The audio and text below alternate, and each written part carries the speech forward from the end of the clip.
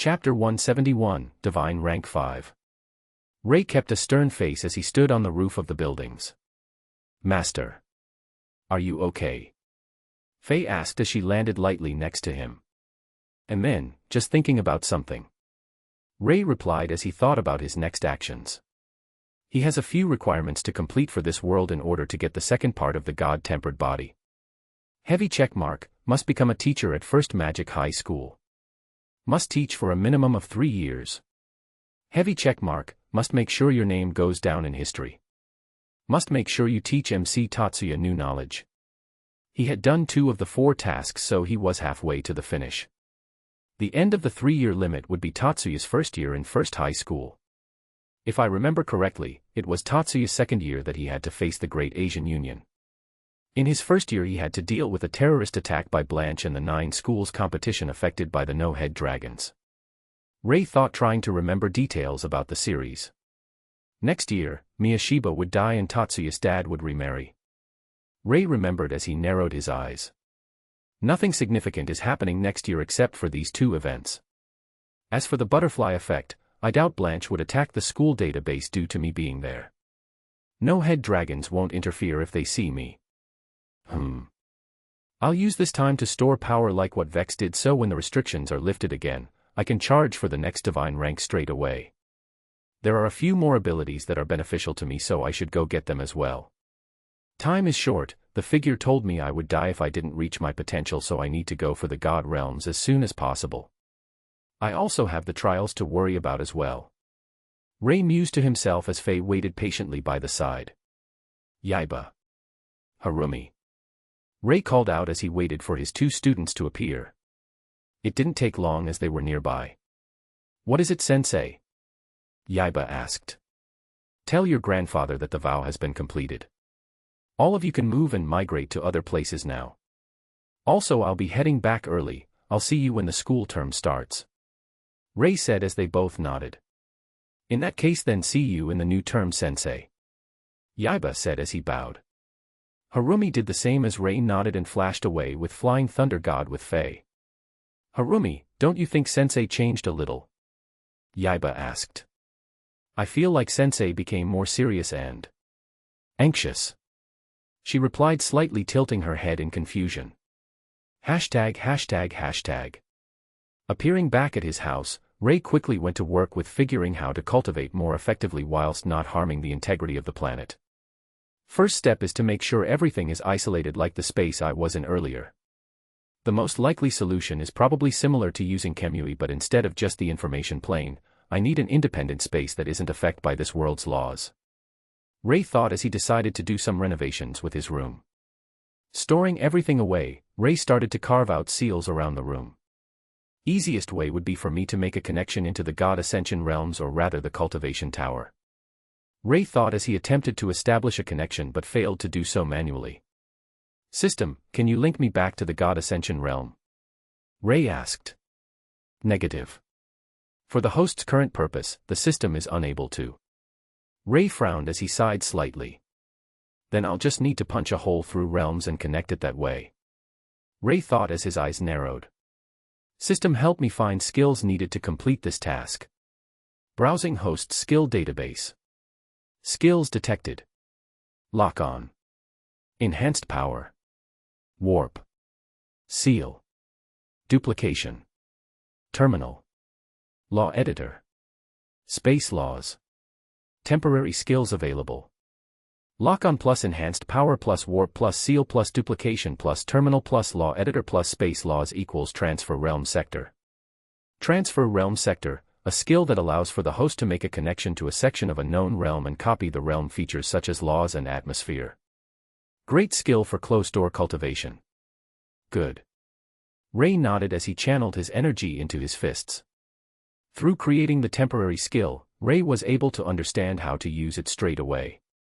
The energy from his fist encompassed the entire room as Ray imagined the room from the cultivation tower. Naturally, the only room he could copy was the weakest of all the rooms, since he didn't battle for the higher tier rooms. Ray frowned, knowing that he would probably need to visit the towers again. Seals around the room started to light up as they were the stabilizing factors that Ray had just put in place to help him. A familiar dark galaxy covered the room as Ray felt his restrictions get lifted. Clenching his spare fist with power, Ray completed the room as fast as possible before stabilizing it so it wouldn't break or run out of energy quickly. Cultivation room is done. I should tell Faye about what plan whilst I prepare to shoot for divine rank 5. ####. And so that is the plan. Ray said after explaining the setups for an hour. Understood, Master.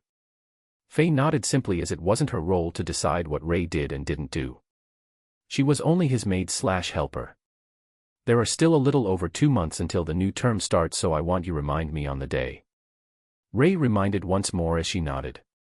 Have fun cultivating, Master, she said politely as Ray disappeared into his room. Sitting himself in the middle of the room, Ray sat down as he calmed himself. The blessing the figure gave was really astounding as he could feel a rise in his cultivation already. Ray started to gather energy as it was enhanced by the blessing. With my calculations, I should be able to enter divine rank 5 in a few days. I can also use that time to challenge the element god trials. Ray thought as his tasks were laid out before him. All he needed to do now was to complete them all. ####. The world was quiet overall but had strong undercurrents. The strength Ray shown in the 9 schools competition, whilst not directly, had made them fearful. If any of the systems he had created were to be used against them by more talented magicians, they were sure that Ray could dominate them easily. Little did they know, Ray himself was a calamity. So with or without others' help, he could still end them if he wished. The only calming factor was that it doesn't seem like he was spreading the code out. Every organization had put manpower into trying to decode his sequences, but they were too far behind in the knowledge required. In a room with 5 people, every one of them had serious faces on. It seems like the other students aren't able to use these sequences without Yotsuba-Rei's permission. A person said as he displayed the data. I was able to plant a few spies near the houses of these people and find out that except for enhanced base abilities and the simpler sequences, they aren't able to use any of the specialized sequences. Not even the automated common with the lower tier contestants of the demon class. A person followed up. The government had started to classify his sequences. The ones with the names of God are now known as the God series. The others aren't as impressive as the God series, so they were just classified as top-tier spells. Another person replied reading the data. How many Valkyries have we sent up? We've managed to send up 23 out of the 50 we need. Good. From the speed we're progressing, we should be done by 2096. Wait, why would it be then? Wouldn't we be giving Yotsuba-Rei more time to improve and get stronger? We can't rush this. We have one chance and one chance only. Better be prudent than to fuck up because we rushed the preparations. Second that. But it also isn't without truth either. The more time we give Yotsuba-Rei, the stronger he could get. In fact, whilst we're doing this, prepare Plan 0 in case Valkyrie fail. This caused the other 4 to nod. Sigh. Such a shame. Yotsuba-Rei, this kind of genius was born at the wrong time. He's too dangerous for the stability of the current world. We aren't ready for the kind of benefits brought by his genius. It's a shame, but we have to do this. Powers all over the world are eyeing his intelligence. The moment he shows any kind of weakness, it could lead to the next world war. But this time, the war won't end until only one faction remains with his data or that the data is destroyed. Otherwise, this war could be the very thing to end this world. The 5 people sighed as it was something they had to do. ####. Breaking into divine rank 5 wasn't hard as Ray felt improvements all around his stats. Name, Ray. Age, not applicable. Combat rank, divine rank 5, 15%. New. Body rank, divine rank 6, 25%-82%. New. Soul rank, divine rank 6, 42%-91%. New. Will rank, low god, 2%. New. Element god trials unlocked. Would host like to challenge the trial now? Y/N. I still have roughly a month left. System, accept the trial. Ray thought as his vision soon blurred.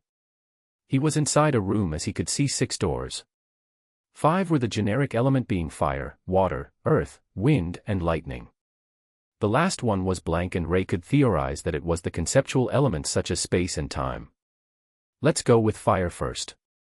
Ray thought, stepping into the fire door. Element God Trial 1, survive the baptism of fire. Trial 1 of the Element God Inheritance. Many have tried but ultimately died after being burnt into nothingness. Can you survive? Reading the note, Ray raised an eyebrow. Surely it can't be that bad, right? I also have gluttony, so I can just eat the fire. Ray thought as his vision was suddenly blinded by light.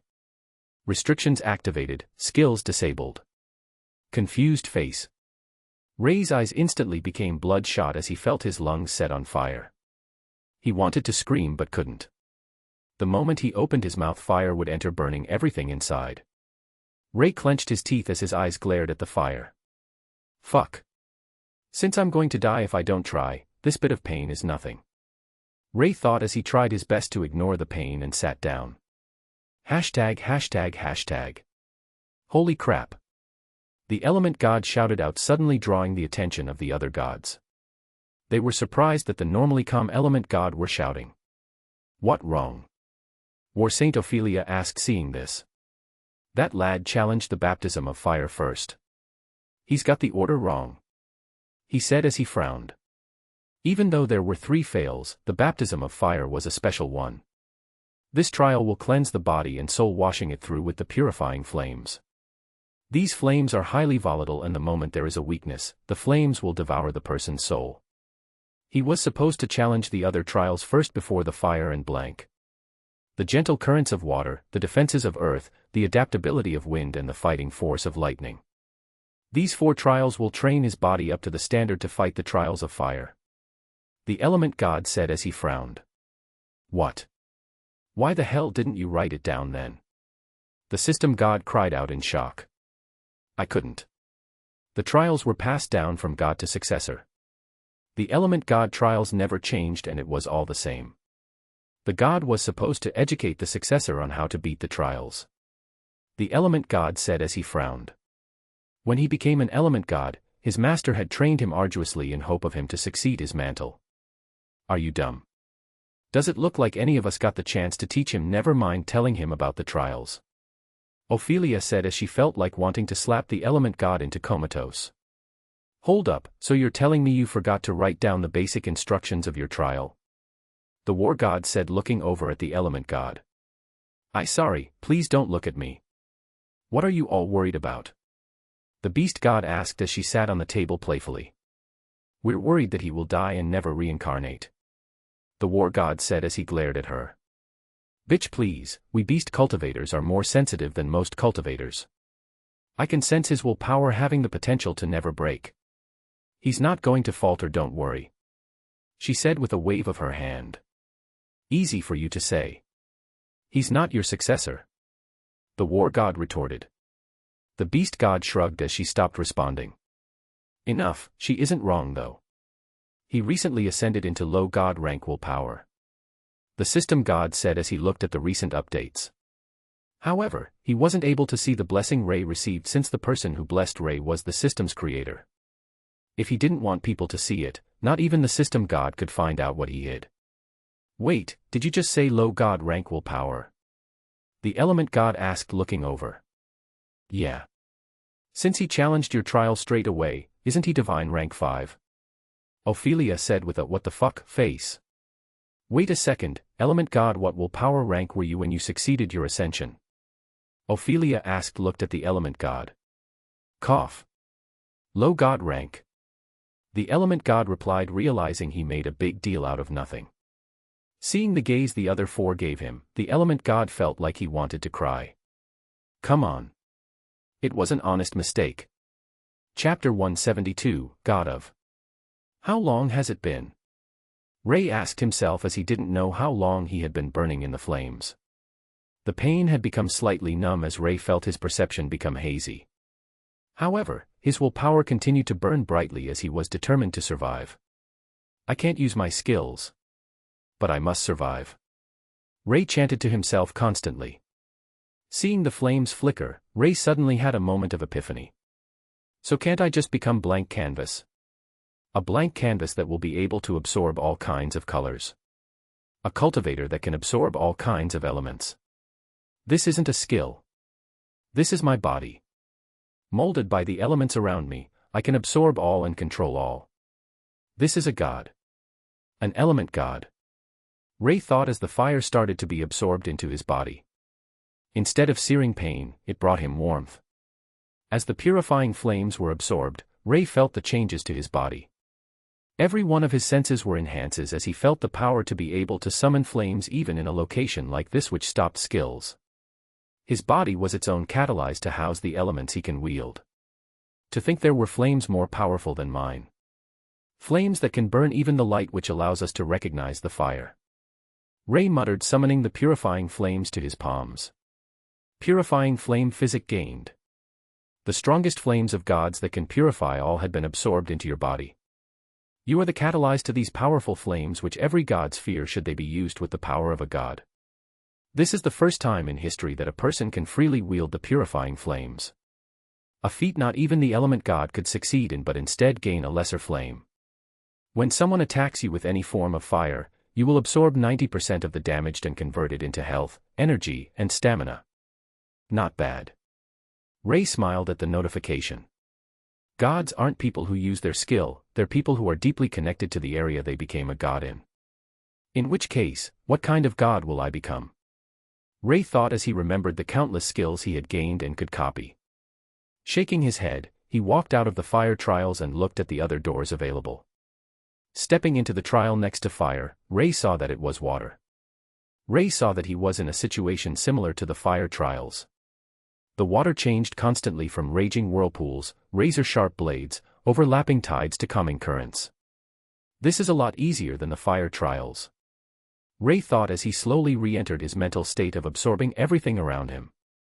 Heavenly water physic gained. Holding all the powers related to water, even the Greek god Poseidon will bow to you. Whilst this achievement had been gained before, it was never this fast. When someone attacks you with any form of water, you will absorb 90% of the damage and convert it into health, energy, and stamina. Continuing to all the other trials, Ray completed them in breakneck speeds, having gained his epiphany in the fire trials. Heavenly earth physic gained. Wielding the mighty power of everything to do with the earth below one's feet. You now hold the defense and power of earth. When someone attacks you with any form of earth/rock, you will absorb 90% of the damage and convert it into health, energy, and stamina. Heavenly wind physic gained. Containing the power of the wind, you are free and forever moving. You have the speed, the cutting power, and the adaptability of wind. When someone attacks you with any form of wind, you will absorb 90% of the damage and convert it into health, energy, and stamina. Heaven-piercing lightning physic gained. Amassing the power of the heaven-piercing lighting. You wield unmatched attacking potential with this element. Whilst the heavenly tribulation lighting allows for you to destroy a person's soul, there is also the change for you to help them increase their cultivation. The heaven-piercing lightning is pure attack, no defense. It's all or nothing. When someone attacks you with any form of lightning, you will absorb 90% of the damage and convert it into health, energy, and stamina. Holy shit. I could have helped someone increase their cultivation. Ray thought, seeing the description. Walking out of the lightning trials, Ray found himself in front of the last door. The blank. There were no hints of any kind of element, so Ray could only guess it was the conceptual elements. Stepping inside, Ray could definitely feel the influence of time and space due to his comprehended laws. Sitting down, Ray closed his eyes and entered his blank canvas state once more. Countless notifications rang out, but Ray somehow didn't feel like it was finished. It was like being in a room, but then there was still one more door that could be opened. Conceptual element physic gained. Wielding the conceptual elements such as time and space, you have surpassed the conventional elements. When someone attacks you with any form of conceptual element, you will absorb 90% of the damage and convert it into health, energy, and stamina. Ray ignored the notification as he knew there was something more to be gained. Diving deeper into the state, Ray slowly felt himself enter a brand new deeper state. It was said that God created the world from nothing. This includes the elements. Conceptual or conventional. Everything is from nothing. As the blank catalyst that absorbs everything, am I the opposite of nothing, or am I the nothing which retrieves everything? Ray thought as he slowly comprehended his state. God titles gained. Element God, as the future god of the elements, you wield and absorb every element that is aimed towards you. Lesser forms of elements are subservient to you. God of, as the future god of, you are nothing yet something. Everything came from nothing, thus it must eventually return to nothing. ####. Okay, this is bad. The element god called out once more. Che, shut up. Did Ray do the trials in the wrong order again? Ophelia asked sarcastically as the element god caused a ruckus last time. No. Listen carefully. The element god said seriously. The other four god looked over at him as they knew this was important. Ray finished my trials. But, within these trials he gained more than we could ever imagine.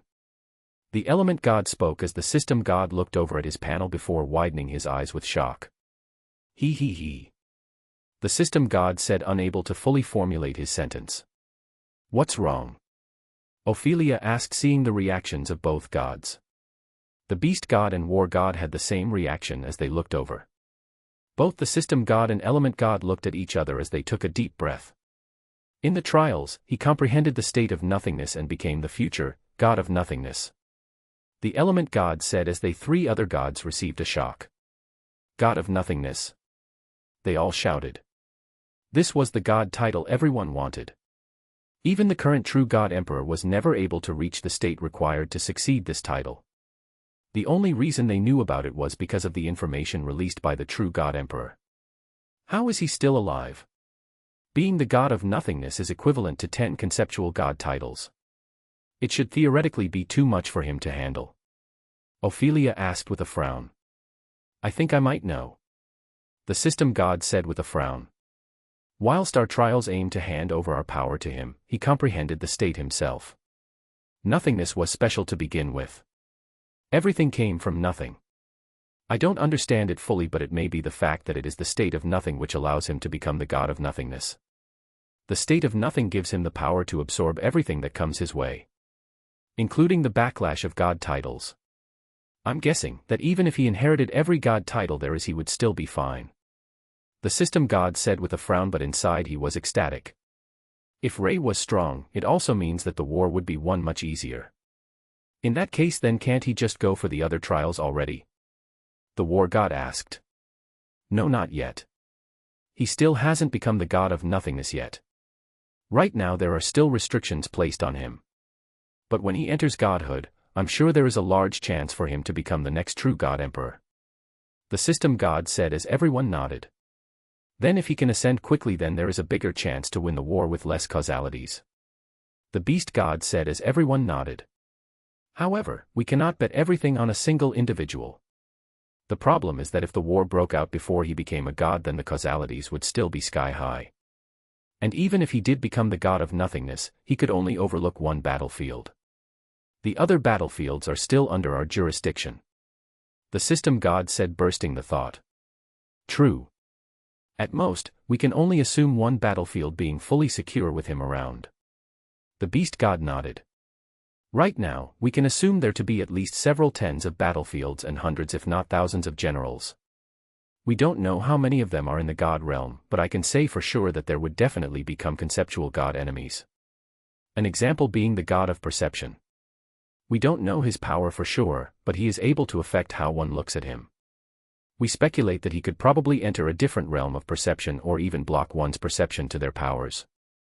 The beast god frowned as this was a troublesome enemy. So we have to locate him and kill him with one shot if we can. The war god said as they nodded. If not, then I'm thinking only Ray can take him on. Ophelia said as the atmosphere became heavy again. ####. Exiting the blank trials, Ray had a smile on his face as he looked at his status. Status. Name, Ray, Yatsuba. Age, not applicable. Bloodlines, Heavenly Demon, Alucard, Divine Dragon, New. Comprehension. God titles, Element God, God of. Divine Essence, Space, Time, Seals, Blood, Energy, Sound, Atoms. Law, darkness, holy, slaughter, shadows, conversion, healing, 20+. Combat rank, divine rank 5, 15%-52%. New. Current combat rank, world, high tier. Body rank, divine rank 6-7, 75%. New. Soul rank, divine rank 6-7, 36%. New. Will rank, low god-god, 31%. New. Skills, 1000+. Passives, 1000+. Looking at his status, Ray felt happy as it meant he was a step closer to surviving his death. However, what truly surprised him was that he gained another god title. The God of. If he guessed correctly, to become a god, one needed to evolve the divine essence into a god title. The god title can either be one that's inherited or one that wasn't occupied.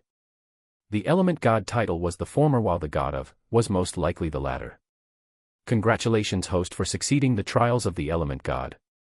You will be returned to your room, now. Ray suddenly felt his vision shift as he was back in his room. Opening the door, Ray could sense Faye quickly approaching as Ray looked over. Master! She cried out as Ray used Kemui. She phased through his body, crashing into the walls. How long has it been? Ray asked. There's still a week left till the school starts again. Ah. Master, your eyes. She cried out, seeing Ray's face. My eyes. Ray was confused as he walked to the nearby toilet and looked in the mirror. Instead of the normal red gold and red silver iris he had, it was now akin to a galaxy. The red and gold formed a galaxy spiral with the red in the center and the gold on the rims. The same was for the other iris, as it was red in the center and silver on the rims. Could it be because I gained a god title? Ray muttered to himself. God title? Faye asked. Yeah. In the time I was locked up in my room, I was able to gain the titles of two gods. Element God and the God of Nothingness, I think it would be called. So when I'm strong enough, I will become the god of both these titles. Ray said as Faye nodded, as this was way above her understanding. So basically, Master would become a true god? She asked as Ray nodded. I still have 4 more titles to inherit when the time comes. Ray said as Faye realized her master could be stronger than 6 gods combines. Not that she understands the power that comes with becoming a god. She just knows her master was someone amazing. Chapter 173, Truth of the 9 Blades. As the sun rose, Ray stood on top of the highest building with his eyes closed. After he had received the god title of Element God, he realized that he could cultivate it much faster when he was outside. This was mainly attributed to the fact that he was absorbing the elements into his body, storing up more power. Due to the uniqueness of god titles, he didn't need to worry about the restrictions either, because the power was being stored internally. However, this did not mean that he could exhibit the power of a divine rank individual, since the world wouldn't be able to handle it. Rather, it was like his internal powers being in the divine rank category whilst his external is at the world rank category. The biggest benefit this brought him was cultivation on the spot. During a lecture. Cultivate. Training his student. Cultivate. Sitting on the toilet. Cultivate. Maybe not on the toilet since he didn't need to go to it, but the point is that this allowed him to cultivate whenever. Due to this new discovery, he was already on the verge of breaking through to divine rank 6. Master, school should be starting soon. Faye said as she landed lightly beside him.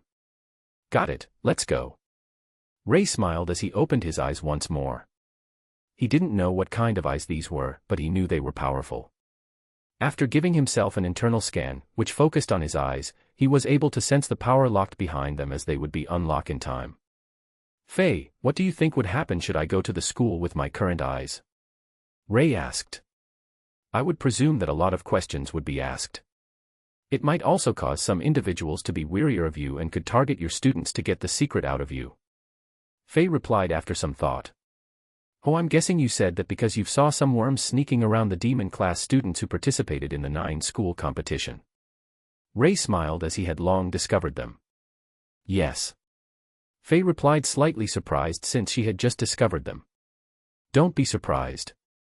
While I can't show the power of a divine rank individual, my mastery of the information plane allows me to simulate some of the benefits of a sovereign rank individual whilst only being at world rank.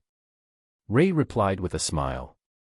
He had been keeping an eye for those students since he knows the trouble his sequences could bring. Which is why he was allowing those worms to act so they understand no matter how hard they try, they won't be able to use his sequences. Of course, unless they were able to crack his codes, which wouldn't happen unless they understood every law regarding the information plane and used that as a basis to decode his sequences.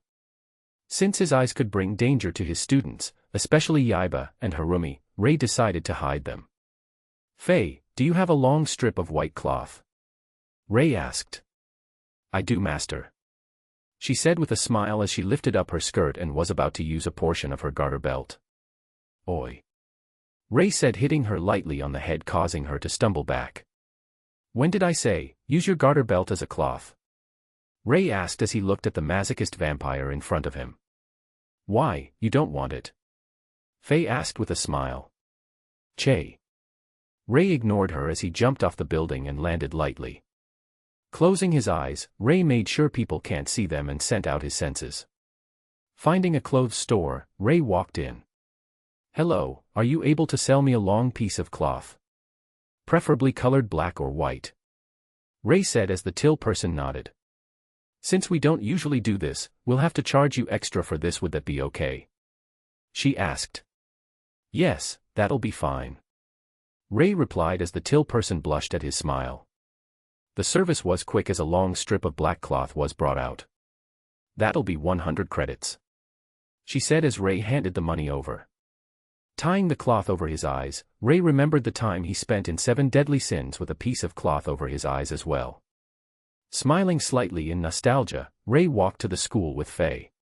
Ray heard whispers about his blindfold but kept a smile on his face. "Just because I can't see doesn't mean I can't hear," Ray said as the whispers suddenly died out. Number 1 unspoken rule in first high school. When demon teacher says something, do not under any circumstances, disobey. If there are no specific instructions, then don't do anything. Avoid pissing him off. Walking to his office, Ray sat down as he thought about what kind of lecture he could do. Last year, he had already taught most of the students the basics of sequence casting. Maybe second years get more advanced lectures. And then the third years will get lectures on how to use sequences fast and cast on the run. Asterisk bang. The door suddenly slammed open, bringing Ray out of his thoughts as he turned over. "Sensei!" Yaiba cried out, seeing Ray wearing a blindfold. Harumi looked at Ray with worry as she stood behind him. "Close the door," Ray said as they nodded. "What do you need?" Ray asked with a smile. "What happened, Sensei?"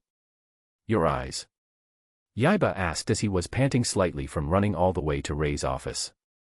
"Nothing is wrong with my eyes." Ray shook his head as he took off the blindfold and exposed his eyes. Yaiba as Harumi felt shocked seeing the mini-galaxy in Ray's iris. "Just that this might bring unwanted troubles to you guys should some worms see my eyes." Ray smiled as he put the blindfold back on. "Oh, so a false alarm," Yaiba said as Ray nodded. "Also, where did you and your clan migrate to?" Ray asked as he crossed his legs and rested his head on his arm. "We migrated nearby actually. A monk ninja person owns the place and allowed the main house to live there. Other branches left for other places so we can be more spread out," Yaiba replied as he somehow felt the pressure emitted from Ray being much more dangerous than before. "Monk ninja. Could it be Kokono Yukumo?" Ray asked as Yukumo was also Tatsuya's master. "Eh? Master knows him?" Yaiba asked, surprised. "A little. Why don't you take me there someday?" Ray asked as Yaiba nodded. "Okay, first thing I need to do today is determine who is going into the demon class after some third years left," Ray said, standing up. "Don't you also need to go recruit some people into your clubs?" Ray asked as he knew Yaiba would continue to be the club leader of both clubs. "I almost forgot," Yaiba said as he turned and quickly went to set up his stall. "You didn't almost forget, you did forget," Ray said, shaking his head with a smile. "Harumi, how's your brother?" Ray asked as the attack might have shocked him. "Akri is fine," He didn't see anything since we only brought him out after we cleaned up. Right now, he's also living with the main house of the Ketsa clan. Harumi said as Ray nodded. So you're also living with Yaiba now? Any developments? Ray grinned as Harumi blushed. We're engaged now. She said with a deep blush. Ha ha ha, engaged now are we? When's the wedding? And also remember, no private moments until you're over 18. We don't want any accidents now, do we? Ray smiled as Harumi froze as if her brain had been fried. Faye quickly caught her before she fell. Master, you know what Harumi's like. Don't joke with her like that. Faye said as she could only hear Ray's laugh in the distance. Smiling wearily, Faye laid Harumi on the chair as she waited for her to snap out of it. Ray had managed to fill all 20 slots for the first years and the 20 slots for the second/third years. All 40 students for the next 9 school competition were prepared. However, Ray focused on Yaiba and Harumi more as they were akin to his personal students. They were the only ones who kept his sequences and could use them if they wanted. Right now, they were standing back at the training location they were at last year. Yaiba, I've taught you how to attack and defend. However, it seems like we focused on attack a little too much. You need defense as well, or the potential of the 9 blades would be wasted. Ray said as he held 2 wooden swords in both hands. Yaiba nodded seriously as he could tell that Ray was much more comfortable holding 2 swords instead of 1. Ready? Ray asked with a smile. Yaiba nodded as Ray rushed forwards. Suddenly, Ray threw the 2 wooden swords at Yaiba. Deflecting the swords with 2 blades, Yaiba looked back at Ray but realized he was midair. Ray was halfway through a twisting motion as he grabbed the 2 blades accurately and cut towards Yaiba. Asterisk bang. The ground cracked slightly as Yaiba gritted his teeth. To block Ray, he had stacked 6 blades together. Never aim to block, always go for the parry. Ray said as this was a mistake he used to do often. However, as he grew stronger, he knew that the physical properties didn't fully express a person's strength. Therefore, trying to block someone's attack might just prove to be suicidal. Jumping back slightly, Ray threw the blade on his right with a swinging motion whilst the left upwards. Using ghost steps, Ray appeared besides the first sword he threw and was about to cut towards Yaiba once more. Quickly rotating 7 swords to where Ray was and above him, Yaiba aimed to parry like Ray said. Ray smiled as his movement suddenly shifted. What seemed like a powerful stomp downwards to provide more power for his swing actually lifted his body up. Twisting himself over Yaiba's blades, Ray caught the second sword he threw and landed at Yaiba's weak spot. Cutting upwards with both sword, Ray left some cut on Yaiba's protective clothing. Assign 2 swords at best. Never more. Or else what just happened then would happen more often. By assigning more swords, you're leaving yourself more open to attacks. Ray said as Yaiba stood up.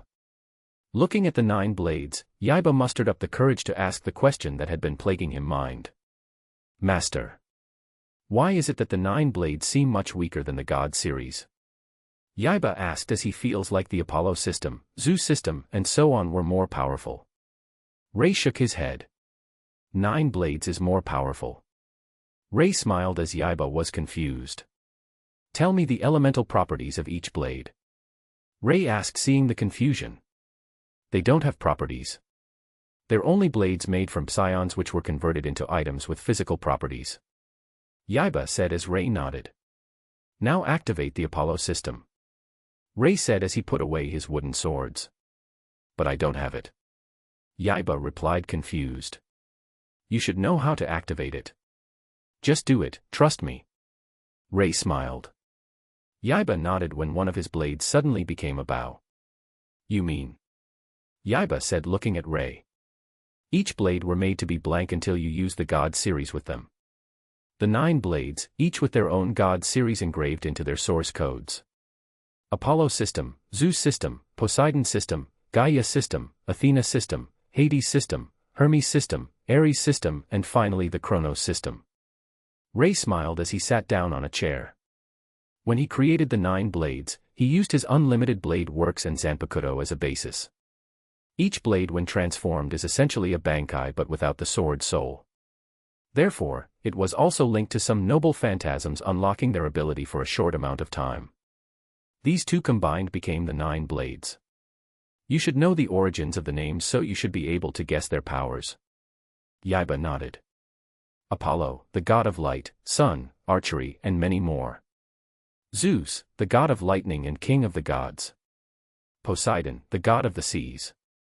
Gaia, the primordial god of earth. Athena, the goddess of wisdom, war, and many others much like Apollo. Hades, the god of the underworld. Hermes, the messenger of gods with unmatched speed. Ares, the god of war. And Kronos. Yiba said, taking a deep breath. The god of time. He finished as his outlook on the 9 blades changed greatly. Still think it's weaker than the god series? Ray asked with a smile. Yiba quickly shook his head. However, you should also know that to use each of these systems, the psion count would be high no matter how much I try to reduce them. Without sufficient psions, you'll become a fish on the chopping board quickly. Ray said as Yiba nodded with seriousness. If Sensei gave this to me, then you've most likely prepared a plan. Yiba said as Ray nodded. There is a method to increase your psions count. But it would take time, and when practiced to the max, you should be able to use 3 systems easily. Or the Chronos system once every day with enough power to use another system to keep you alive. Ray said as Yiba nodded. The method should already be in your CAD. If you lose the CAD, it would destroy itself. If I'm not around, just cut your finger slightly and mark the CAD you want to use, and the 9 blades along with the user restrictions would be imprinted onto the new CAD. Naturally, if the sequences were to be used for negative purposes, it would delete itself and you along with it. That is, if you were the one to use it for negative purposes. Ray smiled as Yiba felt a chill down his spine. I would never. Yiba said seriously. I know. Also, your descendants would get the 9 blades as well. But the restrictions would apply to them as well. They would also need your permission to give access to the 9 blades. But a warning, they would be deleted as well if they use the sequences for negative purposes. Ray said as Yiba nodded once more. He understood why Ray was doing this. The God series already brought huge waves across the magician's community, and if they were to know about the 9 blades' true power. Well, I trust your personality, which is why I even gave you the 9 blades to begin with. Ray smiled. The real name would be the 9 blades of God, but why expose the true potential? What would you be more on guard with? 9 blades or 9 blades of God? Ray asked. 9 blades of God. Yiba replied. Little did he know, his 9 blades would be the start of many more unconventional names which hid the true power of the sequence. One being Mirage Zone. The true power was actually physical reinforcement and charge towards the enemy, knocking them out. However, the enemy would ignore you since they thought you were a mirage. To make matters worse, there were another sequence named Mirage Zone as well, which actually made mirages in a specific zone. Chapter 174, Instant Cast. The first third of the year went by quickly. Nothing much happened that was worthwhile except a few theories that Ray published. One of them being titles, inheriting sequences through genes and heritage. He showed that he was able to code the God series inside the genes of people, and if given the chance and correct situation, they could use the sequence. This continues on to their later generation as well. He also made the method public as it wasn't anything too serious. A lot of families started to test this as they soon discovered that Ray was able to read the genetic IDOS code of people and directly interfere with that code. This was the main reason as to why he could change the genes. However, they then realized that if Ray could change the code directly, then he could kill anyone at any moment. When asked about this, Ray only smiled as a reply, making the 10 great families more on guard against Ray. Another thing that happened was that Ray finally met Kokono Yakumo. The encounter was quite positive as they sparred a little before Ray thanked Yakumo for taking the Ketsa clan. ####. Thank you for taking the Ketsa clan under your wing. Ray replied with a smile. AI, it's no problem. But I have to say, it's surprising to see a Yotsuba who isn't emotionally disabled. Yakumo said with a smile but became serious at the second part of the sentence. What can I say? I'm an exception. But could you stop looking as fey? Ray asked, seeing Yakumo move his fingers around whilst muttering, "This is Mo," towards Fei. The sudden 180-degree change made Ray want to hit him for being bipolar as hell. How could I? Those tender legs covered by the stockings, that outfit which tries to emphasize her growing physique. The face she makes trying to hide away. Everything there is to give one the sense that she is but a shy teen growing up into adulthood. The growing of a delicate flower. This is Mo. Yakumo said as Ray had a neutral face. Faye, I see a perfect person for you to give your M side to. Ray said, turning to Faye.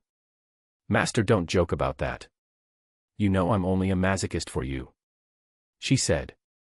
Amen. Ray ignored it. Turning their attention back to the still muttering Yakumo, Ray saw that he was about to finish his talk about Mo. You done? Ray asked. Yeah. So what do I have to give you as payment for the Ketsa clan staying here? Ray asked as he thought the clan might need some financial help for a little while. Oh, I don't need anything. Just drop by every so often so we can spar. It's not often I see a person who uses more diverse weapons than I do. Yakumo smiled as rubbed his bald head. Sure. ####. He did drop by every so often but never got to see Tatsuya. However, he soon realized the reason. Mia was about to pass away soon, so most family members have to return back to the Yotsuba house. Since it was in time for the winter holidays, Ray informed both Yaiba and Harumi that he has to return to the Yotsuba family for some matters to be sorted. Leaving a kunai back the house, Ray made sure he could return home quickly. The trip was quick as Ray and Faye used Bounce Tracker to shoot across the airspace, landing in front of the Yotsuba main mansion. The mansion was a delicate mix of both ancient and modern architecture, as it surprisingly didn't look bad. Walking inside, Ray could see a few servants standing by but had blank faces. This house really feels dead, Ray thought as he walked past them without minding them. Sensing the location of Mia, Ray walked towards them with steady steps. He had a smile on his face as he finally found Tatsuya. ****. Knock knock knock. Come in. Mia's weak voice rang out. So it was you, brother. She said, looking back. The offer still stands. I can help bring you back to full health if you want. Ray said as sat down opposite her. I'm fine. After living for this long and doing the things I've done, I'm feeling tired. Mia replied with a small smile. Though I have to say, brother, why do you have a blindfold? She asked as he smiled. It's to stop some potential dangers that might go to my students. Ray said, undoing his blindfold, letting Mia see his eyes in full view. I see now. People would guess that these eyes would help them study the information plane and take it with any cost. She said, shaking her head. I'm guessing this is my nephew. Wow, you've really done a number on him, haven't you? Ray said, looking over at Tatsuya on the side. He also had a blank face as Ray studied him. Superior flash cast copied. Increase effectiveness. Superior flash cast - instant cast. Instant cast, you have the power to store every type of spell you see into your memory. Instinctively knowing what you want to use, you will separate and combine different codes to form the effect desired. So are you able to help him? Mia asked. Yeah, it's not too hard. Ray nodded. I can also help you break your restraints so you can spend a little time with your son.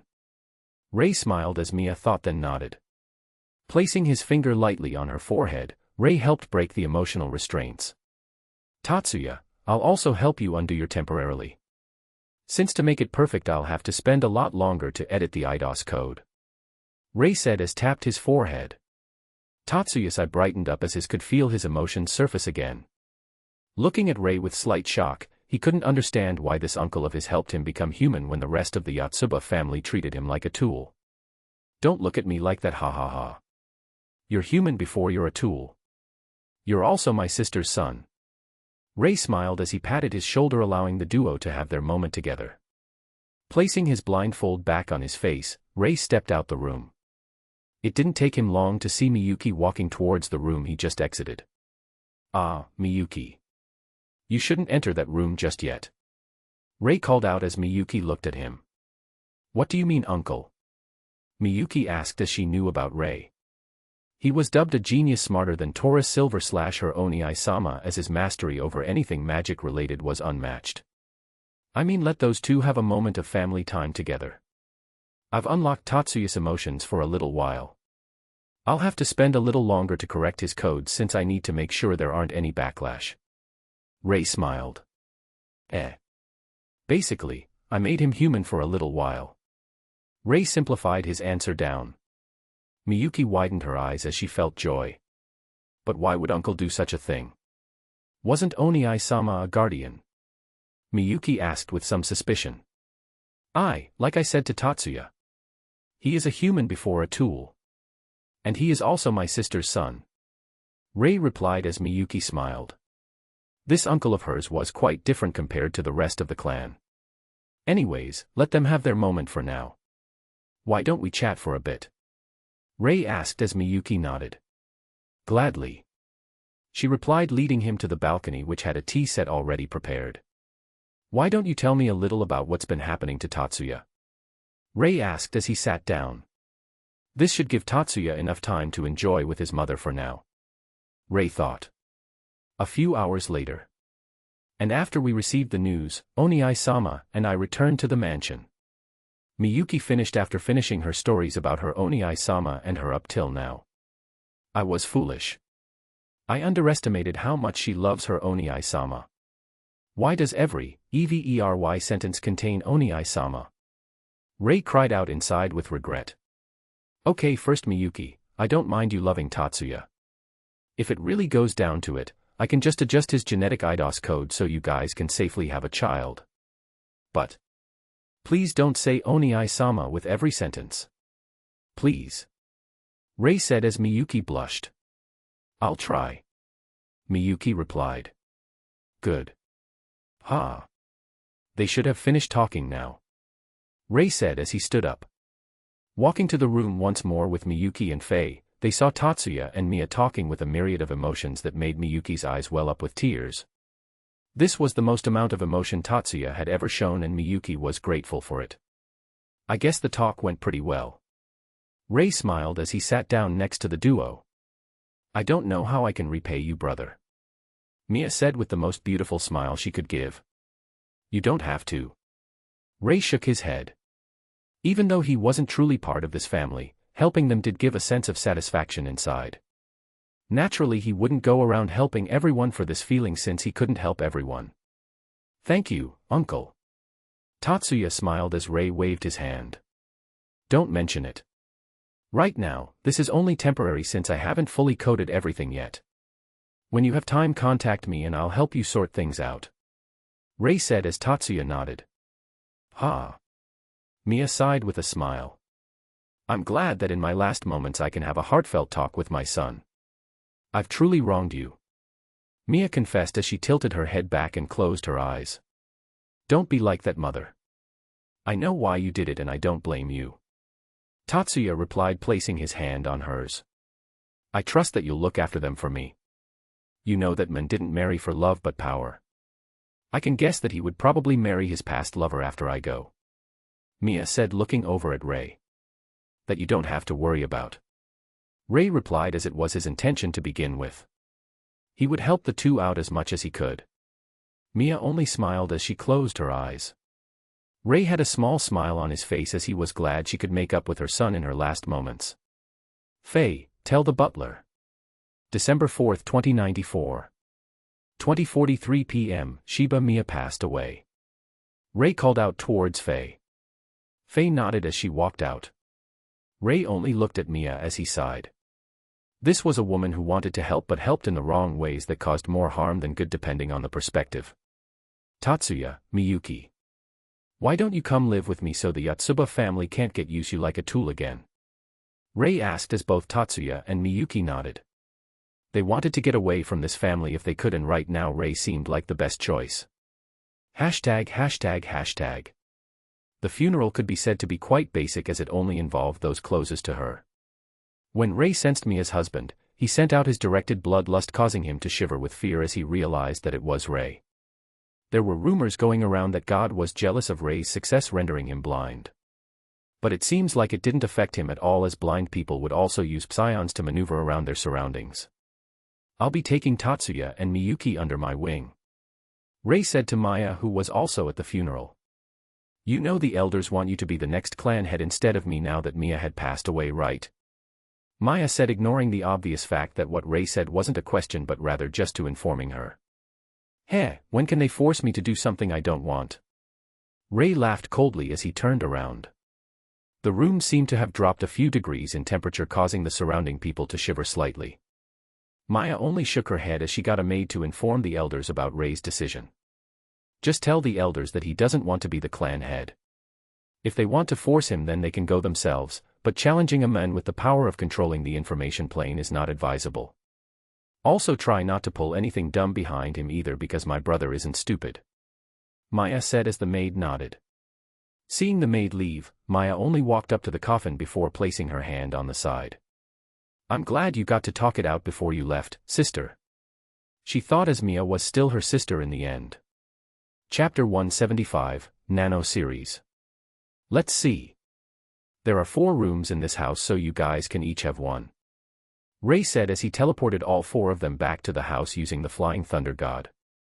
Tatsuya only looked at the kunai with interest. I can't store this, Tatsuya said in shock.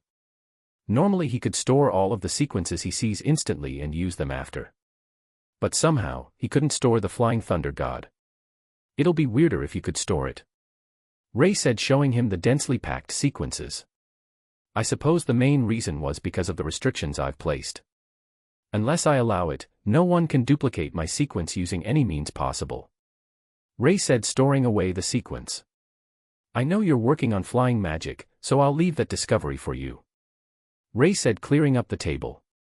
Lay on this, we're fixing you up now. Rei pointed on the table. Hold on, isn't this going a little too fast? Tatsuya said as he felt overwhelmed.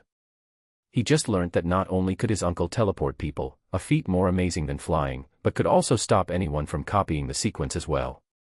On top of that, he could tell that his uncle was much more skilled in manipulation of the information plane. His eyes, elemental sight, allows him to see the information plane and affect whatever is written there. His magic decomposition can delete a portion of the IDOS sequence to kill a person instantly. In addition to this, if he were to ever want to use decomposition on Rei, he wouldn't even know where to start. There was just too much information to process from Rei's IDOS code. There were also defenses that protected him, and from what he could tell, the defenses couldn't be turned off unless they were turned off by the user himself. Tatsuya guessed that even if he took a lifetime to study Rei's codes, he wouldn't be able to understand them. Are you laying on the table or not? Rei asked, tapping the table. Tatsuya nodded as Miyuki stood by the side, worried. Don't worry, Miyuki-san, Master would be able to help Tatsuya-san without failure. Faye smiled, giving Miyuki a pat on the shoulder. Miyuki nodded as she continued to watch. So do you want to be conscious when I do this or unconscious? Rei asked. Conscious, Tatsuya replied, as this was a chance for him to gain new knowledge. Rei nodded as he pulled up a chair. His hands lit up with sequences as Rei tapped Tatsuya's body and projected his IDOS sequence above him for Tatsuya to see. I'll give you a lesson on IDOS sequences while I work, Rei said as he started to separate the sequences. Leaving a little link in between all of them, Rei started to work. This here is the genetic coding. Different clans have a portion specific for them. For example, looking at every Yotsuba clan member, you would find this specific sequence, Rei said, highlighting a small portion of the sequence. Through editing this portion, I would be able to add or take away an ability passed on by blood. I've published a paper on this already. This section over here is the output capacity of your psions, the storage capacity of your psions, and the density of your psions. Editing one of these requires the editing of other codes such as the physical code and the mental capacity. Too much and it'll damage your body. Too little and then the effect would be minimal, Rei said as he constantly highlighted several parts of the IDOS code. Tatsuya kept a straight face as he studied everything that Rei told him. Moving on to the brain section, Miyuki became nervous. Here we can see the cutoff point. There are gates to your emotion codes which dampens and reduces them. Right now, your emotions towards Miyuki are dampened whilst the others are reduced. Currently, you might think that your feeling towards Miyuki are the full extent. However, it is still only a small portion. Rei smiled, giving Miyuki a glance which caused her to blush. What I'm going to do is to remove these gates. But the sudden removal will cause mental shock as they had been repressed for far too long. The best I can do is to allow them to slowly loosen over time once you've adapted to the settings. Rei said as Tatsuya could see Rei weaving a new string of sequences into his coding. While we're at it, I'll also help you sort out your regrowth ability. It's good, but the backlash is unnecessary. What I just need to do is to recode your ability. When a person is healed, you read all of their damage took as well and take the pain for yourself. But that can be avoided through either transmitting the resultant force took from the injuries around you. This could be the ground or a wall. Another option is to store the force in a separate container. Think of this container as a bullet. You'll be able to direct a condensed form of all the damage you restored onto the enemy. Due to the bullet being further condensed, the damage done would destroy their mental coding as it would be far above their mental capacity. Naturally, this included yours as well. The compression rate would be 1:10,000. Let's say you experienced 150x the damage a person took, the bullet would discharge 1,500,000x the damage. Rei said as he fiddled around with the coding. During the time of conversion, any damage you receive would also be added to the bullet. Rei finished as he slotted the sequence back into Tatsuya's IDOS code. Anything else you want me to do? Rei asked as Tatsuya shook his head. I'm grateful for everything you have done. Any more and I'll be imposing on the kindness you've shown. Tatsuya said as Rei only shrugged. If you say so. Rei said as he reconnected all of the codes. Done, you can get up now. Rei said as he stood up.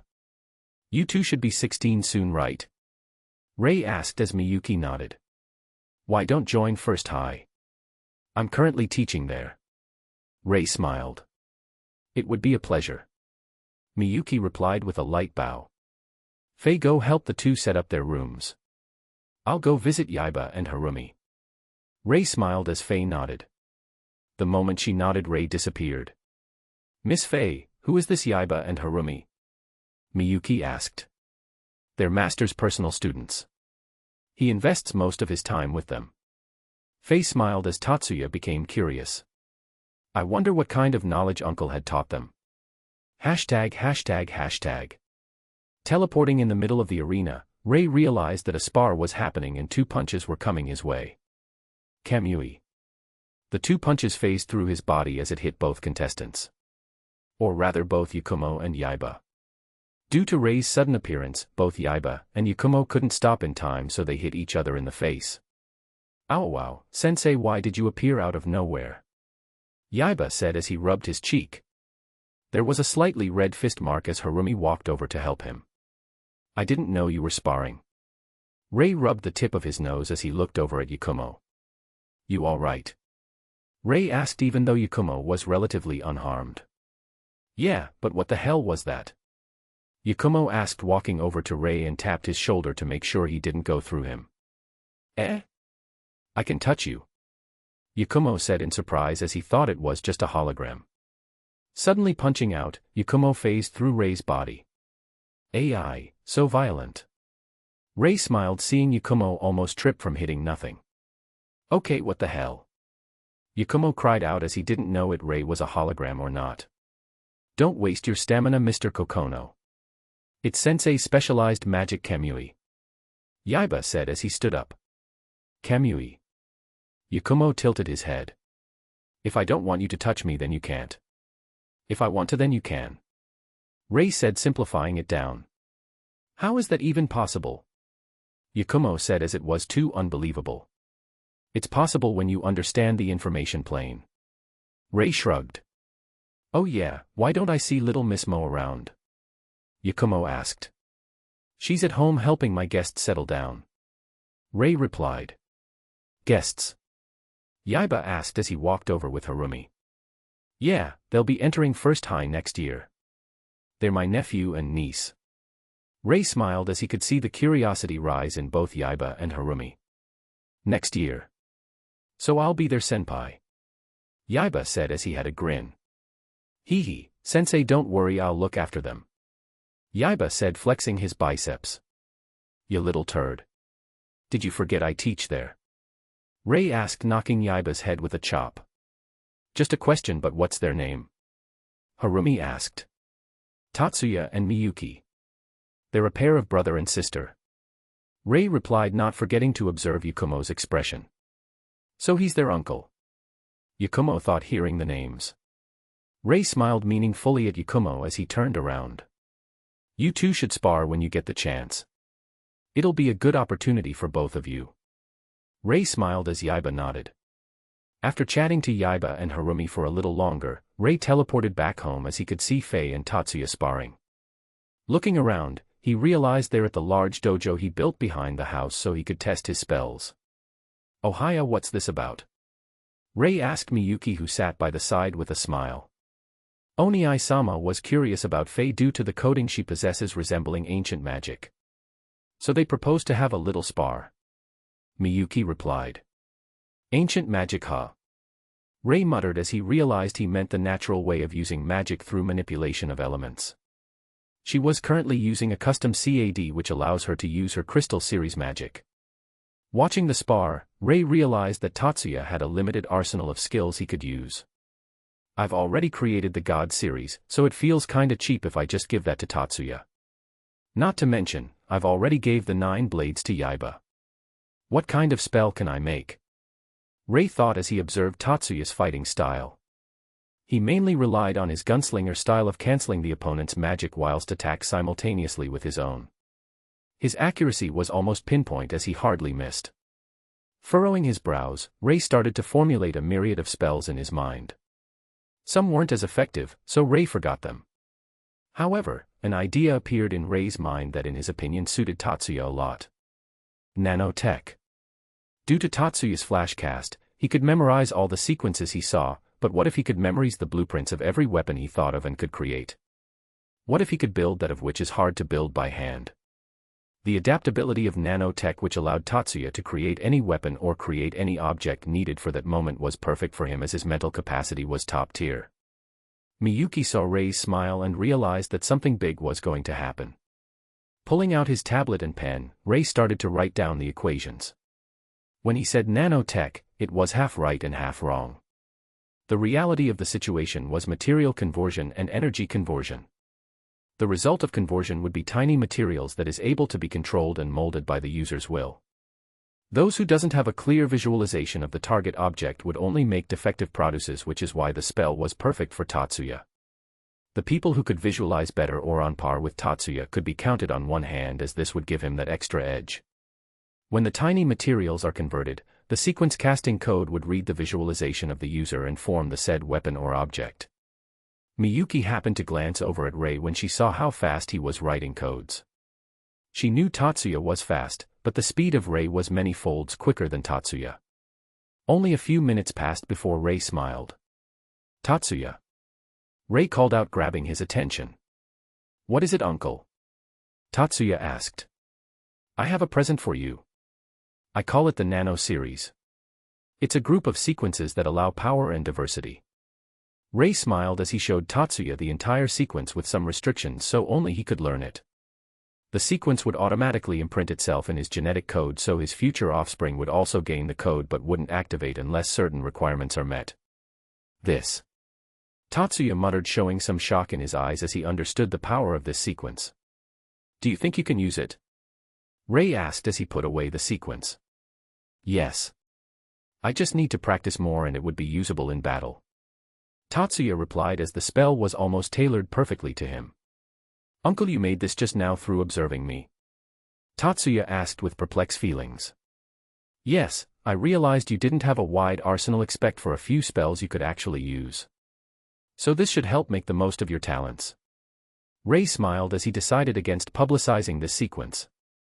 This sequence was his gift to Tatsuya and his promise to Mia on looking after Tatsuya. Should the psion count be insufficient to create the desired object, the spell would take from the surrounding energy to supply his needs. Therefore, even if they were against a nuclear impact, he could protect Miyuki through constant shielding using the energy from the nuke to supply the spell. In addition to this, as long as he had a usable blueprint and formula, he could even create objects that shouldn't even be possible in this era. Chapter 176, 4 vs 1. Once again, the year passed by quickly as First High School gained the undisputed first place in the 9 schools competition.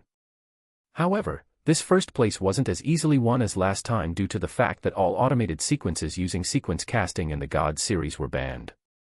In face of this, Ray only laughed before making weakened versions of these sequences that only required the users to manually activate the sequence.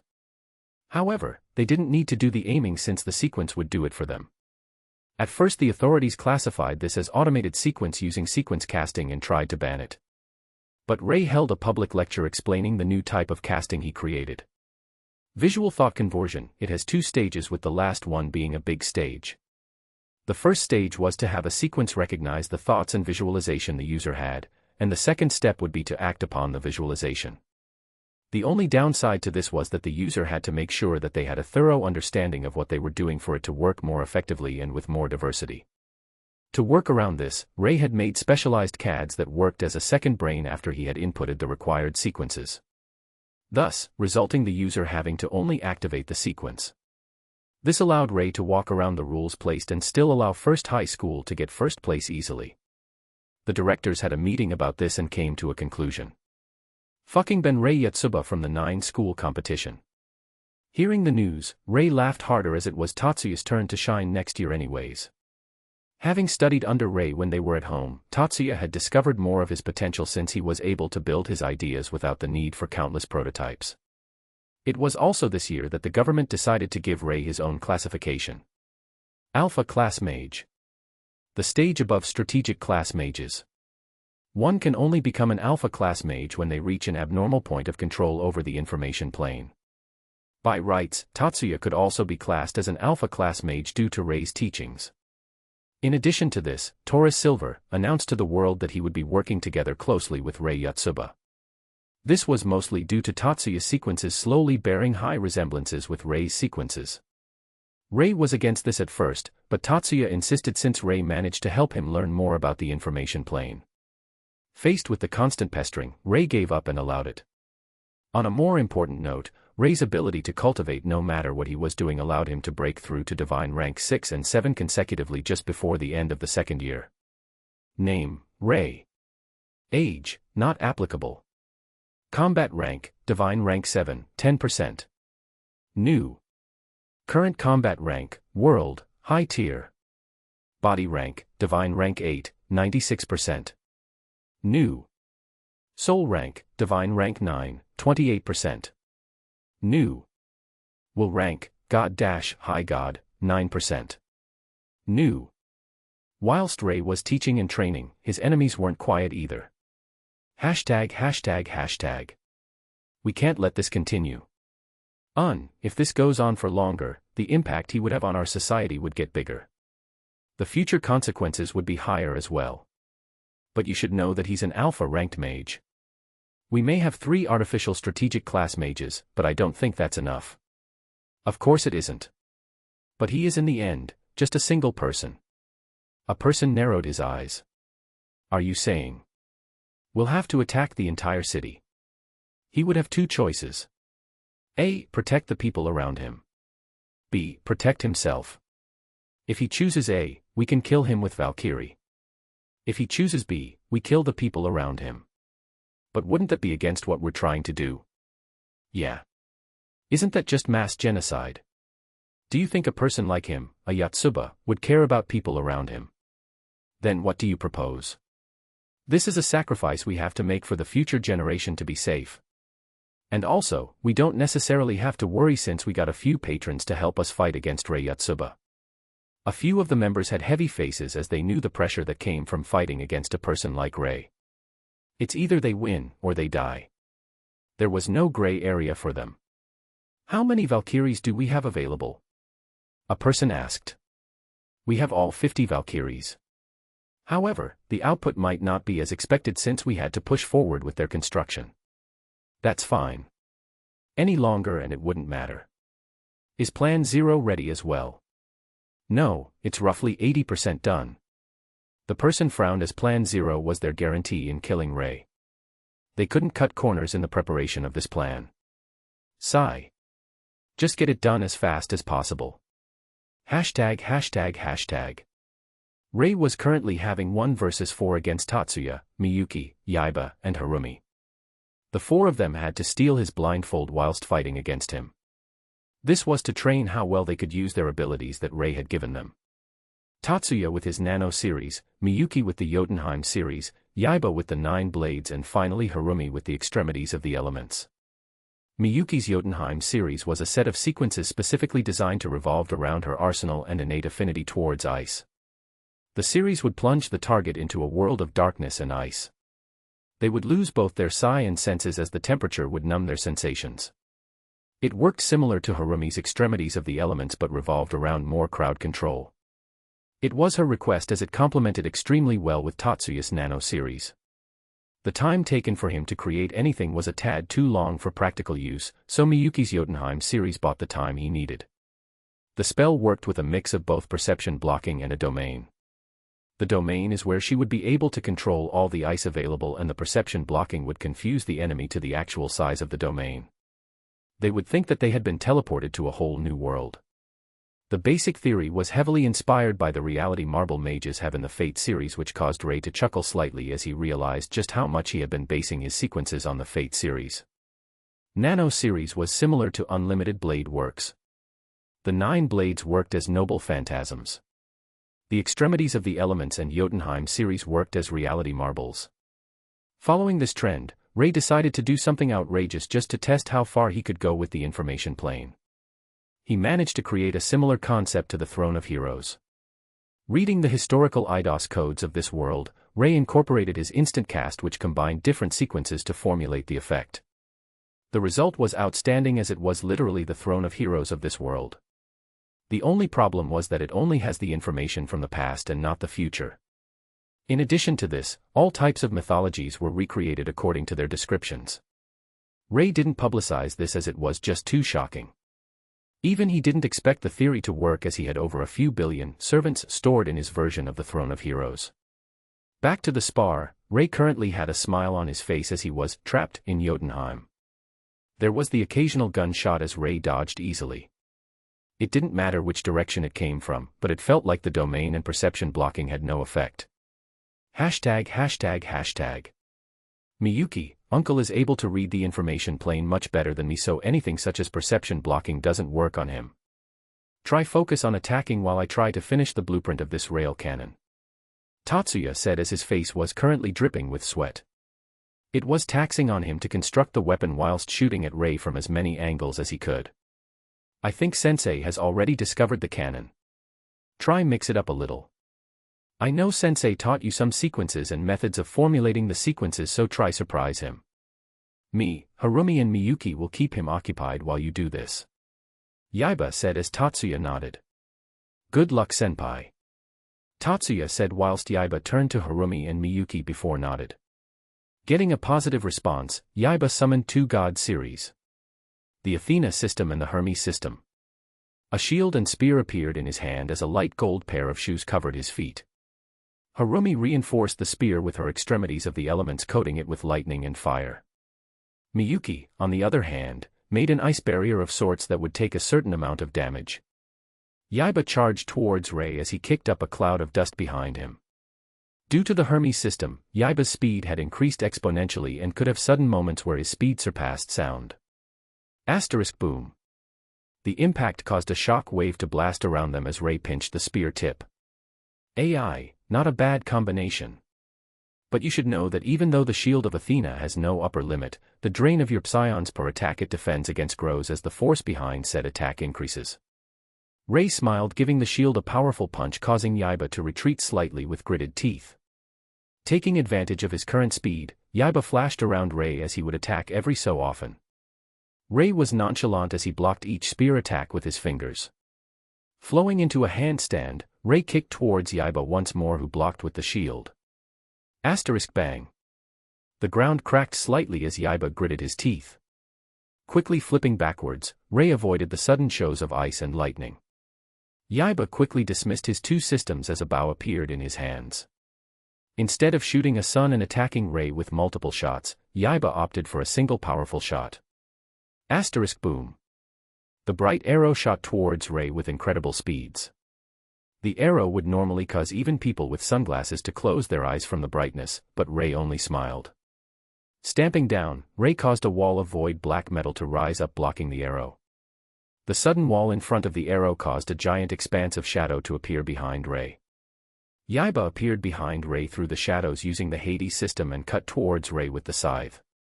Bending his body back quickly, Rei avoided the blade when he saw another Yaiba about to grab his blindfold. Hermes was also known as the god of trickery, which is why I incorporated the doppelganger projection sequence into the system. Who knew he would use it like this? Rei, though, with a smile, a Yaiba used two god systems together simultaneously to bring out the most of their benefits.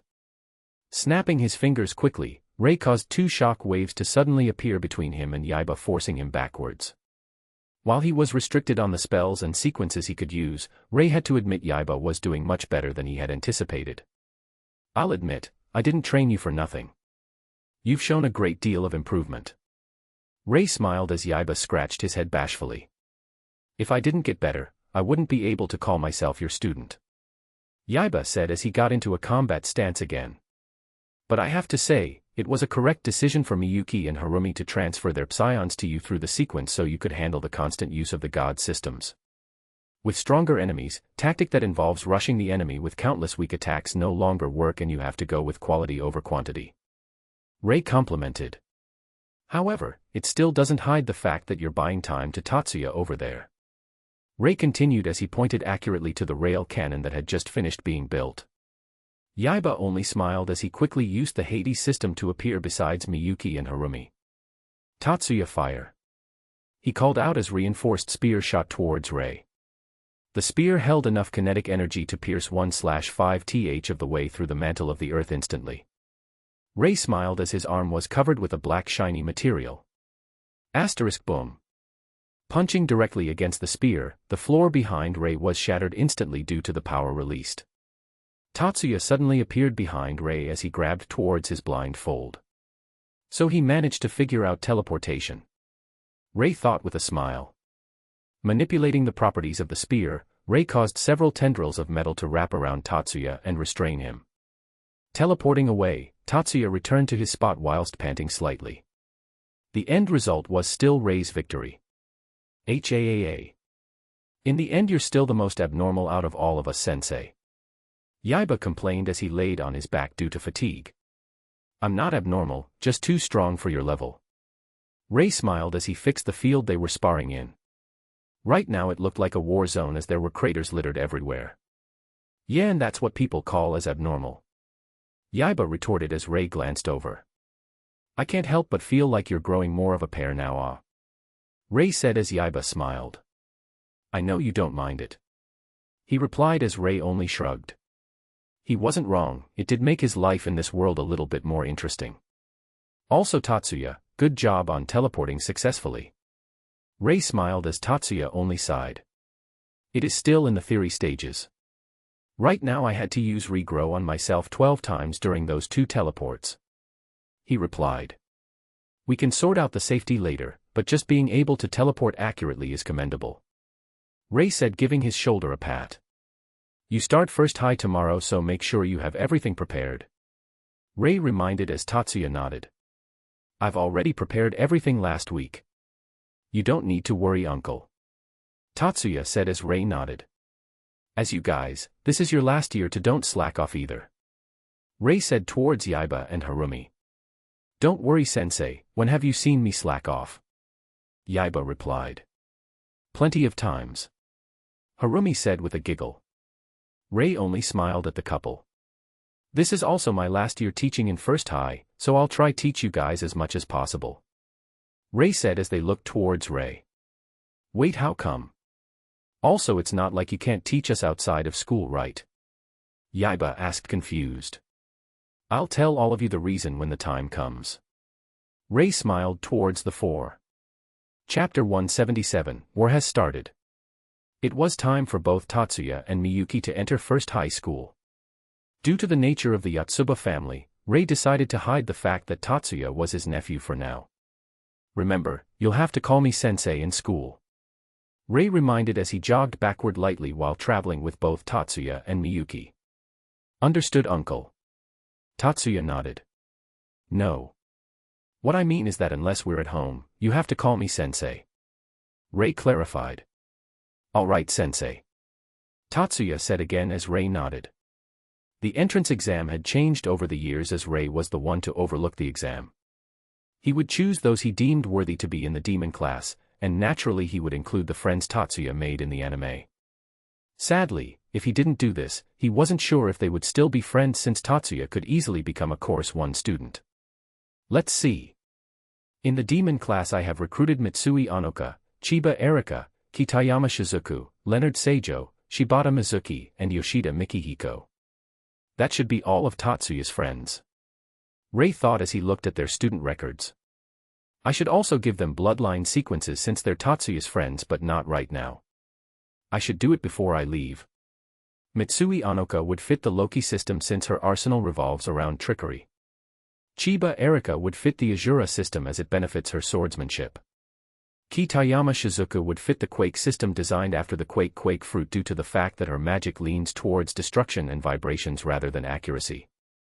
Leonard Seijo would benefit from the Atlas system giving him supreme might. Shibata Mizuki would fit the Odin system due to her eyes. Yoshida Mikihiko would fit the spirit possession system that gives him the properties of the spirits he can control. Rei muttered, making a mental note. Fortunately, the first third of the year passed without much happening.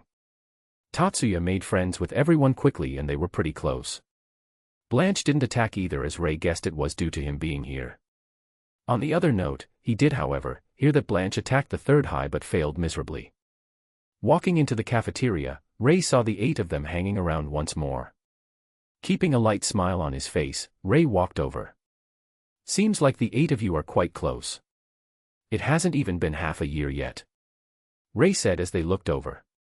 I can definitely say I'm close with the 7 of them apart from 1. Seijo said, glaring at Erika. Ha. You picking a fight? Erika said as they stood up and glared at each other. Ha ha ha, from my point of view you guys look like an old married couple. Rei laughed as he pulled up a chair and sat down. No way. They both shouted as the other 6 laughed slightly. Rei was happy seeing that Tatsuya showing roughly 50% of his emotions now. The gates are slowly loosening over time. In a while the 9-school competition will be starting again. Tatsuya will be the main engineer to help you maintain your CADs. It would be beneficial for you to sort it out sooner. Rei said, gesturing at Tatsuya. Amen. Isn't Demon Sensei supposed to be looking after CADs? Seijo asked, sitting. Who the hell are you calling Demon Sensei? Rei said, turning over to Seijo, who looked away. It's because you sensei was a bit too outrageous in the previous competitions. Our school had access to the God series, sequence coding and visual thought conversion. Therefore, the 9-school competition made a new rule which stops sensei from participating at all. Tatsuya explained with a smile. You were about to say uncle, weren't you? Rei thought, turning to Tatsuya. Hey, I didn't know that. Seijo said. It'll be weirder if you did know that, dumbass. Erika said as they were about to fight again. Rei smiled as he turned around. He could see the big 3 coming over. Mayumi, Mari, and Katsuo. What's up? Rei smiled. Sensei. The 3 of them greeted. We were just curious since we heard something about Tatsuya-kun being the main engineer. Mayumi said as Rei nodded. Oh, don't worry about it. I taught him a few things as well, not to mention he was pretty talented even without my teachings. Getting first place again shouldn't be hard. Rei replied as they all looked at Tatsuya in surprise. How come I've never heard anything about this? Seijo exclaimed in surprise. It was a known fact that Rei Yatsuba only taught classes and hardly any individuals. The only exception was Katsuo Yaiba and Ito Harumi, who were engaged to each other.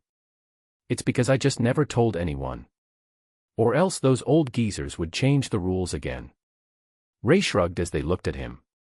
Aren't you a 48-year-old geezer yourself? Who told you to look this young? They all thought consecutively. Right now the rules stop me from participating. But it never stated someone trained by me can't participate. Ray continued as they thought and nodded. The group including the big three and Ray chatted for a little longer before going separate ways. ####. Everything is ready and now we just need a time to strike. How about the 9 schools competition? I think that might be good. Since he is barred from the competition, he would be at the first high school. We can threaten him with everyone at the 9 schools competition. If he refuses, then they could only be counted as a collateral. A person said grimly. Even if we have to destroy a large portion of Japan to kill him, it would still be beneficial in the future. They all nodded. ####. Ray was leaning back on his chair bored as he watched the 9 schools competition. This was his last year and so far the most boring. Nothing happened, nothing went wrong. It was just him teaching constantly. Maybe you should go find some terrorists and kill them, Lucifer suggested. I could. But I'd rather save it for Tatsuya since they were major events that helped him get closer to his friends. Ray replied. Then what do you suggest we do? You've almost reached Divine Rank 8 and then only 2 more ranks till Divine Rank 10. In this time, you should go skill hunting in other worlds. I know that there are a few good skills in Hunter x Hunter but that world's not available yet, Lucifer said as Ray nodded. I think I'm going to bargain with the system god. Rather than imposing restrictions like this, he should just allow me to travel to other worlds quickly since I'm able to open up the portals myself, Ray said as he spun around on his chair. Why not annoy him? Lucifer suggested. How and why? Repeatedly go to him saying, System God, I've come to bargain. Do that a few million times and he should yield. As for why, because you're bored, Lucifer said as Ray could picture him shrugging his shoulders. Perhaps. But I'm not saying that a few million times. Ray rejected. Seeing the TV act up, Ray focused onto the TV. Everyone who is in the area for the 9 schools competition has been taken hostage. Ask and you shall receive, Lucifer said as Ray could hear his smirk. This is different to the original attack but I'll take it. Ray smiled as he teleported. ####. Everyone who is in the area for the 9 school competition has been taken hostage. We currently have 50 Valkyrie satellites focused on this area. The giant TVs had their views change as a silhouette appeared. The citizens and students looked at the screens with confusion. Seen as though you don't understand the situation you're in, we deem that it is a requirement for us to demonstrate. This is the power of 1 Valkyrie satellite, the person said as the screens changed once more. The screen displayed a satellite floating around in space as several segments started to open and expand. Magic sequences could be seen floating around the would-be barrel as energy started to gather. From a glance, Tatsuya could tell that the main source of energy was the sun. Boom. Faster than what they could recognize, the beam of energy shot down towards the empty field near the stadium. A giant scorched crater could be seen as the things that were nearby turned to ash. Tatsuya had a frown as he realized he could barely formulate a shield in the time the attack struck using the nano system. Miyuki, get everyone near me.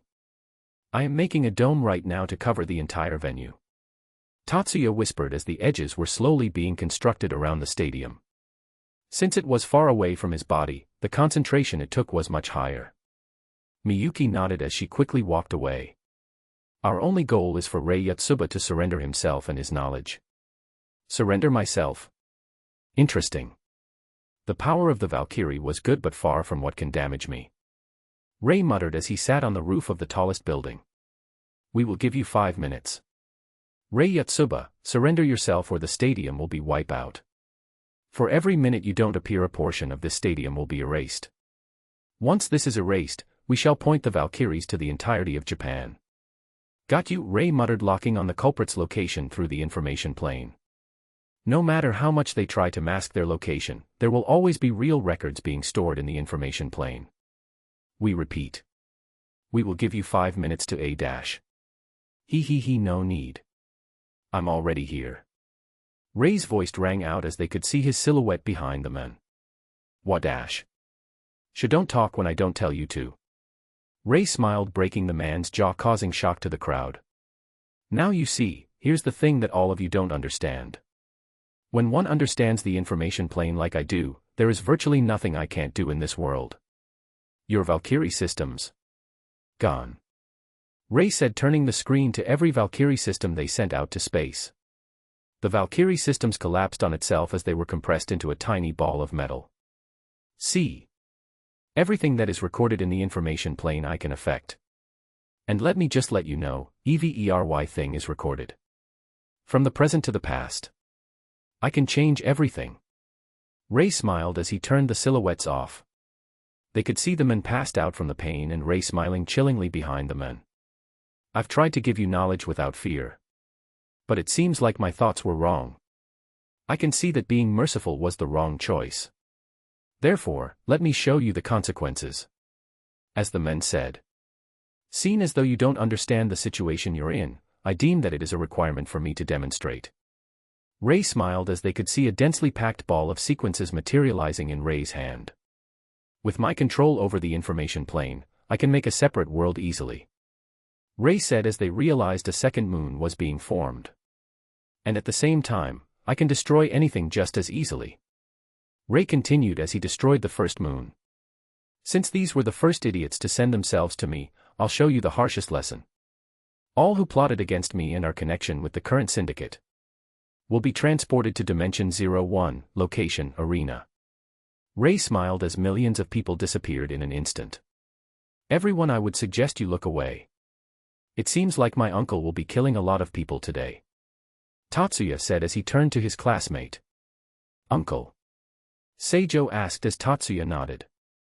Now is not the time. I can tell you that my uncle won't spare any of them. Everyone who plotted against him will most likely die. Tatsuya continued as some of the weaker-minded students nodded and turned away. Let's see. Wow. 5 million idiots plotted against me all at once. We have a few members from each of the 10 families. And would you look at that? The elders of the Yotsuba family also appeared, every single one of them as well. Ray grinned as he floated above the arena. Let me show you what will happen to all of you in this dimension right now. Ray smiled as he gestured for one of the elders to appear beside him. Let me go. What are you do?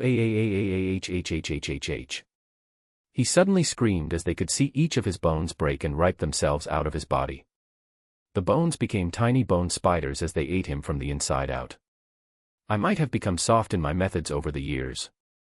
Why don't all of you help me recover my edge and show the world why I'm called the demon? Ray said as both his hands were drenched in blood. For the next hour, the screen showed a massacre as Ray slaughtered everyone that had plotted against him. The world was given a cruel reminder as to what would happen if a person gained this much power. They could be merciful and try to teach like what Ray tried to do initially. Or they could become the very thing that has the potential to end the world. Hashtag. Heis. I guess he really wasn't suited to try sort everything out peacefully. The system god said as he watched the slaughter. I told you. He is fit to be a war god. Not to mention the slaughter god and demon god had already deemed him their successor as well. Why try stop the inevitable? The war god chuckled. Because constant slaughter is bad mentally. System god shook his head. Well, I wouldn't say constant slaughter. The boy did try to solve this world peacefully, but seems like they didn't appreciate him and thought he was a paper tiger. The beast god smiled looking at the slaughter. You're too naive, system god. They were the idiots to not recognize the danger. I'm pretty sure Ray told them that he controlled the information realm in their world. Which basically meant the world, since whatever happened in one would affect the other. Ophelia said as the system god nodded. He really couldn't blame Ray since the humans in that world were like a child. Give them some leniency, then they'll see how far they could take that.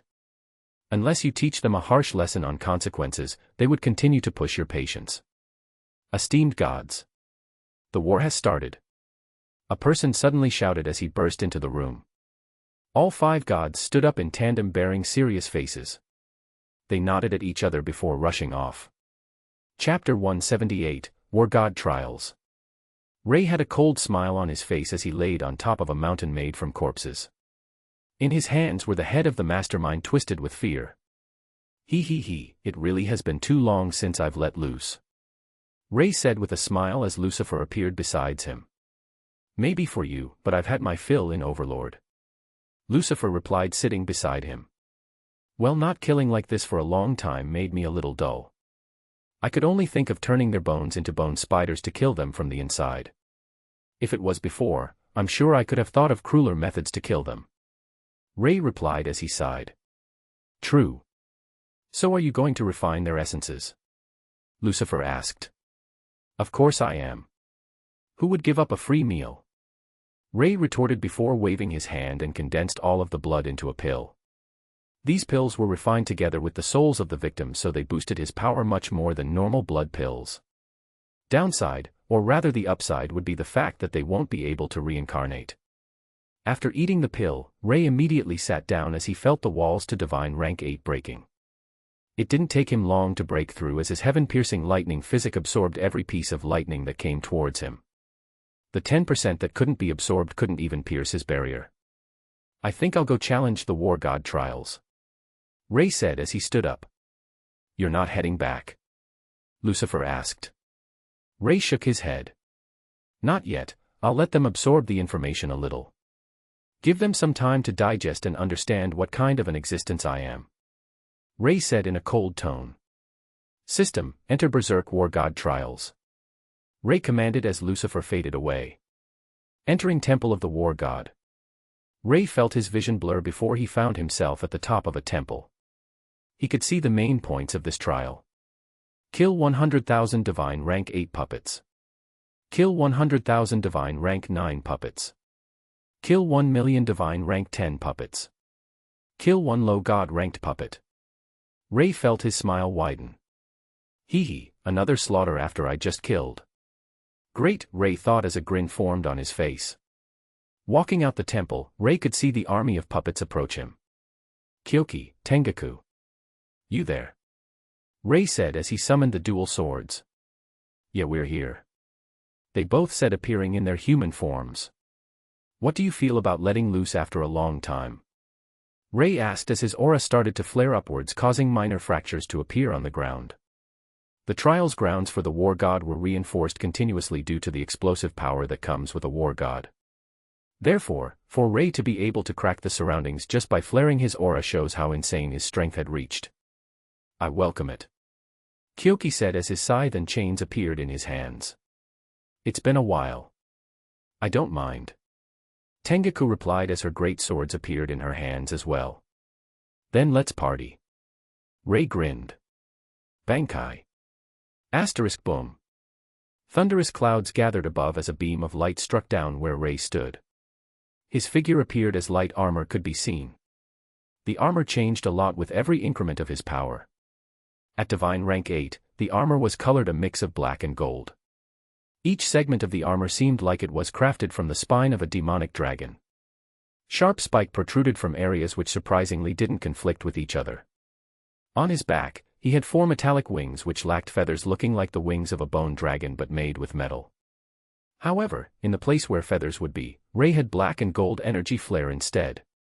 With the changes of his armor, his appearance also changed slightly. His hair was a mix of black and white when he went into Bankai before, but now it was pure black as it had some hints of red and white, albeit very little. His eyes no longer carry any color of red as it was silver on one side and gold on the other. However, even though the color red disappeared, the silver and gold still formed their own galaxy in each iris. Shojin. Realm of the God Emperor. Ray called out as his army descended behind him. Not only have their numbers increased but so did their strength. The common soldier had the strength of divine rank 6 whilst the commanders were rank 7. Tengaku and Kyoki were both at rank 8 like him. Kill! Ray shouted as his wings spread out, launching him forwards. Kyoki and Tengaku followed but tackled different areas of the puppet army. Due to his army of skills, the soldiers could easily fight against enemies much higher level than them. As he came into contact with the puppet army, he used Kemui, causing their attacks to phase through him. Swinging his swords, Ray rematerialized only the swords when they were halfway through the body, causing them to be destroyed quickly. Physical power of a divine rank but no skills. Ray quickly analyzed as he avoided their attacks.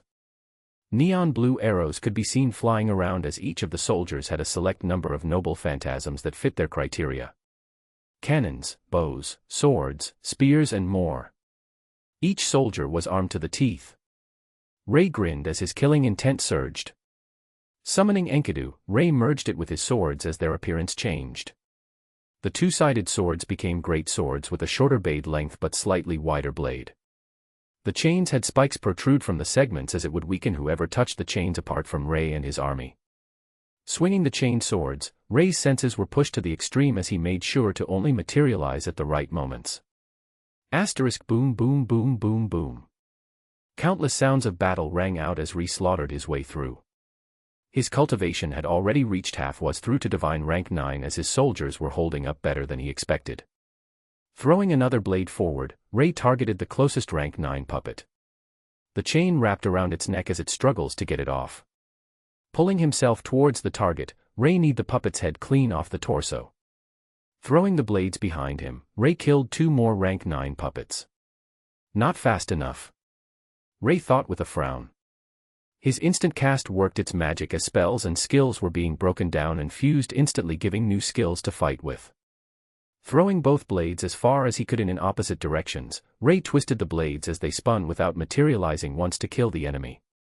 The moment they made a full circle, a huge magic array glowed under the puppet's feet. Slamming his palms into the ground, Ray summoned each of his avatars as they started to tear through the army. Once they reached a heavily populated area, they self-destructed as each of them took a huge chunk out of the army. Checking towards the requirements, Ray couldn't help but sigh. Killed 82, 714/100, 000 divine rank 8 puppets. Killed 48, 004/100, 000 divine rank 9 puppets. Killed 10, 280/1, 000, 000 divine rank 10 puppets. Killed 0 to 1 low god ranked puppet. He suddenly had an idea as his body floated upwards. Lightning surged as thunderous clouds loomed over the entire battlefield. Ha! Ray shouted as he threw the blades downwards. Asterisk boom crack. The ground shattered apart as lightning dragons crawled out of the crevasses. Asterisk boom.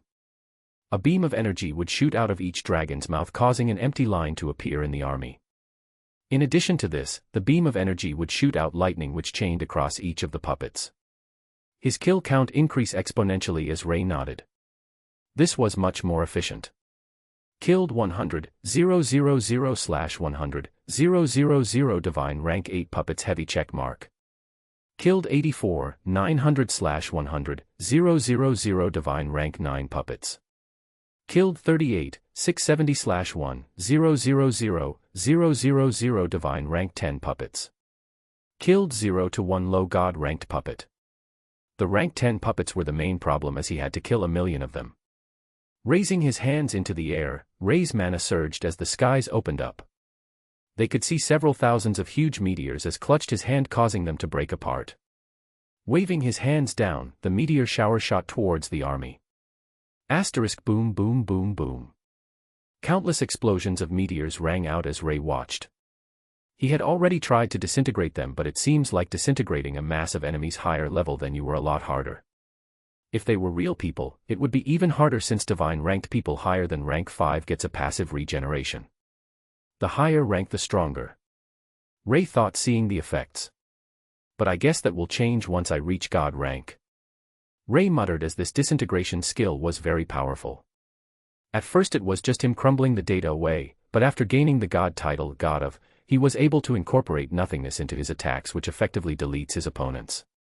But due to his cultivation not being on par, he couldn't use this skill to its full extent. ####. It had been 2 days now and Ray had finally killed the last divine rank 10 soldier. Even though he was fine physically, he was mentally tired. There were only one opponent left, as it was the low god ranked being. Ray told all of his soldiers to kill themselves before the fight so he could have an edge. His rank surged up to the peak of divine rank 10 instantly. Ray could tell that the being would arrive in 5 minutes, as it was time to let him rest. Ray set up a single trap as it was all he needed against a single opponent. 5 minutes passed as a golden light descended. I am Extalis, remnant power of the first Wargo dash. Enkidu suddenly rose from the ground as it wrapped around the being, instantly weakening it. Fuck off. Ray shouted out as he threw his sword coated with nothingness as it disintegrated the being. Fuck me. I've been killing you fucks for the past 2 days now. Sure, I asked for some stress relief slaughter, but it became tedious after the first day. Okay. Fuck. Ray ranted his misgivings as the system notification rang out. You've completed the War God trials. God titles gained. War God, as the almighty god of war, not only is your physic powerful but your power output is heaven-defying. The more enemies there are, the more power you gain as the desire for war flows through your veins. Benefits added. Status updated. Name, Ray, Yatsuba, weakened, minus 80% status, time remaining, 6 days 23 hours. Age, not applicable. Bloodlines, Heavenly Demon, Alucard, Divine Dragon, New. Comprehension. God titles, Element God, God of, War God. Divine Essence, 10 Divine Essences. Law, 30 Comprehended Laws. Combat Rank, Divine Rank 9, 15%. New. Body Rank, Divine Rank 10, 85%. New. Soul Rank, Divine Rank 10, 67%. New. Will Rank, High God, 3%. New. Skills, 1000 plus. Passives, 1000 plus. Seeing that everything is done, Ray closed his eyes and decided to sleep to relieve his mental stress. ####. Since the higher realms despise us siblings, we shall make it our own. It was also the higher realms that cursed Mother to never reincarnate. I'll follow brother wherever you go. Same with me. Leah, Kyra. When the fighting begins, I want the both of you to be careful. You two are at the true god level, but they've got 10 true god emperors. If we play our cards well, I should be able to take them on. Brothers is the strongest, so I'm sure we can take it no problem. Brother, how much have you progressed so far? I'm not sure, but I know that currently I should be able to take on 3 true god emperors without hassle. And then, you can do it, brother. I know you can reach the next level if there is one. Thanks. Do you know the name of the next level? No, I've only ever heard of extremely powerful true god emperors but never one on the next level. Honestly, I don't know if the next level even exists. Since brother is the one with the highest potential ever seen, I'm sure that you can do it. If you can't do it, then no one can, since brother is omnipotent. Ha ha ha, thanks. In fact, Leah, why don't you come up with a name for the next rank? Really? Are you sure? Yes, I am. Go on, Leah. If you don't make a good one, sis here will kick your ass. Che, as if you'll do that when brother is around. You two stop it. Fine. So I'm thinking, why don't we name it either Creator or Destroyer depending on the direction of the powers you possess. Creator or Destroyer. I like it. ####. What's the current situation? System God asked. The moment the true God Emperor died, the enemies attacked. It took us off guard, so we've already lost quite a few low gods and some god ranks. High gods managed to stabilize the situation, but we're getting bombarded from almost every direction. Can you tell us about any unique individual? Such as the Perception True God? The Beast God asked. No, right now it is only low gods, and high gods fighting. Peak gods and true gods haven't made their move yet. We can estimate that they don't have a true god emperor since they would have attacked long ago. Therefore, peak gods and true gods make up their powerhouses. The element god said as a few other gods nodded. In this case, then we should split out forces for now and have the space peak god teleport us should a battlefield suffer from a powerhouse. I would suggest having a main camp where the strategic gods would stay so they can assist everywhere. Each battlefield should have at least 3 peak gods. True gods will stay behind until a battlefield starts to lose. In which case there should be 2 true gods going to assist or 1 true god with a concept title. Another god said as most gods nodded. How many peak gods and true gods are there? Are you able to give a rough estimate? Ophelia asked. We don't know about true gods, but there are definitely around 400 to 700 peak gods. 700 peak gods. How did they get so many? I'm guessing some were either false gods that hold the power but no title, or They were the remnants of the enemy forces back in the old war. The system god frowned. It would be a blessing if they were false gods. Should they be remnants, however, the consequences would be dire. Chapter 179, Visiting Boku no Hero again. Waking up, Rei shrugged off his fatigue as he ignored that memory. How long were I asleep for? Rei asked. 2,000,000 years. Lucifer replied. Huh. I'm kidding. A whole day. Lucifer said with a grin. You only did that because I didn't wake you up for a few millions years, didn't you? Rei sighed as Lucifer only shrugged before fading away. Shaking his head, Rei opened up a portal as he stepped through it, reappearing back at what would be the venue for the 9 schools competition. Rei saw that it was practically abandoned. Well, I suppose they wouldn't continue the competition this year due to what happened. Sending out his senses, Rei locked onto the kunai he left back in his house before teleporting over. Master. The moment he reappeared, Faye cried out happily. Sup. Rei only smiled as he used Kemui once more, avoiding her hug. Looking up, he could see both Tatsuya and Miyuki around the table. So Tatsuya, how's the reactions of the world? Rei asked as he too sat down. It was mixed. Half supported you since you did introduce new types of casting. The other half hated you since they said you were too dangerous. However, after seeing what you can do, they settled down. Tatsuya said as Rei nodded. That's just like them. Give them some space and they think they rule the world. This should give them second thoughts about threatening powerful individuals. Rei shook his head. This should also allow you some freedom since every elder of the Yotsuba family is dead. Maya should be doing a thorough cleanup of the clan, so I doubt she'll be bothering you. Rei said as Tatsuya nodded. I'll give Yaiba and Harumi a call and they should be here soon. Rei said, tapping the tablet a few times. But first, lay on the table. Rei said as Tatsuya tilted his head in confusion. I still got something to do before I leave. Rei said as Tatsuya nodded. Bringing up his IDOS code once more, Rei checked up on the emotion gates. Amen, you're displaying up to 72% of your emotions now. Now let's see. Here we go. Rei muttered as he started to change the genetic code. What are you doing? Tatsuya asked. What else? I'm changing your genetic code. Don't think I don't know what you guys are up to. Sooner or later you're gonna go past the line. You've already kissed, so I might as well help you out once more while I'm here. Rei said, causing them both to blush. You're not against this? Tatsuya asked. Against? Why would I? Hey, if you fall in love with your sibling then so be it. The only reason that people are against this, apart from morals, is the fact that the child between 2 siblings would be less than desirable. Since I can change your genetics easily, why would I be against it?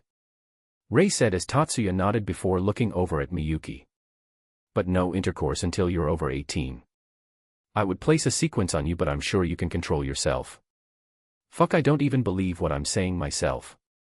You'll either go at it this year or the next. Rei said as he finished. Tatsuya sat up and Miyuki came over to help. So I heard you say that you were leaving. Where are you going? Tatsuya asked. I'm leaving this world. Since I've shown you my mastery over the information plane, I can tell you that once you understand the key points you can teleport to another world. Rei smiled as Tatsuya widened his eyes in surprise. Other worlds? Not like the world I created to kill those people, but a fully thriving world like this one. Rei smiled. Huh, sounds interesting. Tatsuya replied. Asterisk knock knock knock. I think Yaiba and Harumi's here. Rei said as he stood up. You know, this job should really be done by the maid, right? Rei said, looking over at Faye. I can go open the door now if you want. She offered. Nah, I'm here already, so I might as well do it myself. Opening the door, Rei saw a smiling Yaiba and Harumi. Come in. Rei gestured as they entered. Rei saw them greet Tatsuya and Miyuki before sitting down. I'm surprised at how unfazed you are. Rei said towards Yaiba.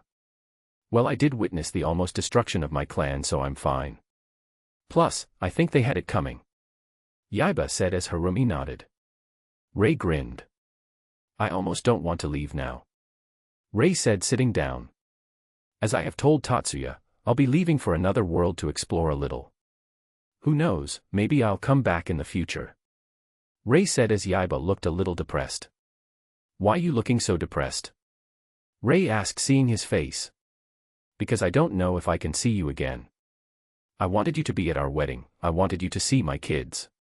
Sensei, you were an important figure in my life. Not only did you help me liberate my clan from the oath, but you also helped me find the love of my life. Yaiba said emotionally as Rei smiled. As a great man once said, part of the journey is the end. It may have been a short 3 years, but it was fun. Rei smiled as Yaiba nodded. But let's not call it the end yet, shall we? Leave it a little open for future possibilities, since after everything I need to do is done. I'll come back if I get the chance. Rei said as he gave Yaiba's shoulders a pat. Uncle, why don't we take a group photo as a reminder? Tatsuya offered with a smile. Sure. Rei nodded as they took a group photo. Rei and Fei were in the middle as Tatsuya and Miyuki were to his left. To his right, stood Yaiba and Harumi. After taking the photo, Rei bid them farewell as he made a portal for both him and Fei. As they reappeared back in the portal space, Rei received his notification. Journey in the Animeverse Part 2, Irregular at a Magical High School.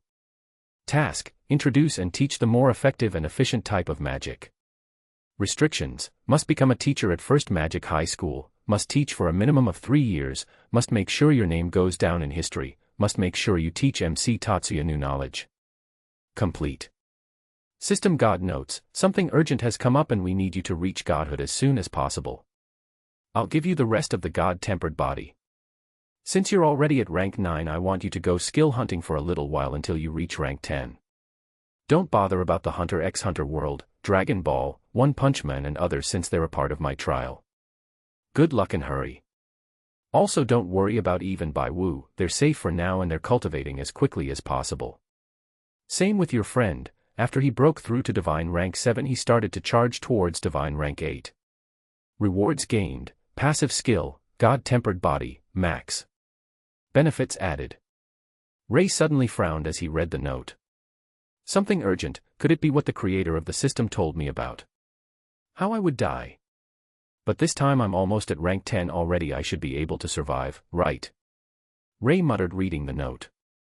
Status update. Rei said as a new panel appeared.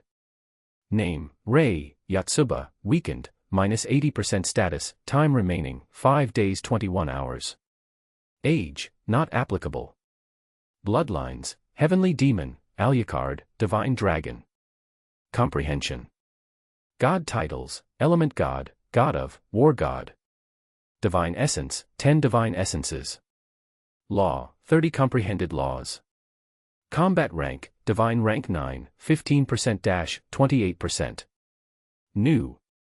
Body Rank, Divine Rank 10-High God, 42%. New.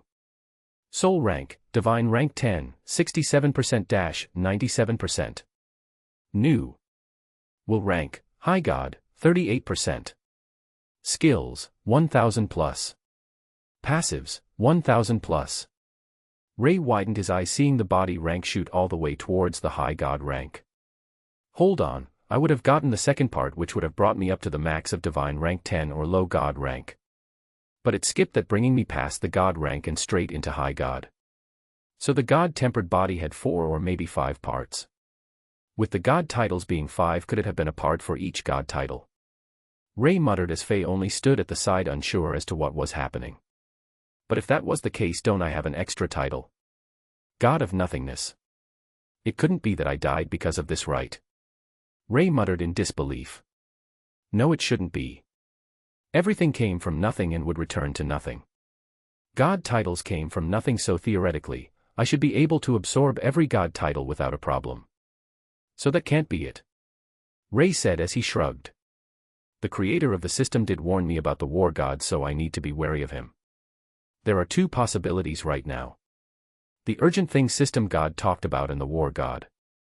Both have a high chance of killing me. But why does the war god kill me? I'll think about it later. Oh right. Fei, I'll be taking a trip back to the first world I was born in. Ray said as he had much more power in store due to him reaching divine rank 9. He would be able to make a short trip around worlds without waiting for a long time. I go wherever you go. Faye smiled. I'm going to visit my birth mother for this life. No wait, that's technically wrong, I think. Ray muttered. I was born in Boku no Hero, then visited One Piece where I made Eve's body. I went to Fate Stay Night where I died. I was then reborn again in Seven Sins back in Danafor.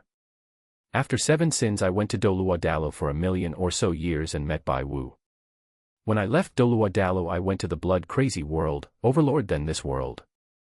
My current birth mother is dead after Danafor. I can travel back to when I left Boku no Hero after introducing my mother to Eve.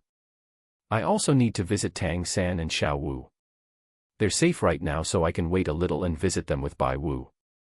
Ray started to recount his adventures as Faye listened intently.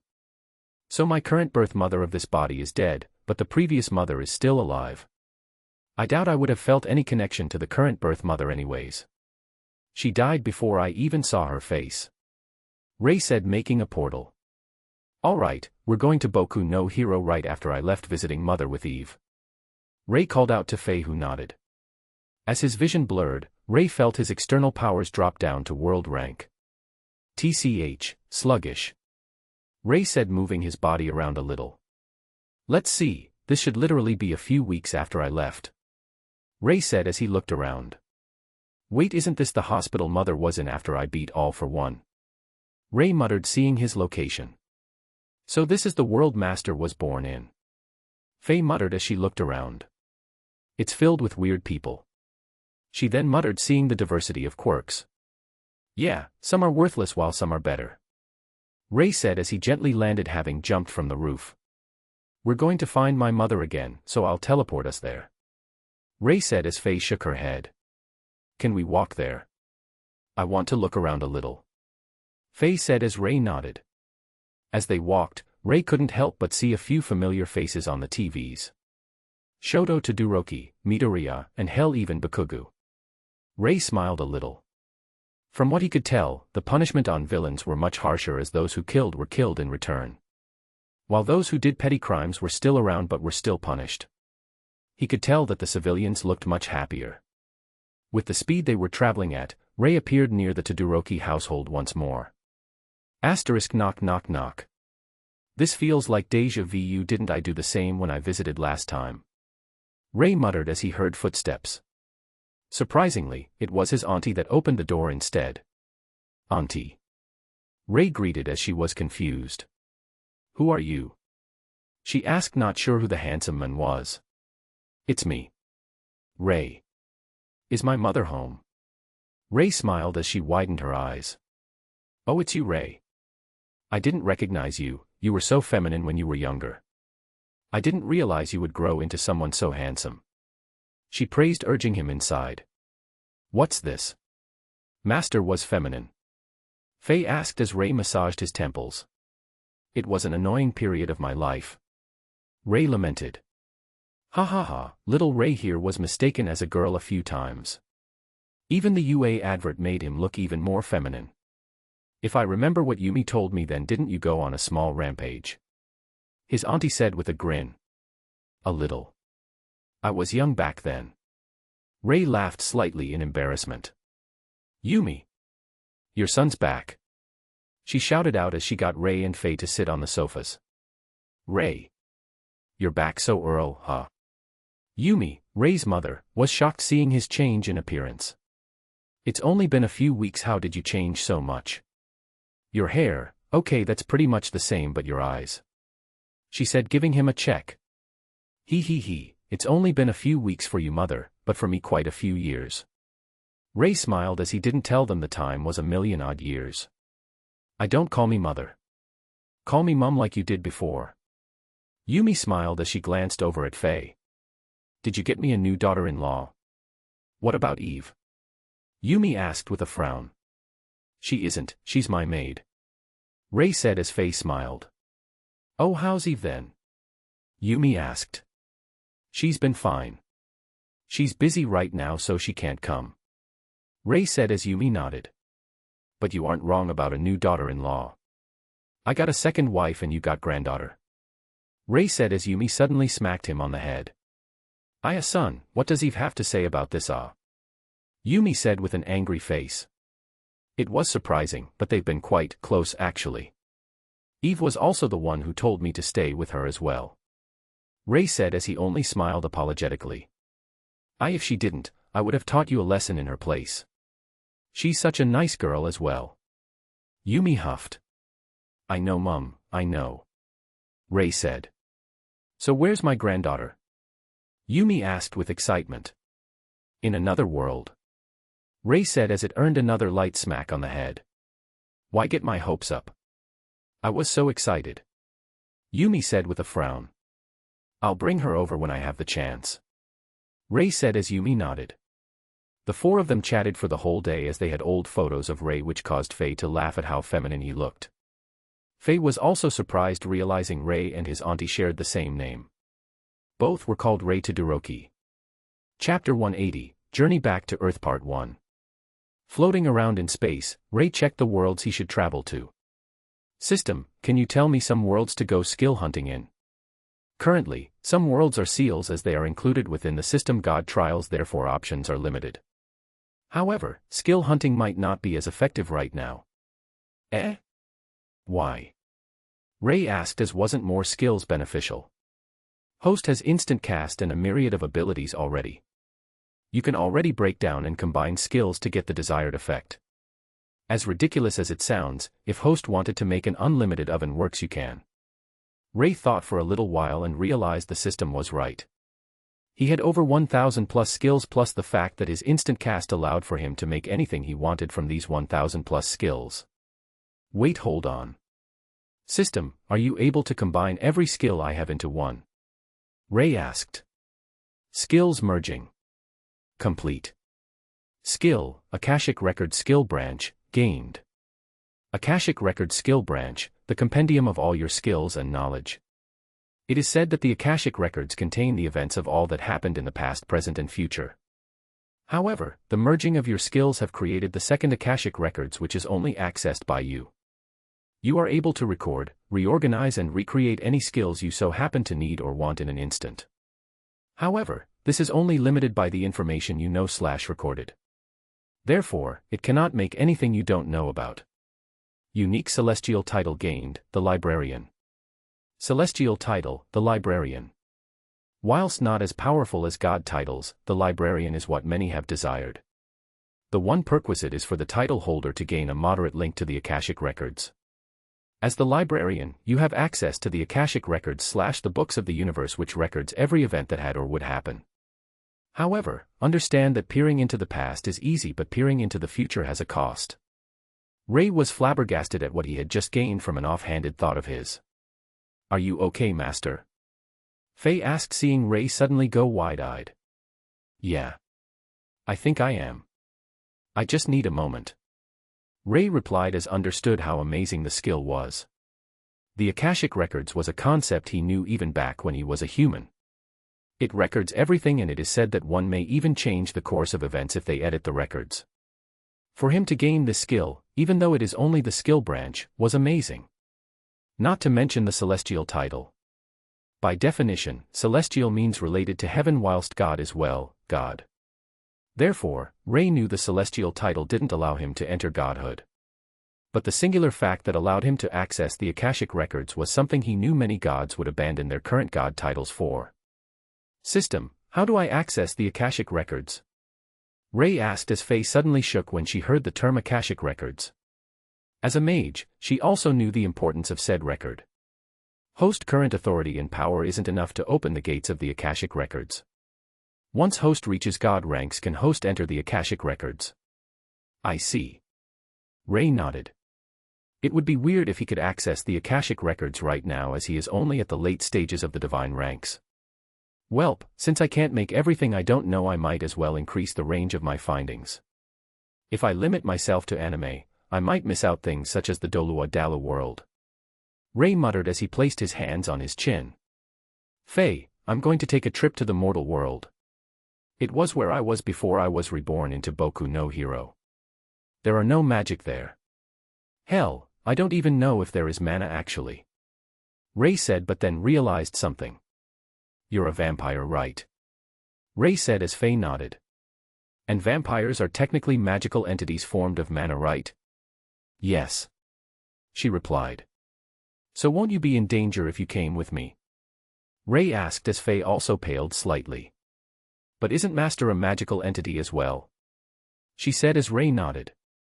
But due to God-tempered body and the God title, God of Nothingness, I'm safe from a lack of mana since I generate it inside my own body so it can sustain me. Ray replied. Then I just need to be connected to Master, right? My body and mind is ready. Faye said as she inched closer. Now that you said that, I might as well use the Akashic records now. Ray said as he ignored the excited Faye. My expectations have been misplaced.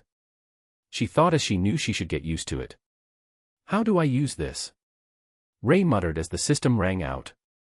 There are 3 options for host to use the Akashic records skill branch. Option 1, book. Option 2, system interface. Option 3, skill branch library. Each option gives the host different benefits. The book is more powerful than the system interface. But the system interface is quicker and is easier to use in the heat of battle. The library allows for the host to obtain the most powerful versions of the skills but takes a lot longer than the book. Use the book for now then. Ray said as a golden book materialized into his hand. Master, is that? Yeah, it's the Akashic records. But it's mine, which contains only skills. Ray said as Faye nodded. Flipping through the book a few times, Ray could see quite a dense amount of question marks, meaning the skills he hasn't gained yet. Ray decided to experiment. The book was quite easy to use, as the moment he thinks of a skill, it would flip to that page. How about Death Note? Ray thought. Death Note, a mysterious book possessed by death gods which kill whoever has their name written in the book. Records not obtained. Make record. Yes. Basic death element plus minor perception lock plus distance targeting plus minor force manipulation plus memory alteration plus thought specification plus grasp heart plus minor environment alteration equals Death Note. So as long as I know the effect, I can make a replica. Ray thought as he held the Death Note in his hands before dismissing it. The skill only targeted mortals or those who don't have resistances. Past the Ascendant level, all cultivators gain a minor resistance against death, so this was a useless skill for now. Am I able to think of the result and the Akashic records make the skill for me? Ray thought as he decided to think about how sustain Faye in the mortal world. Forming record. Mana link plus share mana plus inner circulation plus blood mana infusion plus rejuvenating flow plus mana body reinforcement plus distance link plus internal mana container equals transfuse mana source. Record, transfuse mana source. Share your mana source, as it would allow for a mana-dependent entity to survive in the mortal world without mana. Distance doesn't matter as long as the connection is kept intact. Seeing that the skill was made without a problem, Ray aimed his palm at Faye. Activating the skill, a rainbow-colored magic seal, which contained all elements, appeared on his palm. The same seal appeared on Faye's body as it soon faded. What that? I feel hot. Faye said with a blush as she could feel the energy flowing through her. It was a warm current that made her feel relaxed. It's my new skill. It allows me to share a small portion of my mana source. This should keep you alive in the mortal world. Ray said as he put the book away. The Akashic record skill branch was broken if he had to give it a term. However, obtaining this wasn't an easy affair either. Not only does one need to have the myriad of skill required but also the body and mind to house these skills. In addition to this, if he didn't have the end, it wouldn't have been possible either. Little did Ray know that the end was the strongest skill available in the higher realms. Only a few people in the entire history had ever possessed this skill. Even the original owner, Medaka, had an extremely watered-down version of this. Should he present himself in front of her and use any of his weak to medium power skills, she would die from the physical and mental strain of housing these skills. If the end was given to someone without the capacity to hold this skill, the person would have collapsed internally due to the full strain. The only reason the system god even allow Ray to gain access to this skill, even though the consequences were dire, was due to the system displaying an astonishing 100% compatibility with this skill. However, even if the system god didn't give Ray this power, the system itself would have given it to Ray at one point or another. Just that the skills he would have gained would be reduced due to lost opportunities. Opening a portal, Ray gestured Faye to follow. She nodded and walked with him. Their visions blurred as Ray made sure they were away from public sight. "Oh my God!" Ray cried out, feeling the sudden drop to uncommon and rare combat rank. It felt like his entire body was submerged in lead as it was hard to move around. His mana could barely flow outwards as it felt slightly suffocating. Punching out a few times, Ray lamented about how slow it was. However, to outsiders, he was moving extremely fast. "I forgot to choose the year, so it should automatically set it to when I was last in this world," Ray muttered. *paw. Ray facepalmed as he realized he forgot to change into more suitable clothes. Right now, if he were to walk out wearing what he's wearing right now, he would look like a cosplayer. "I should be able to make some with basic material conversion," Ray thought. "Wait, if it's set to when I was last here, shouldn't it be after I got killed by that bloody train? I might be able to sell some stuff at the anime convention for some money," Ray said as he looked into his space for some materials or money. Then he realized he had no money to support him in this world. Money is but physical temptation, unneeded on the path of cultivation. However, it is goddamn needed when you travel to different worlds. "I should use basic material conversion," Ray muttered as he looked around for something suitable. Right now, it seems like they were in a construction site. The sky was bright, so Ray knew it should only be a few hours after his death. Picking up some metal beams at the side, Ray decided to run his mana through the metal and convert them into fabric. It took a while as the conversion was abnormally slow. Ray also decided to go with some contact lenses to hide his eyes as they were both gray after wearing contacts. Jeans, white shirt, and a jacket. Simple. As for Faye, she had short jeans that exposed her legs, black stockings that reached the middle of her thighs, and a white hoodie. "This should look modern enough for this era," Ray said, looking at their outfit overall.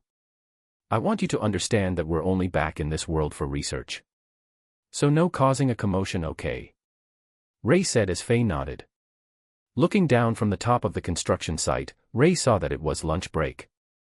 Quickly making their way down, Ray did his best to avoid some cameras that were placed for safety. Sighing slightly in relief, Ray walked the familiar path to the train station with Faye. When they came closer, they realized it was packed. "Oh right, this is right after I died," Ray thought, seeing the train standing erect, not killing everyone else. "I really wonder how the fuck that happened." Ray mused himself in slight humor. Hello," a voice called out as Ray turned around. He saw two average-looking schoolgirls and wondered why they called out. "Yes. How may I help?" Ray asked with a smile causing them to blush. "See, can we take a picture together?" they asked, holding their phones. Ray understood and nodded. "What are these, master?" "They're bricks," Faye said at the same moment as they looked over. "Did she just say master? Is she a maid? A real lowly maid? Also, doesn't she look like Evil Eye a lot? Maybe she's just very into her act. And you're right. Is she a cosplayer?" They mused as they took a few selfies with Ray included. "Do you know what happened here?" Ray asked after they finished. "Yeah, something about the train having some faults and it derailed. Miraculously, it only killed one guy. I also heard the guy saved a girl. No one were injured, but he died," the girl said with a shrug. Faye frowned as she heard how nonchalant they were with Ray's death. Ray patted her shoulder as she looked over and nodded. "Oh, sorry to bother you again, but do you know another way to the anime convention?" "I think it was in the next city," Ray asked as they nodded. "We were just about to change stations so we can go there. Why don't we go together?" they offered as Ray nodded. He secretly made a few fake coins as it should deal minimum damage to the economy. Ray and Faye walked together with the two girls as they attracted a few stares. Especially since Faye was very close to Ray and she had the body constitution of a young teen. A few officers were on standby. Ray, on the other hand, gathered the stares of a lot of women since he was handsome and stood around 1.85 meters or 6 foot tall. His physique was good and his facial features were sharp. "So what do you do for a hobby?" they asked. "Hobby? Well, I cook, research, teach, craft some accessories and crystal statues when I have time," Ray replied as they were curious. "Are you able to show us them?" they asked as Ray nodded and pretended to reach for his phone. "Huh." Ray acted as he patted around his body and searched. "I think I lost my phone." Ray smiled apologetically as they waved their hand telling him not to worry. "Give me a moment." Ray smiled as he walked into the store and secretly made a fake card with a few thousand yen in the balance. You get fake money every day, so it shouldn't be too bad, Ray thought as he made use of a few skills to edit a nearby bank history to fit his means. He walked out after buying 2 Samsungs. One for him and one for Faye. Making use of his skills once more, Ray implanted a few pictures of his crafts on a Google account to make it more believable. All of this just to make my identity believable. I am way too bored to be doing this much to convince 2 people I'm probably never going to talk to again, Ray thought with slight mockery. Faye started to play around with her phone as Ray let her read some manga and watch some anime for fun. Her face was precious when he saw her reaction to seeing herself in the manga and anime. Huh. Why would I fall in love with him? Wait, isn't that the person Master made into a dragon? She would mutter quietly so only Ray could hear her. As they arrived, Ray looked at the busy convention filled with people and cosplayers. The convention I never went to. Ray thought as it was weird visiting the convention after his initial death. He couldn't come when he was a mortal but instead came when he was almost a god. Chapter 181, Journey Back to Earth Part 2. The convention was surprisingly fun. Ray got to see several decent cosplayers as well as a few new animes that were going to be aired. As for Faye, she somehow managed to win a competition for best cosplay as she looked almost exactly like Evil Eye. If only they knew. Buying a few casual clothes as well as a brand new laptop, Ray prepared to find a flat. Where is she? Ray muttered as he looked around. Soon he found her still nearby the stage for the competition as she was surrounded by fans. She looked slightly awkward and annoyed as they were a little too eager. Not to mention, most of them were male. When she saw Ray, she was about to shout out Master until Ray gestured with a zip it. She then remembered Ray saying that calling someone Master was not allowed in the current world. Ray! She shouted as she blushed a little. Ray suddenly felt a group of hostile stares lock onto him as he sweat dropped.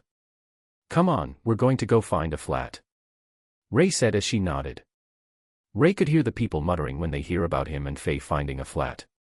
Shrugging slightly, Ray asked around a little and soon found an open flat being rented out. Going through the necessary procedures, Ray rented the flat as it had 2 rooms. Go set up your room or something. I'm going to do some research, Ray said as she nodded. The first research he was going to do wasn't about any worlds but rather computer knowledge and everything to do with electronics. Records gained. Records gained. Records gained. The more he read, the more records he received and eventually he got what he wanted. Electronical mastery. You understand the ins and outs of anything electronical. You're able to program AI or large databases much bigger than the current highest count featuring a data farm. You can hack like no other and are unmatched in the digital world. Ray smiled as he started to make a program to help him. Search for keywords containing power, overpowered, skills and words relating to these keywords. Compile list of sources that include manga, anime, manhwa, web novels, light novels, and novels in general. Ray instructed as the program started to make a document compiling everything straight away. Giving his body a stretch, Ray let the program do its thing. Turning on the TV, Ray saw news about his deeds before dying. Well, isn't this slightly awkward? Ray muttered seeing them talk about him, but it was a different him. His laptop screen flashed as he looked down. The list was finished, and the program deleted itself after its duty was done. Ray saw the descriptions of several abilities and could recreate them instantly. The gaps in his Akashic records started to get filled but at a slow pace since he still had a few hundred pages to go. Skills he could recreate and skills he couldn't were separated so he could travel to the worlds later and obtain them. This included a certain forgotten character who had the most broken stealth Ray knew about. He couldn't recreate it, so he planned to head there eventually. However, his other skills were easier to recreate. Examples being perfect weapons mastery plus key bulb plus chemui plus path alteration plus time freeze plus misdirection plus perception blocking plus focus point plus supreme pierce plus divine space essence plus divine time essence plus domain plus state of nothingness equals transcendent trajectory EX.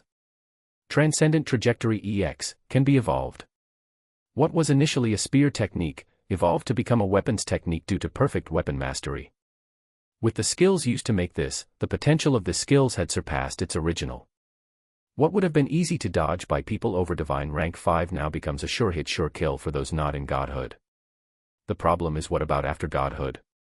Should the user fuse the skill further, it may even change the heavenly fate itself. From what he had initially read, Ray knew that this surpass cause and effect only affected those lower than divine rank. It was in a similar situation to the spear Gi Balg. What was supposed to reverse cause and effect and either be dodged by luck or that the enemy was too powerful for the spear to affect. There were also the few enemies that he saw some potential in, such as the gourmet cells of Toriko. God-tempered body plus gluttony plus power storage plus refinement plus heavenly demon manifestation equals celestial gluttony cells. Celestial gluttony cells. What was originally the gourmet cells, evolved after fusing with divine powers. User can eat anything in this world and benefit. As the celestial gluttony cells, the demon that manifests is a heavenly demon that the user controls. Power multiplier can be applied depending on how much fuel you have stored. With each meal, you store a certain portion of the power generated into a storage tank which will be used to fuel the heavenly demon manifestation. Power multiplier can be increased should you increase the fuel burned per second. However, it was when he was browsing through the list did he see something unbelievable. Oi system. Could this be what I think it is? Ray asked. Yes. Library of the Heavens Path / Akashic Records, Knowledge Branch. The Library of the Heavens Path can record anything the user sees. This included cultivation techniques and the knowledge provided in different occupations. However, the more accurate term to deem this is the Akashic Records, Knowledge Branch. As part of the Akashic Records, knowledge is recorded in this section. Knowledge is the focus. One can passive knowledge or choose to retain it. If I get this part of the Akashic Records, my power will be increased by a lot. Not to mention, from what I've read, you're able to point out weak points of a skill and improve it. If I combine that with my Akashic Records, skill branch, then my skills will become even more powerful. Ray said as he read the descriptions of the Akashic Records, knowledge branch. Indeed. However, I doubt it is easy to copy the Akashic Records, knowledge branch using the end as they're both parts of the Akashic Records. What do you mean? Ray frowned. It is the basic requirement. For example, for host to gain the Akashic Records, skill branch, host had to compile thousands of skills and have the ability the end. The basic requirement for the Akashic Records, knowledge branch must not be easy either. You know this Zhang Xian fella had it when he was reborn, right? Ray said as the system fell silent. The time needed to copy might be longer than since you need to copy the entirety of the knowledge branch. I see. I'll head to this world first then. Also, do you know how many branches there are to the Akashic Records? Ray asked as he might be able to gain the entire Akashic Records. There are 4 branches from the description of the Akashic Records. Akashic Records, skill branch. Akashic Records, knowledge branch. Akashic Records, Heavenly Fate Insight Branch. Akashic Records, Heavenly Fate Rewrite Branch. The Akashic Records itself can be described as a tool. A tool that records everything that happens in the past, present and future and holds no power on its own. It is the person who uses this that makes this tool formidable. Just a single branch could allow one to rule supreme. The most powerful being the Heavenly Fate Rewrite Branch. Yet at the same time it is the weakest. Without the Insight Branch, one cannot rewrite someone's fate as they do not know the fate of a person. In that case, doesn't Yawatch have the Heavenly Fate Insight Branch and the Heavenly Fate Rewrite Branch then? His power, the Almighty, can both peer into the future and change the future. Ray said. You are half correct. What he has is a mere fragment. A wasted part of the Heavenly Fate Insight and the Heavenly Fate Rewrite. He could only peer and change what was in his dimension but know anything outside of his dimension. Example being, should he enter Mahuka Kuku no Retusii, his fragments would no longer work. I see. Ray replied in disappointment. Make a time stamp at our current location. After I finish with the Akashic record, knowledge branch, I'll return to this time stamp. Ray instructed. Done. Faye. We're going. Ray called out as Faye appeared almost immediately. Where are we going? She asked. A place called the Library of the Heavens Path World. Ray replied as she nodded. A portal opened up as they walked through. Ray and Faye immediately found themselves within a huge library. Huh. Where I am? Ray asked the system. Host is currently within the Akashic Records knowledge branch. The copying process has started. 0.2%. Wait, why am I inside? Ray muttered, looking around. When he was using the end-to-copy abilities, all he had to do was look at the person performing the ability. But yet he was inside right now. Due to the uniqueness of the Akashic Records as well as the fact that the current host of the knowledge branch not being able to use the full power, host would have to be inside the library and copy it fully. All right. Ray nodded as he turned to Faye. Faye was currently sitting on a stack of books whilst reading manga on her phone. What are you reading? Ray asked, curious. The webtoon for the series called Solo Leveling or Only I Level Up.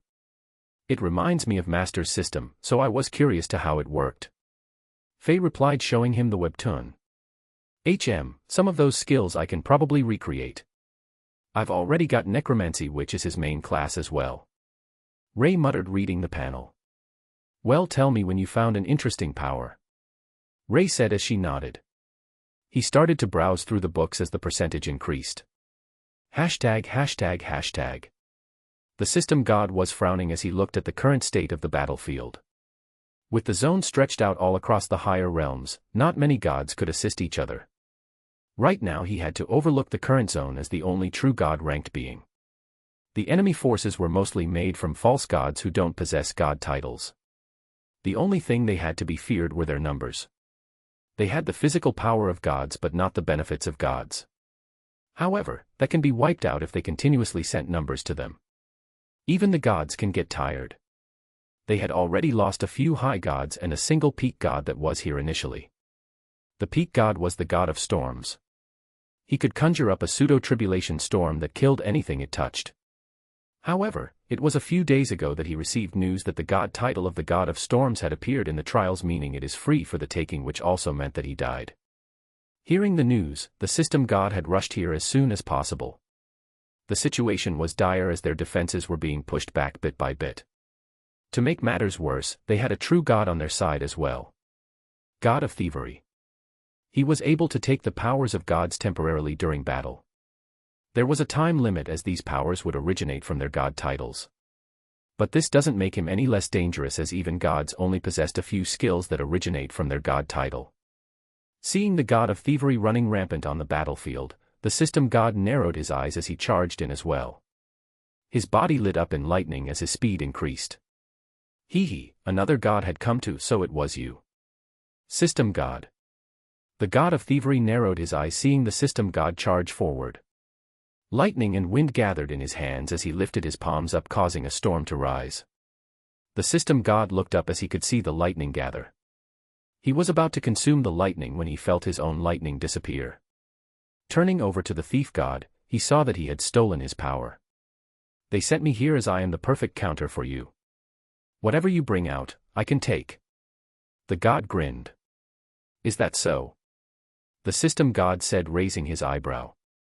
As the system god, I have access to all the skills the system had recorded and could distribute as long as I have high enough of a compatibility. Tell me, do you think you have the same compatibility with all the skills?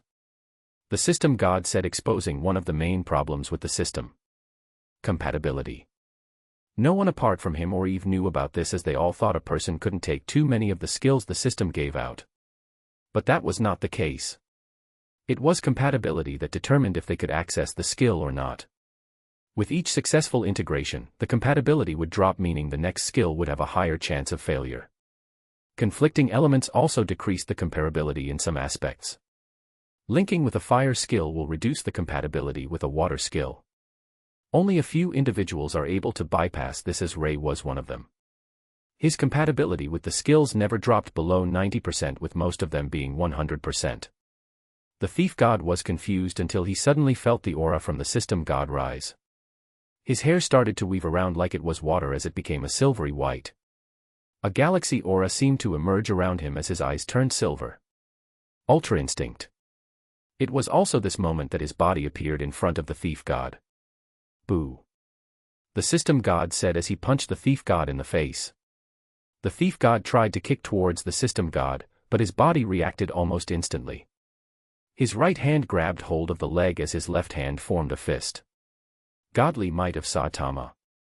Asterisk boom. The punch launched the thief god's body away as the leg was ripped off. Letting go of the leg, the system god walked towards the downed thief god. There is a reason why people fear me as the system god. I'm going to show you that reason. The system god narrowed his eyes. The thief god panicked slightly as he tried to steal the skills. Ultra instinct disappeared as the thief god smiled before his face twisted with fear. He couldn't make any sound as the backlash shot through his body. Ultra instinct is a skill which I only have a 30% compatibility with. That's including the benefit of 20% due to my god title. The highest compatibility I've seen with the skill was only 5% excluding a certain individual. Tell me, can you handle it? The system god sneered as the thief god panicked. He wanted to return the skill, but it was already destroying him from the inside. Whilst he was at true god rank, he was a lot weaker than real true gods. His power were only around low to mid-high god, but his ability to steal made him a true god. The system god's eyes changed as a red ring appeared in his iris. Mystic eyes of death perception. His eyes already started to bleed as his compatibility was only 25%. Die. The system god said simply as he erased the thief god. Closing his eyes, the system god started to heal them. It was one of his best ways to finish a fight as the 3-skill combo was very powerful. However, the toll was also great. This was especially so for the mystic eyes. Panting slightly, the system god opened his eyes once more as they returned to normal. He was about to walk away when he saw someone who made him shocked. Why are you here, Ray? Chapter 182, Slapped to Death. The person in front of him looked exactly like Ray but had blood-red hair. So you're the one he said that almost killed brother. The little stunt you pulled with his soul almost erased him. Ray said as the system god narrowed his eyes. You're not him. Who are you? The system god said as he used Ultra Instinct once more. The person in front of him had the cultivation of a peak god rank, but he knew he couldn't afford to be careless, especially since his body was slightly weak right now. I'm Kyra, the dear eldest sister of my brother from his past life. Ray smiled as the system god felt like she was insane. The body she was in was clearly male. And since you almost killed dear brother, you should pay with your life. She smiled as the system god instantly felt danger. He did a roundhouse kick behind him mixed with Saitama's strength. Asterisk boom. The system god gritted his teeth as he felt the impact rebounded back to him.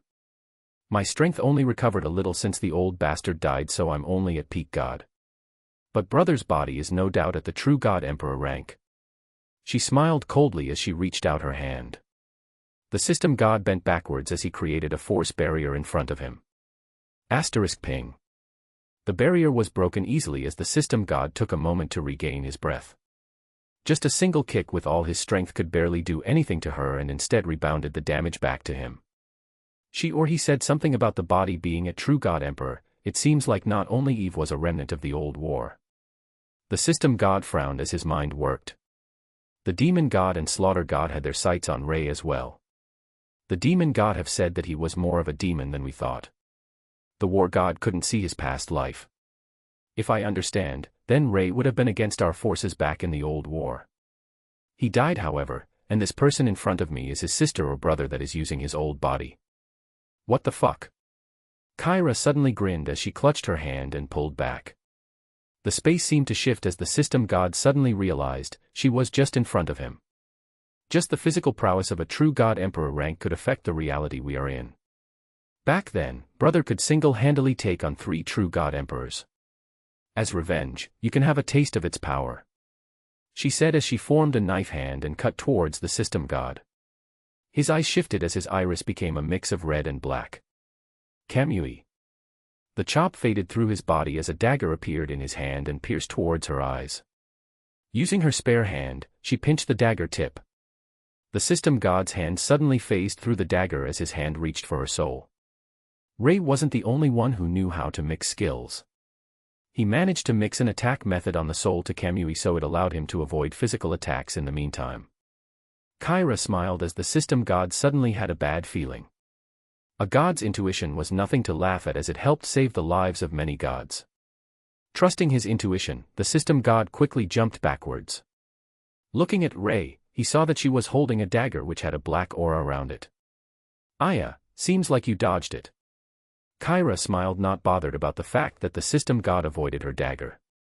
The system god frowned as he tried to make a link to HQ. He needed to either send information about her or get reinforcements to help take care of her.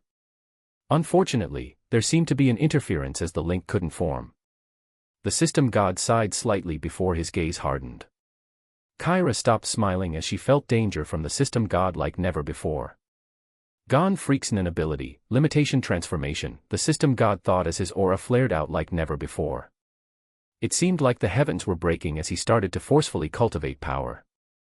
The ability limitation transformation allowed for Gon to gain the power he'll ever have in an instant. Or rather enough to defeat the foe in front of him.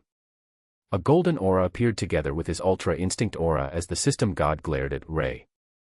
Right now, his physical power no doubt reached the true God Emperor rank, but his cultivation remained at true God rank. When a person reaches godhood, their rank was determined at the start. Whether or not they could live up to that potential was up to them, as a peak god could lose to a high god. However, the price for forcefully raising up his physical prowess was already showing. His blood could be seen seeping out of his muscles. The system god didn't wait any longer as he only had a 20% compatibility, meaning he had 0% compatibility should he have not gained the god title. At this point, each of their punches could shatter a lower realm as the system god fought on. Exchanging blows whilst he used Kamui, Rei, in front of him, continued to sustain damage as wounds started to appear more often. Her movement started to become dull as the system god took this time to land a few more hits.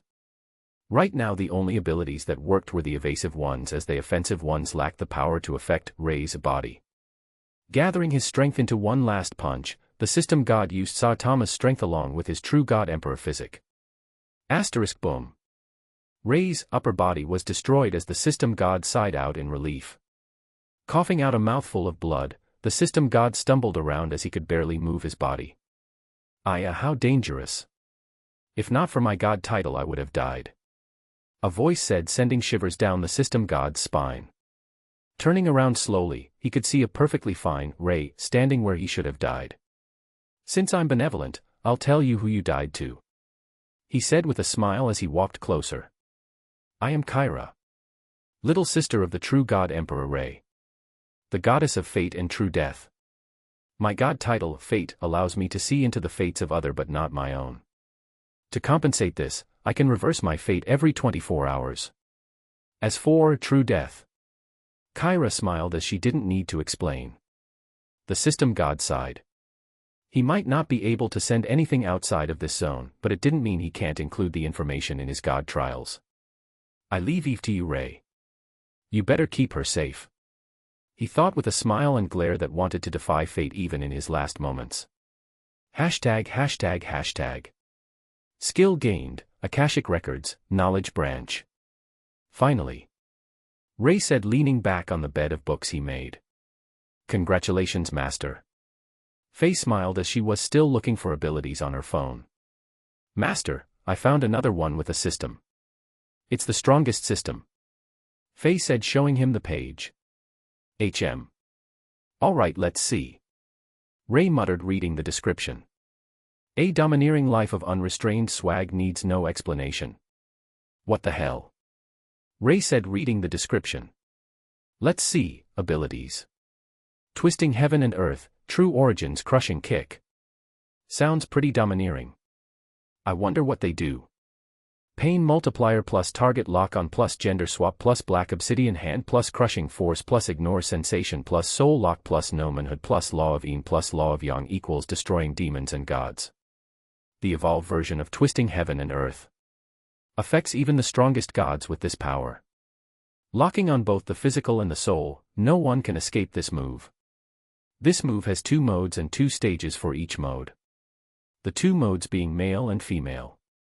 The stages for males are obliteration through crushing and gender swap from yang to yin.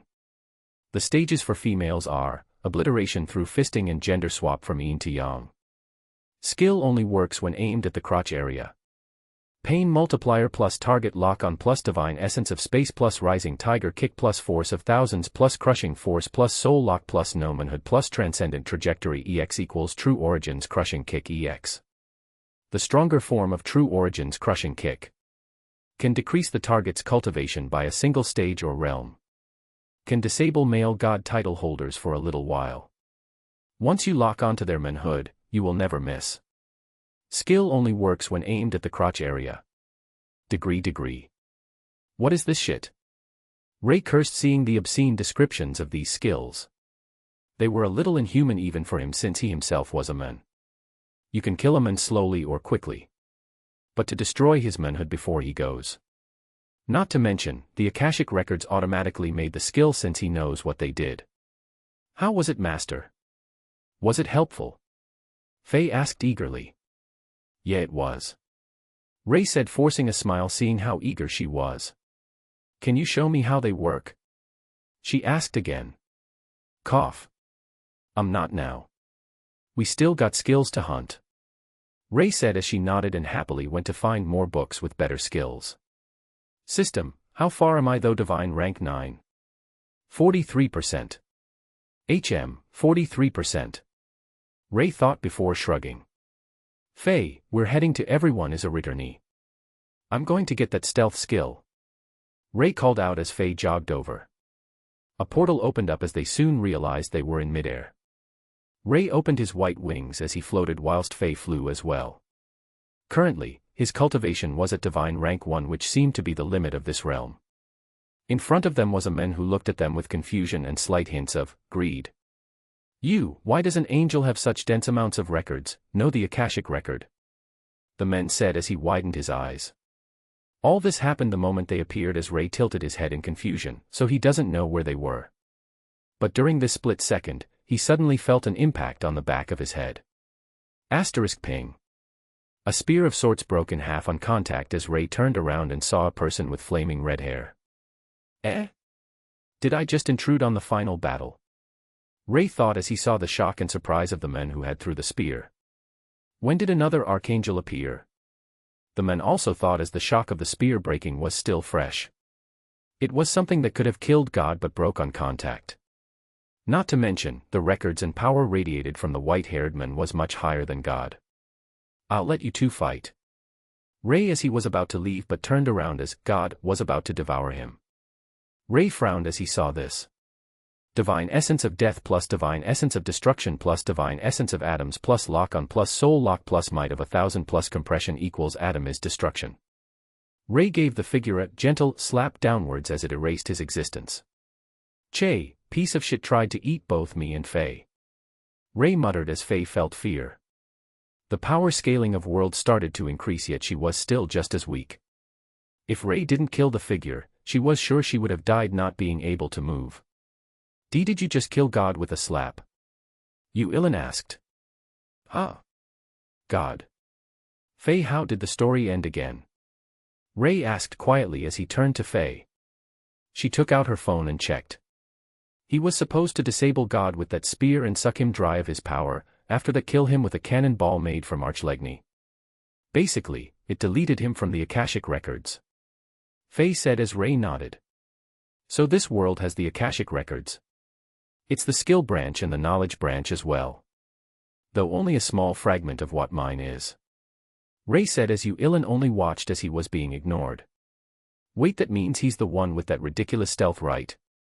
Ray said, pointing at the men. Faye nodded as Ray looked over. Records gained. Done. Ray said as he made a portal and left with Faye. In and out quickly without much hassle. Ilan only looked at the space where God was with an complicated expression. Spira had already returned back to him when the spear broke, so she was safe. Son, did he really die with that? Really? Has God really, finally disappeared now? Gabriel asked as he appeared. Yes. Uilin said as he nodded. But I wasn't the one who did it. Uilin finished as Gabriel frowned. Who did it and what happened? He asked. It was a person called Ray and he killed God permanently with a slap. Uilin said as he looked at the screen in front of him. Ray. Holder of the Akashic Records Skill and Knowledge Branch LV. Strength. Agility. Health. Magic. Active skills. Passive skills. ####. As Ray and Faye left the realm, Ray decided to look at the record. Pseudo-God title, God of Perception. You are able to erase your existence so that no one can sense you even if you were to stand in front of them. Can be evolved into true God title. So that's why he had that broken stealth. He had a pseudo-God title. Ray said as Faye tugged his shirt. What is it? Ray asked. Can I get stronger? Faye said as Ray tilted his head. Yes you can. I want to get stronger. I've been reading some books and realized that if I'm weak around Master then they can use me as a tool to get to you. I don't want that. I'm selfish and want to stay with Master. I know that the easy way would be to kill myself should I get caught so I don't hinder Master, but I want to be selfish and stay with you. Faye said as she looked downwards. Ray looked at her before smiling slightly. Patting her head, he made eye contact. For you to understand that you don't want to kill yourself because you want to stay with me is amazing in itself. The people who say they want to kill themselves to not hinder the person are what I would call bullshit. They obviously want the person to save them but wanted to sound magnanimous. But what happens in the end? They get saved after a lot of hassle. So for you to understand that you don't want to kill yourself and that you have a selfish desire is already better than those people in my eyes. It shows that you're truthful to yourself. Ray complimented as Faye listened carefully. I can help you get stronger. Easily. But each stage after divine rank are tough to traverse. As for reaching godhood, I'm not sure as I'm not there yet either. I can also evolve your bloodline and increase your strength based on that bloodline. Ray said as she nodded. Cutting his finger slightly, Ray gathered a droplet of blood as it would evolve her vampire princess bloodline. Detecting bloodline evolution from entity, Faye. Vampire princess - vampire demigod bloodline. Normally when one evolves their bloodline, their appearance would harbor some change. But for Faye there were no change except for the fact that her power had gained an instant boost from world to low rank ascendant level. I'll send you to a modified blood crazy world as that world is great for blood refinement. It will help you a lot. Ray smiled as Faye nodded. I'll be back soon, Master. She smiled before disappearing. Seeing her fade away, Ray felt a sense of loneliness again. I guess back to adventuring alone again. Ray muttered as his smile faded away. Chapter 183, Completing the Trials. After Faye had left, Ray reappeared back in the flat. Reading through the list once more, Ray gained the records of everything he could remake. Records gained. Records gained. Records gained. During this, Ray found an interesting skill possessed by a character. Divine Essence of Death plus Divine Essence of Life plus Divine Essence of Yin plus Divine Essence of Yang plus Dimension Shift plus Condensed Power plus Divine Essence of Space plus Divine Essence of Time plus God of, plus Destruction Element plus Creation Element equals Heavenly Wheel of the Three Essences. Evolved from the Wheel of Creation and Destruction, it now contained the essence of nothingness. Before creation is destruction, but after creation it falls back to destruction and resumes a loop. Escaping the loop is a cultivator's job, but can they escape nothingness? This skill came from a cultivator named Iyun. And from what Ray could tell of his description, Ray understood that Iyun had either reached peak divine rank 10 or entered god ranks. As one of the more powerful characters he read about, Ray decided to see what else he had to offer. Once he had compiled everything down, Ray couldn't help but smile at the two new skills he gained by taking inspiration from the character. One was a movement-type skill and the other was an evolution in his destruction element and creation element. Divine Essence of Space plus Divine Essence of Time plus Chemui plus Condensed Power plus Dimension Shift equals Fifth Dimension Travel. Traveling in a dimension outside of the physical and non-physical, the space and time. You can either be very far or very close. Perception cannot track you as you are outside the dimension of recognition. But beware, the fifth dimension is a strange place. Use this without a clear goal, and when you exit, 1,000 years might have passed. Likewise, 1,000 years inside may just be an instance outside. Who knows? Destruction element plus creation element plus divine essence of death plus divine essence of life equals divine essence of chaos and order. Using the divine essence, Ray could see that his right hand became tattooed with black runes whilst his right was tattooed with white runes. The right hand destroys whilst the left hand creates. Ray muttered, feeling the irony. To think I would have a higher version of what Tatsuya was known for. The demon right that destroys and the divine left that heals. Ray chuckled as he stood up. His current progress was 61% till divine rank 10, so he had to make the most of this time and get as many skills as he could. Opening the portal, Ray started his solo journey to fill up the Akashic records as quick as he could in the time it takes to reach divine rank 10. Standing in the space, Ray wondered what other skills he needed to obtain. Spiral power was one of them. Ray said as he opened another portal. His vision was suddenly blinded as he tilted his head back. Holy fuck. Ray muttered, seeing the huge figure spanning the size of the multiverse. Records gained. Pseudo-god title gained. Pseudo-god title, transcendent god. Hashtag. Hey Bai Wu, what cultivation are you on now? Eve asked as they walked around the god ascension realm. Me. I've just reached divine rank 5. What about you? She replied. Divine rank 7. Eve said as she nodded. How are you so fast? Last time we were at the same rank and then you shot above me so quickly. Bai Wu pouted slightly. He, I can't be called fast. Did you know Ray's already got a few god titles and almost reached divine rank 10? Eve giggled as Bai Wu turned to her, shocked. You're kidding. Last time he was just at divine rank 6. And I wanted to surprise him as well. Bai Wu frowned as she kicked the pebbleless ground. I know. I was surprised as well. I think it had something to do with blessing of. But it seems like Dad couldn't see it. Eve said, looking back on her system again. The blessing of was a mystery, as she only knows the title but not the effect. Speaking of your dad, why is he stopping us from seeing Ray until he reached divine rank 10? We would have been able to find him a lot sooner if he didn't stop us. Bai Wu said as Eve nodded. It probably had something to do with the war. Dad and the other gods want Ray to reach godhood as soon as possible since they've got high expectations for him. Hey, it's kinda hard with such an outstanding husband. We're strong in our own rights, but we seem kinda useless since he's so talented. Bai Wu said, fiddling with her fan. When you see a beautifully constructed house, do you wonder who built it? Or who planned it? If so, then do you know their name? If Ray is the house, we're the helpers in the dark. As long as we're happy, it doesn't matter. Eve smiled, giving Bai Wu some advice. You're right. I'm content as long as I'm helping Ray in some way, shape or form. Bai Wu smiled, feeling happy again. There we go. Eve said, giving Bai Wu's face a pinch. Hey, stop it. Bai Wu complained but didn't stop her. He who told you to have such lovable cheeks? Eve grinned. As your senior, I demand you allow me to abuse these cheeks. Eve said, pinching both cheeks. Fairies, a way to address female cultivators. A cultivator said, trying to talk to the two beautiful females in front of him. Yes, what do you need? Both Eve and Bai Wu stopped immediately and stared at the person coldly. Eve had her wire gloves ready whilst Bai Wu had her fan opened with the blade edge ready. The poor cultivator was shocked, as these two beauties were in fact similar to Venus flytraps. Alluring but deadly. And nothing.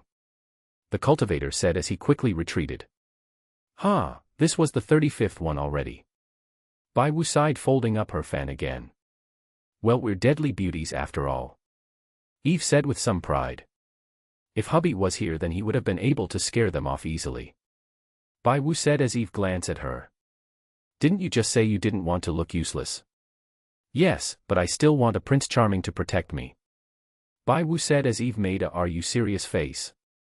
You know that's kinda hypocritical, right? You don't want to seem useless, but you also want to seem helpless, so Ray protects you. Eve raised an eyebrow. You got a problem. Don't tell me you don't also want to be protected by Ray. Bai Wu asked as Eve choked on her words. Ahem. We're on about you here. Eve avoided Bai Wu's stare as she said this. Eve. Bai Wu.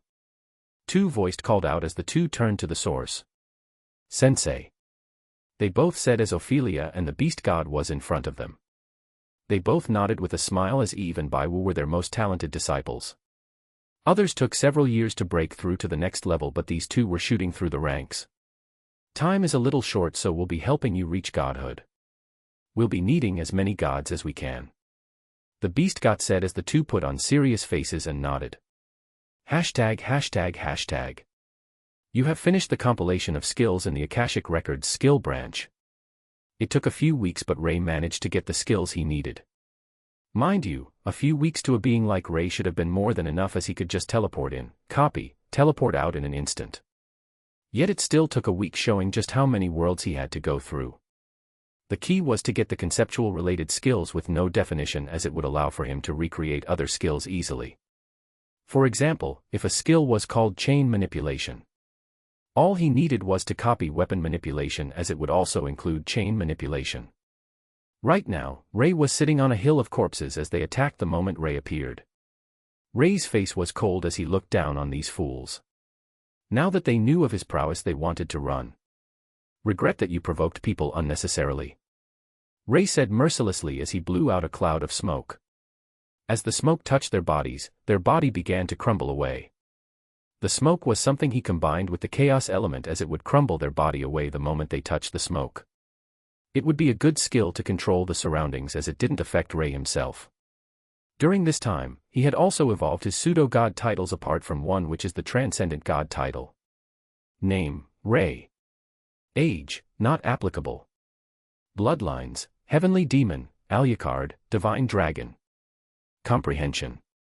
God titles, element god, god of, war god of perception, god of death, god of life, god of order, god of chaos. Pseudo-god titles, transcendent god. Divine essence, 40 plus divine essences. Law, 80 plus comprehended laws. Combat rank, divine rank 10 new. Body rank, high god, 82%. New. Soul rank, high god, 92%. New. Will rank, true god, 94%. New. Akashic record. Skill branch, full. Knowledge branch, assimilation in progress. Heavenly Fate Insight branch, not applicable. Heavenly Fate Rewrite branch, not applicable. How many trials do I have left again? Ray asked just to make sure. System God trials. Slaughter God trials. Demon God trials. Men, take the demon god trials first. Ray said as he felt his vision shift. In front of him was a barren temple. The surrounding were covered by bones and ruins, as the sky was just a void. Oddly, the surroundings were well lit. To gain the title of demon god, you must forsake your heart and become the demon, huh? Ray muttered, seeing the etchings. Forsake my heart? Hey, interesting. Let's see what this trial has to offer. Ray smiled coldly as he walked to the open space. However, as he saw who were standing in this open space, he understood the trial. Ray. One of the figures said, as it was in the form of Eve. Ray only closed his eyes before he swiped left with his hand. Opening his eyes once more, what laid there was just a pile of dust. They may look real, but as the future god of perception. No illusions work on me. Ray said as he continued to destroy the would-be figures of his loved ones. Bai Wu, Xiao Wu, Yumi his mother, Fei and Aiko. The first stage of the demon god trial was to kill the things he holds most dear in his heart. As he killed the fake figures of his loved ones, Ray saw a tower appear. Inner Demon Cultivation Tower. Ray read the sign as he stepped inside. The moment he entered, Ray found himself at the finish line. Ray was surprised seeing this was the finish. Shouldn't the inner demon be the hardest? Why didn't anything happen? Ray said, looking back at the tower. You think it's because of me? Lucifer asked as he appeared next to him. What do you mean? It's because when we first started, I was indeed your inner demon. You didn't want to become an evil entity like me. But didn't we eventually sort it out? And now we've cultivated me to the point that I have a physical body. Lucifer said as he gave his body a stretch. I suppose, but that seems kinda off. Ray said, tilting his head in confusion as he examined the tower. If you say so. I'm going to sleep again. Say, why do you pop out every so often? Ray asked. If I don't, I doubt you would wake me up. Lucifer shrugged before fading away. I need to get him out of my body sooner or later. Ray thought. No, you don't. Lucifer's voice rang out, causing Ray to sweat drop. God title gained, Demon God. All right, Slaughter God trial. Ray said as the system teleported him once more. Can you survive 20 years of continuous killing? Oh my God. Another one of these. Ray muttered, reading the carvings. He's had it with trials that required him to kill for a long time. The same happened in the War God trials and he just wanted to end it fast. If he challenged this before his skill hunt, then maybe it would be a bit harder. But now. Ray walked to the empty space before clenching his hand, destroying everything inside, including the enemies that would have supposedly taken 20 years to kill off. God title gained, Slaughter God. Pooey. Ray spat on the trial as it was one of the most tedious types. The only one remaining is the System God trials. All right, let's see what you have for me. Ray said, entering the trial. There were a few doors as it showed the skills.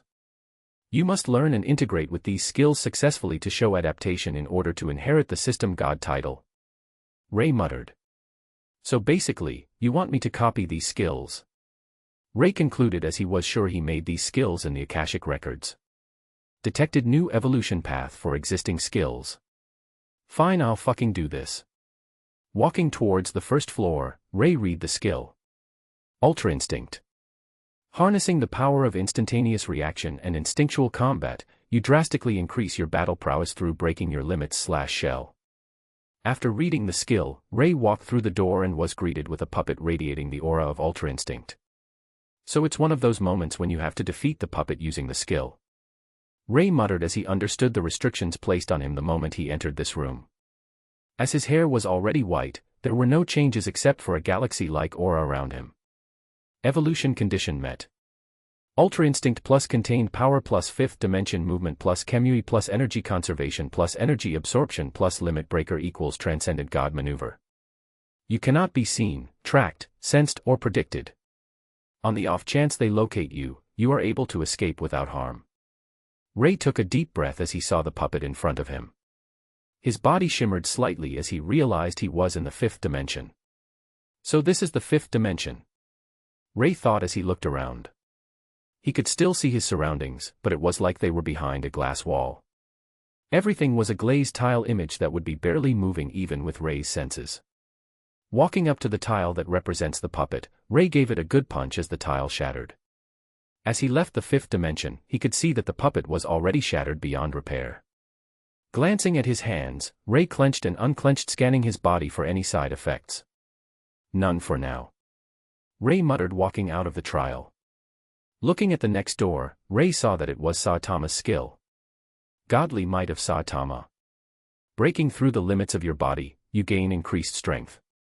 Strength increase multiplier is proportionate to your body cultivation. So it's a multiplier skill. Ray said, stepping inside. Evolution condition met. Godly Might of Saitama plus strength increase plus God-tempered body plus condensed power plus divine essence of atoms plus divine essence of chaos plus divine essence of death plus kinetic power transfer equals transcendent might. Transcendent might. Surpassing even the chains of godly bodies, a single punch can even shatter the realms. Likewise, this power may be used with any type of weapon. Asterisk boom. Ray clenched his fist with transcendent might, causing a shock wave to explode out, surprising him. Looking up, the puppet was already embedded deeply in the wall. Underscore. I see Saitama's problem now. Ray thought as his strength had long surpassed what a divine rank 10 should be having. What would have been a tough fight with the puppet was reduced to not even a punch. Sigh. Ray sighed slightly as he left for the other rooms. Chapter 184, Godhood. God title gained, System God. Ray sighed in relief as he saw this and gave his body a stretch. He evolved several skills as they combined with their other counterparts.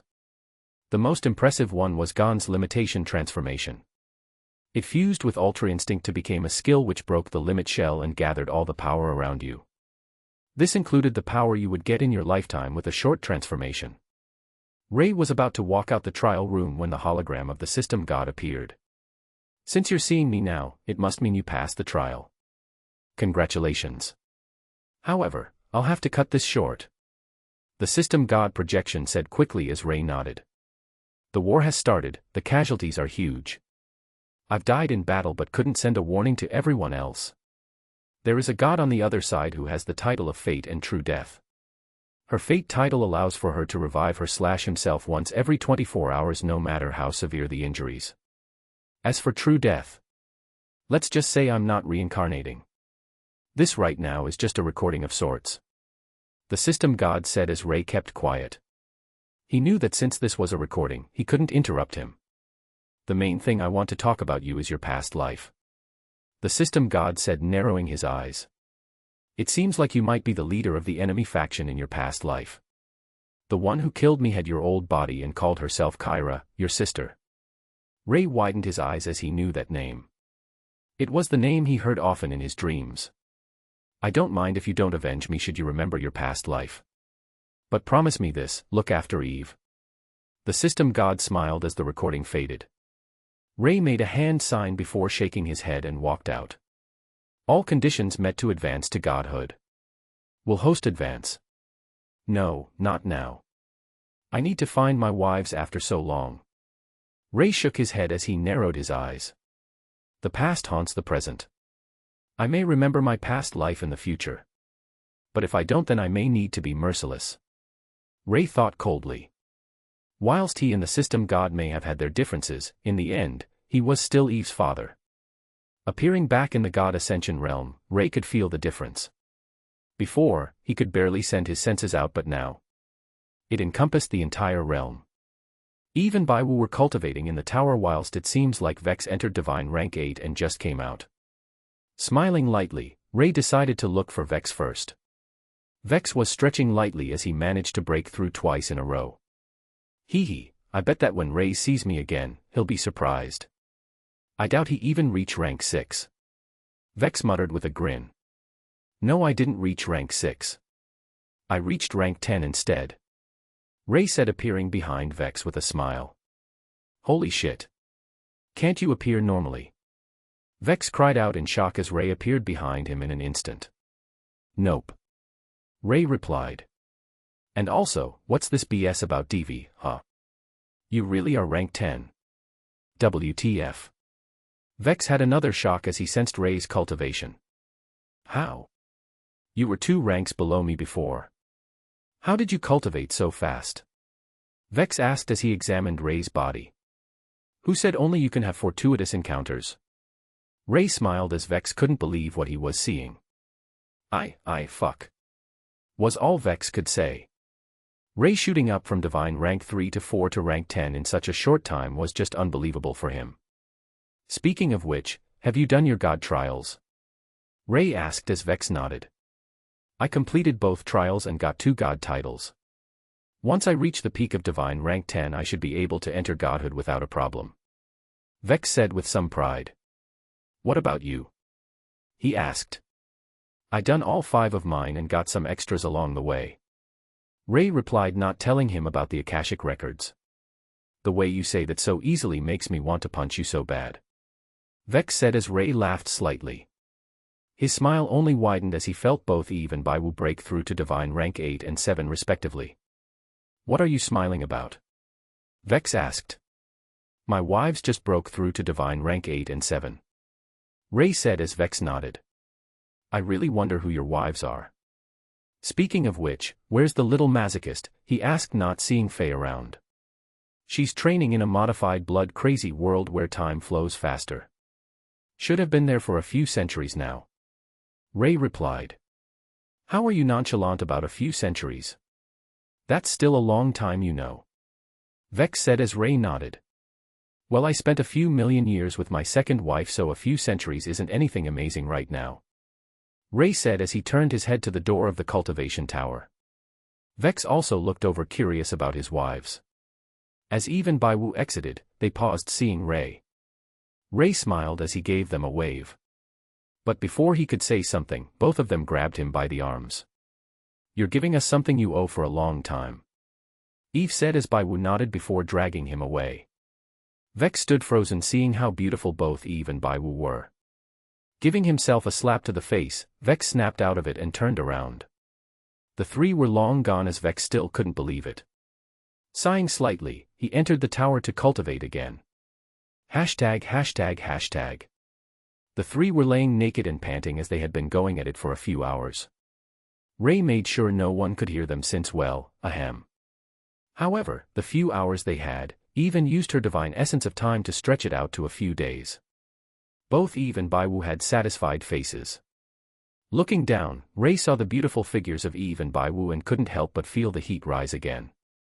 "We've been going at it a few days now and you're still not satisfied," Eve said as she looked at him. At first, it was both her and Baiwu taking the lead, but after a while, Ray took the lead. This was during the first hour. The rest was entirely Ray taking lead. "What can I say? You're both too beautiful." Ray smiled as Baiwu crawled on his chest and gave him a kiss. "I'm down for another go." She smiled. "If you don't want to walk then sure," Eve said as Baiwu blushed. Ray chuckled slightly. "If you can't walk, I'll carry you," Ray said as Baiwu pounced on him once more. "Che, leave me some space as well," Eve said as she too joined in once more. Hashtag. Getting dressed after their activities, they walked out having finished cleaning the evidence. "Say, where's that little maid? I was quite curious about her," Eve asked as she had wrapped her arms around Ray's neck and placed herself on his back. "She's training right now. She didn't want to be weak," Ray replied as Eve nodded. Baiwu was being princess carried right now since she demanded it. Ray couldn't help but chuckle slightly as the sight. "Say hubby, what are you going to do now? We know a war is happening and that you're rank 10. So once you reach God ranks, you'll probably need to help them out," Baiwu said as Ray nodded. "Yeah, I'll need to head to the battlefield sooner or later," Ray replied. Baiwu frowned as she didn't want him to go out to battle alone. "Hey Ray, can you wait for us? Once we reach godhood, we can go with you," Eve said as Ray thought and nodded. "Here, take this." Ray smiled as two orbs of light appeared midair. Both Eve and Baiwu took one as they looked at the description. Blessing of the Akashic record holder. Increase cultivation speed. Increase power gained. Cultivated whilst doing anything. This. Eve muttered in shock. "Whilst it might not be as powerful as the blessing I got, I was able to recreate it slightly using the Akashic records." Ray smiled. "Eve, what's this Akashic records thing?" Baiwu asked confused. "It is said that the Akashic records contain everything that had and will happen," Eve said looking at Ray amazed. "I don't have the full records. Only the skill branch and the knowledge branch. I still need to find the Heavenly Fate Insight branch and the Heavenly Fate Rewrite branch," Ray replied. "Still, that's plenty amazing," Eve said as Baiwu understood the situation. "Then you need to keep this a secret, hubby. If they found out, they'll all be after you," Baiwu warned. Ray smiled. "Don't worry. At this point not even gods can stop me," Ray replied confidently. "If you say so," Baiwu replied. Ignoring the hostile glares that seemed to want to cut through him, Ray walked towards the cultivation tower with Eve on his back and Baiwu in his arms. Sto blurg.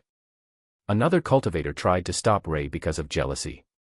In return, Ray used a skill to send him a few streets away. "How many has it been?" Ray asked.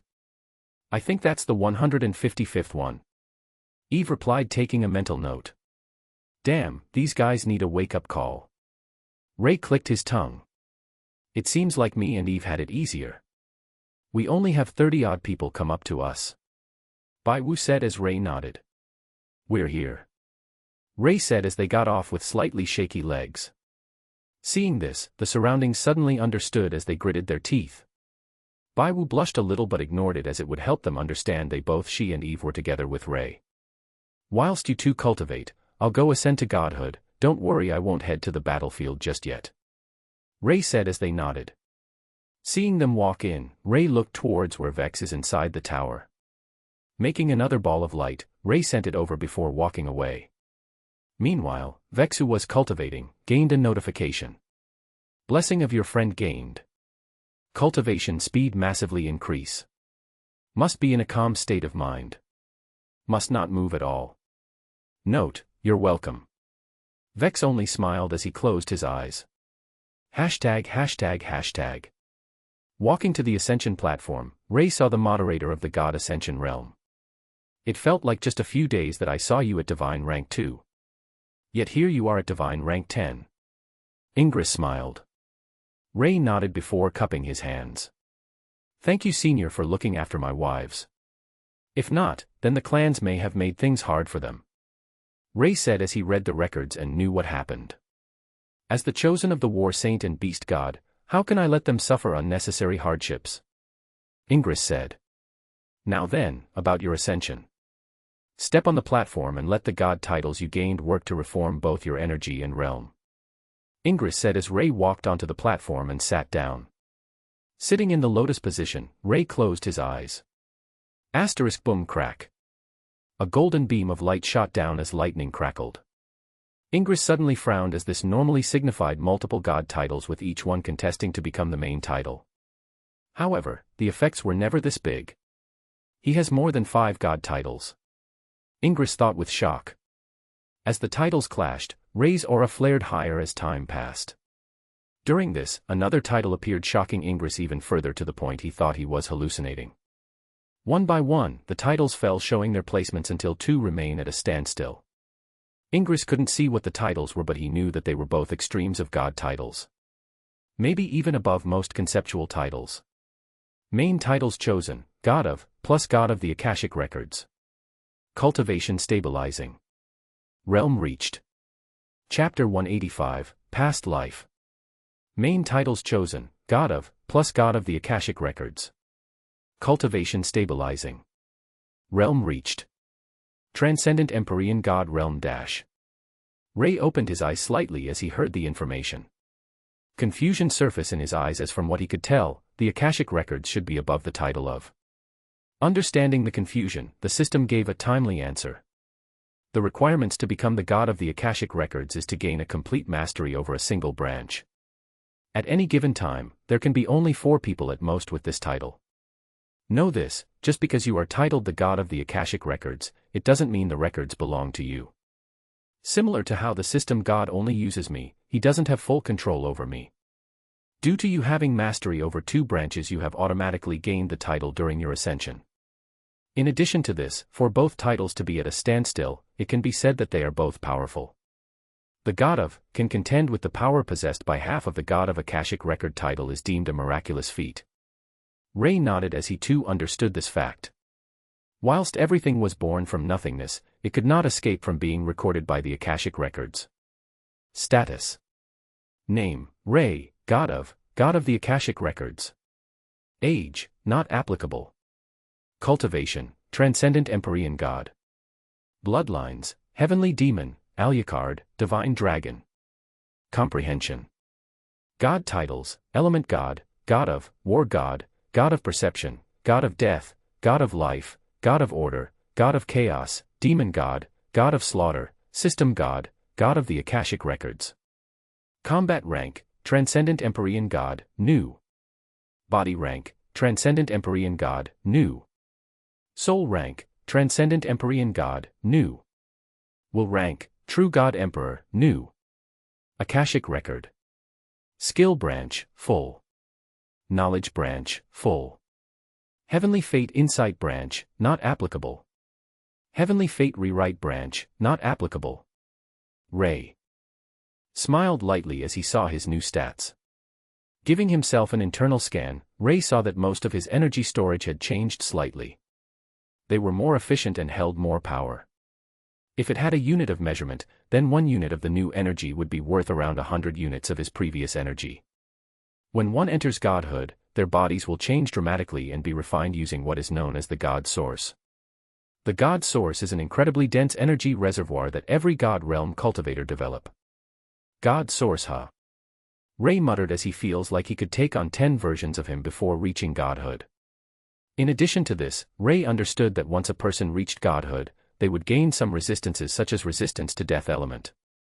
But it seems like as long as one can coat themselves with enough God Source, the damage done through elements and physical are much lower. However, what he doesn't know is that this would be a tough task for anyone below true God Emperor. After reaching Transcendent Empyrean God Realm, his energy had multiplied ridiculously, making even the energy reservoir of true God Emperors seem small. Shaking his head slightly, Ray started to solidify his current realm as the energy outside was going berserk. As he started to absorb all the energy around him, he started to see images as if looking at a storybook. His eyebrows furrowed as he understood it was images of his past life. ####. He was called Ray, the son of the current strongest true God Emperor. Having reached godhood in a short 500 years unassisted, he was named a genius. There were no more than 10 true God Emperors, as each held a territory in the higher realms. With him reaching godhood and entering true God Emperor rank, the other emperors set their eyes on their territory. Whilst this was happening, his mother gave birth to 2 daughters. One was called Kyra and the other Leah. When he saw his baby sisters, Ray felt joy and wanted to protect them from the outside world where wars are raging for each territory. His mother, Jane, was one of the strongest cultivators around, just shy of his father. However, Ray felt more attached to her than anyone due to the time they spent and the time she took out of her busy schedule of fighting against enemies to teach him. As he and his sisters grew up, they started to grow attached to him in a way not befitting of siblings, but incestual relationships were not uncommon in the higher realms. As gods, the children born will be without impurities. However, Ray made sure he kept a certain distance as he wanted to see his sisters find happiness outside of him due to the high chance of death should he go to war. He knew that the female cultivators that approached him would disappear one by one, but he didn't stop his sisters since he knew who they were from their gaze. They were the type to value power and advantages over relationships. Not to mention, some of them were spies from enemies hoping to chain him down using the emotion called love. As the goddess of fate, Kyra could easily see through their identities and put an end to them when they least expect it. Leah helped as she trusted Kyra. One day, as he was going to train with his mother, Ray saw his father grasping the soul of his mother with her face torn with agony. Before he could even shout stop, he saw her soul shatter to pieces. Rage flushed him as his shot towards his father with anger. But unfortunately, his father wasn't known as the strongest for nothing. Subdued easily, Ray glared at his father. "Do not blame me, son, your mother was not who we thought she was. She would have brought the eventual end to all of the higher realms. Do you understand why she trained you so hard? She wanted to take your power and add it to herself. She was greedy, manipulative, and cruel. She wasn't the perfect mother and woman we both envisioned," his father would say, shaking his head. But Ray didn't care. She was still his mother and a person he was willing to go to extreme lengths to save. As his father left, he sat beside his mother's corpse. The only hope was that he could save a portion of her soul and slowly nurture it again so that she may enter reincarnation once more. As luck was have it, there were indeed a small portion, but it was so small that Ray had no idea how long it would take to even make it strong enough to survive reincarnation. Deciding to protect this soul as best he could, Ray made a separate container inside his body as his energy would be used every once in a while to nurture this soul. Since his mother was gone, Ray took the role of looking after his sisters, making sure that they were protected and safe. During this time, his relationship with his father strayed further and further that it could barely even be called a relationship. Since his was spending more time with his sisters, their feeling for him grew even more as Ray would only smile and shake his head. He couldn't distance himself, nor did he want to. They were the only people left since his mother died. As for his father, he didn't consider him to be family anymore. The war raged harder than even when the other territories heard of his mother's death. His father, having to assist all battlefields, became more and more worn out. Wanting to pay back all that he owed his father, Ray decided to assist on the battlefield. His first kill was against a true god who were the general of the opposite faction. This drew their attention onto him even more as the true god had been training for far longer. Logic would have it that he could have defeated Ray due to his experience and skills. But in the end, he still died to Rei's blade.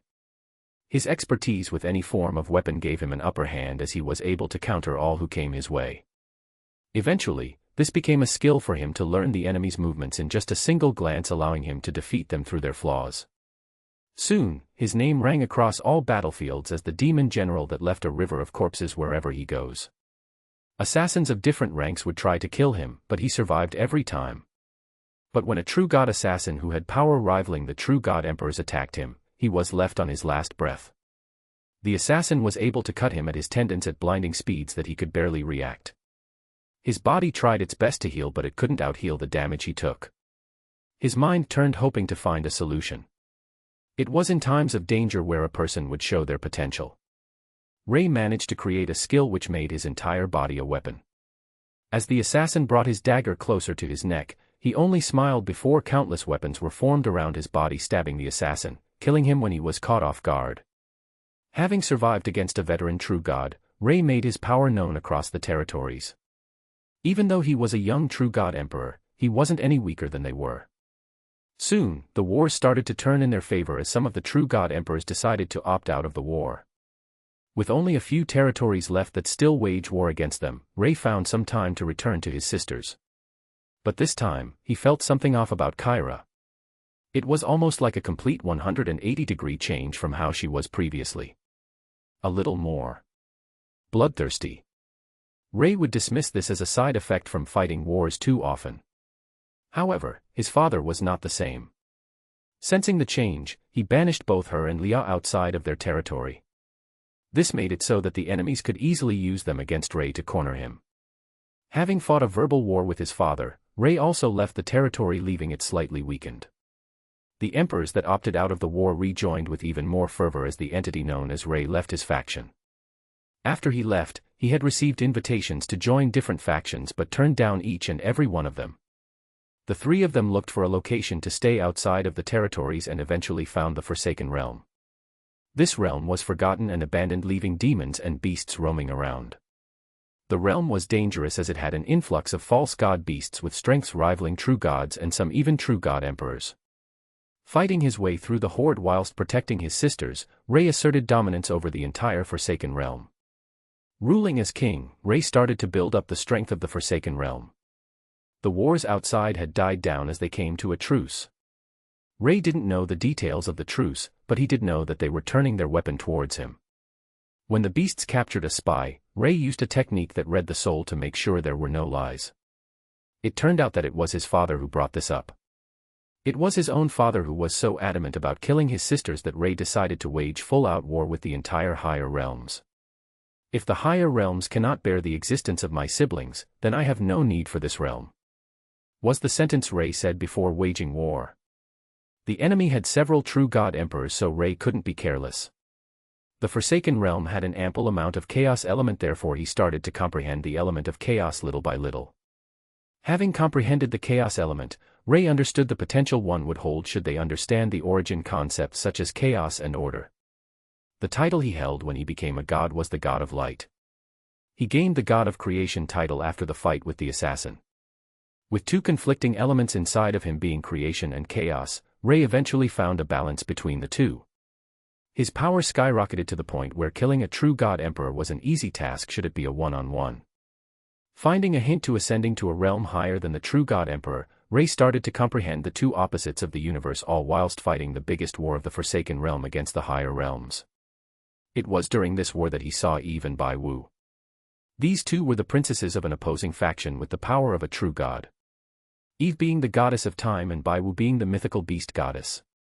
Falling back on the battlefield, Rei got his subordinates to gather the information about these two goddesses as he slowly fell in love from the times he saw them in battle. Not being able to hold himself back, he hid his identity as he sought them out. He understood that this would bring them danger, but the selfish desire inside him ignored that. The three of them grew closer the more Rei visited. To him, these two were the most beautiful people he had ever met. To them, he was a mysterious god who helped them improve. He was their teacher of sorts, and their feelings started to bud as well. Not wanting to hurt her friend, Eve would hide away her feelings whilst Bai Wu did the same. Rei decided to finally confess to the two of them but was stopped when he received news that the main realm was under attack. His face was serious as he suddenly left, confusing the two. Soon they also needed to leave as there were news that they discovered the main HQ of the enemy. This battle was a lot harder since Ray had to defend against the full assault of 10 true God Emperors. Utilizing all of his powers, Ray managed to kill 8 of the true God Emperors, leaving only 2 left, but he was already at the end of his ropes. My son, for you to reach this stage I am both proud yet disappointing. Why did you have to stay with those wenches? His father would ask. Fuck you. Those wenches you talk about are my sister and your daughter. Ray would reply as blood flowed out his mouth. But Ray paused mid-fight when he saw Eve and Bai Wu. They covered their mouths in shock seeing the person they love be their enemy. Kyra, who was fighting off the other gods, paused seeing this.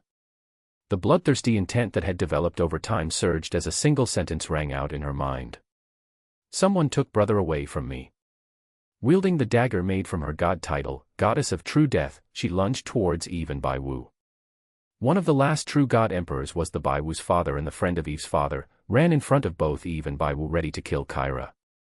Ray wasn't idle either as he charged towards the god emperor to stop him from killing Kyra.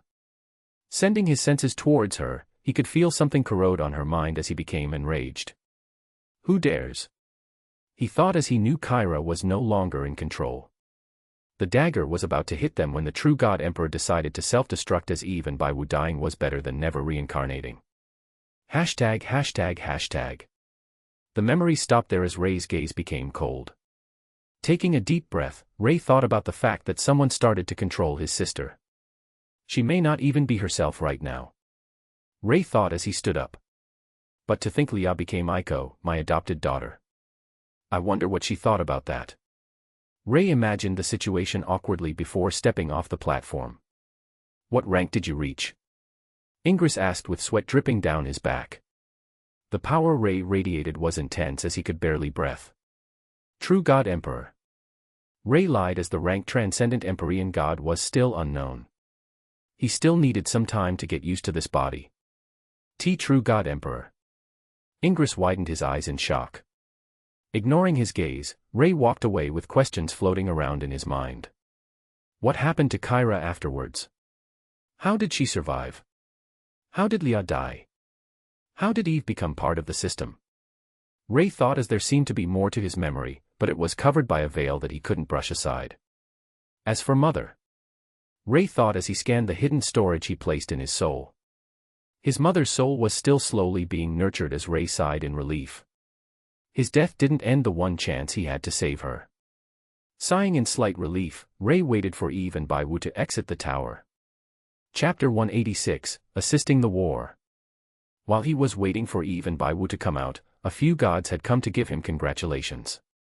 Answering with some politeness, Ray told them to wait as his wives were still cultivating. They tried to urge him to join the war, but Ray only shook his head.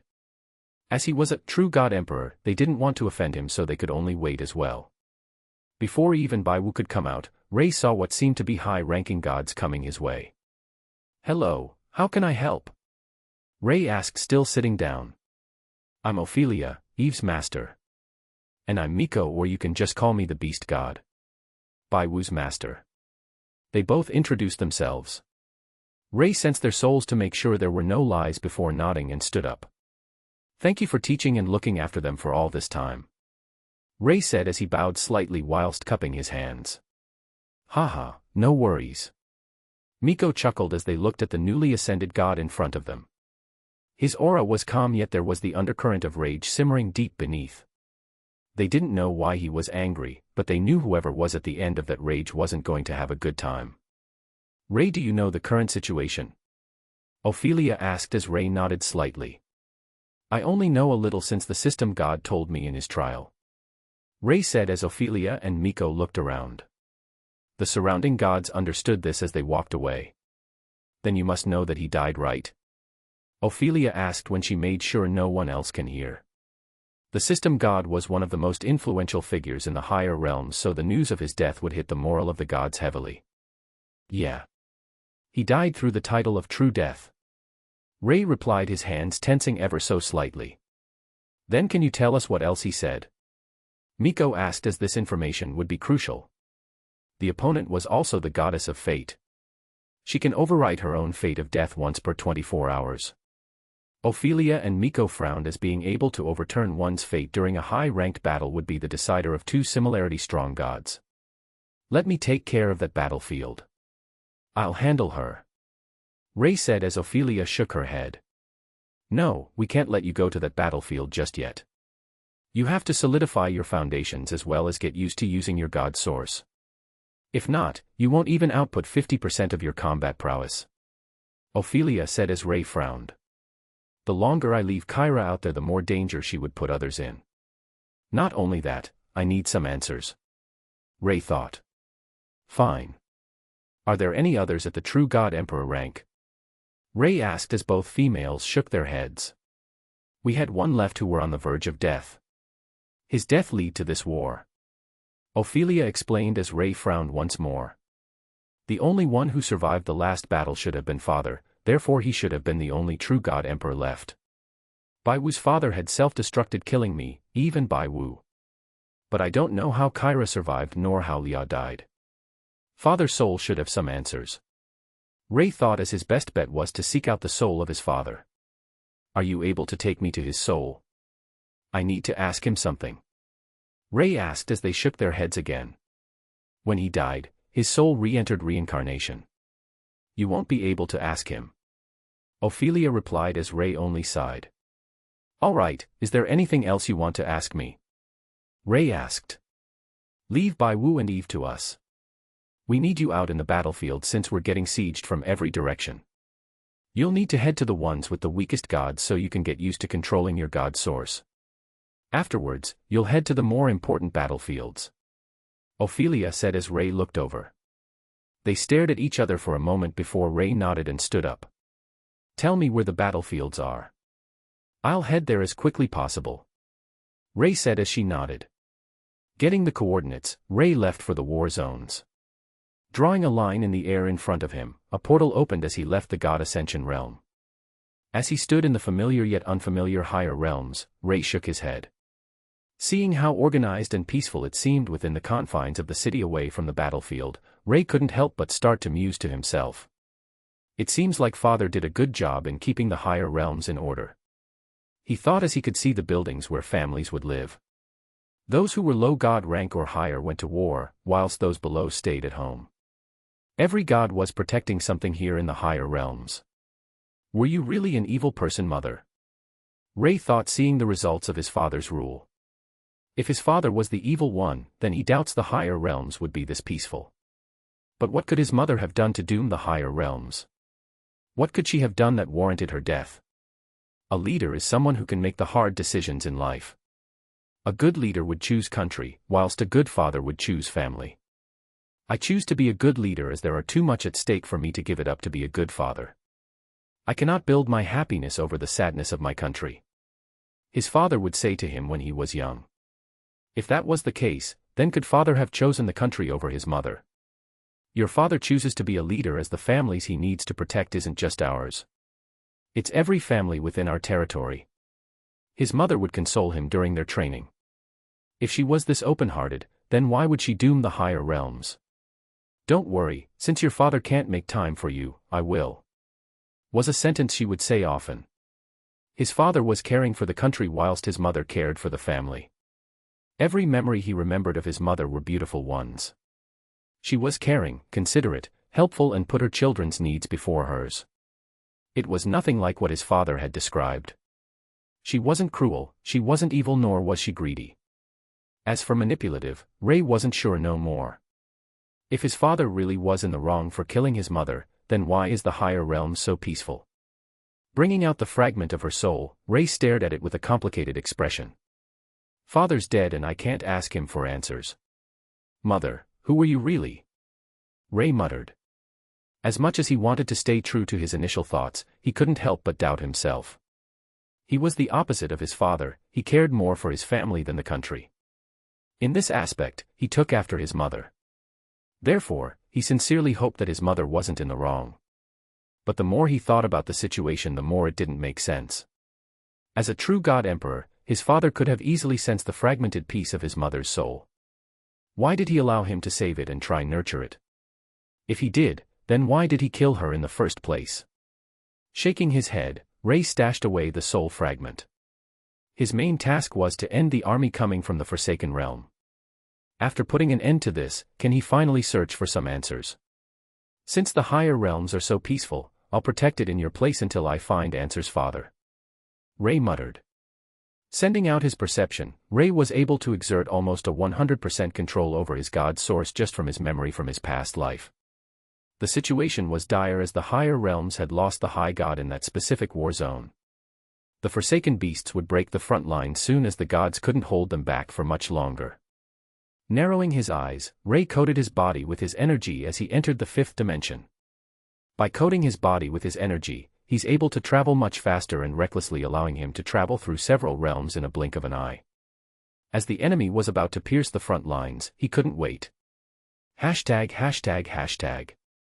As a god-ranked individual, I was neither high up in the hierarchy nor was I the lowest. It was fine though, I didn't have high expectations honestly. At this point, I'm just surprised I even reached godhood. I married my wife who is the center of my life. She isn't a peerless beauty, but she isn't ugly either. As cultivators, the more we cultivate the better it was for our body. Therefore, any female cultivators would be beautiful, so the term peerless beauty would be reserved for those who truly make one pause in shock. My life was perfect. Just me, my wife and my son. But news came that a war broke out. Relics of the old war that happened billions of years ago, they were the Forsaken beasts. They didn't hold god titles, but their body cultivation would make even a peak god shiver. Orders came down that all low god or higher ranked individuals were recruited to help protect the higher realms. It wasn't a requirement, but everyone knew that to protect this home the true God Emperor had created for us, we need to pull our own weights. If one didn't join the war, our peers would have scorned us for it. One wrong move and some may even develop mental demons.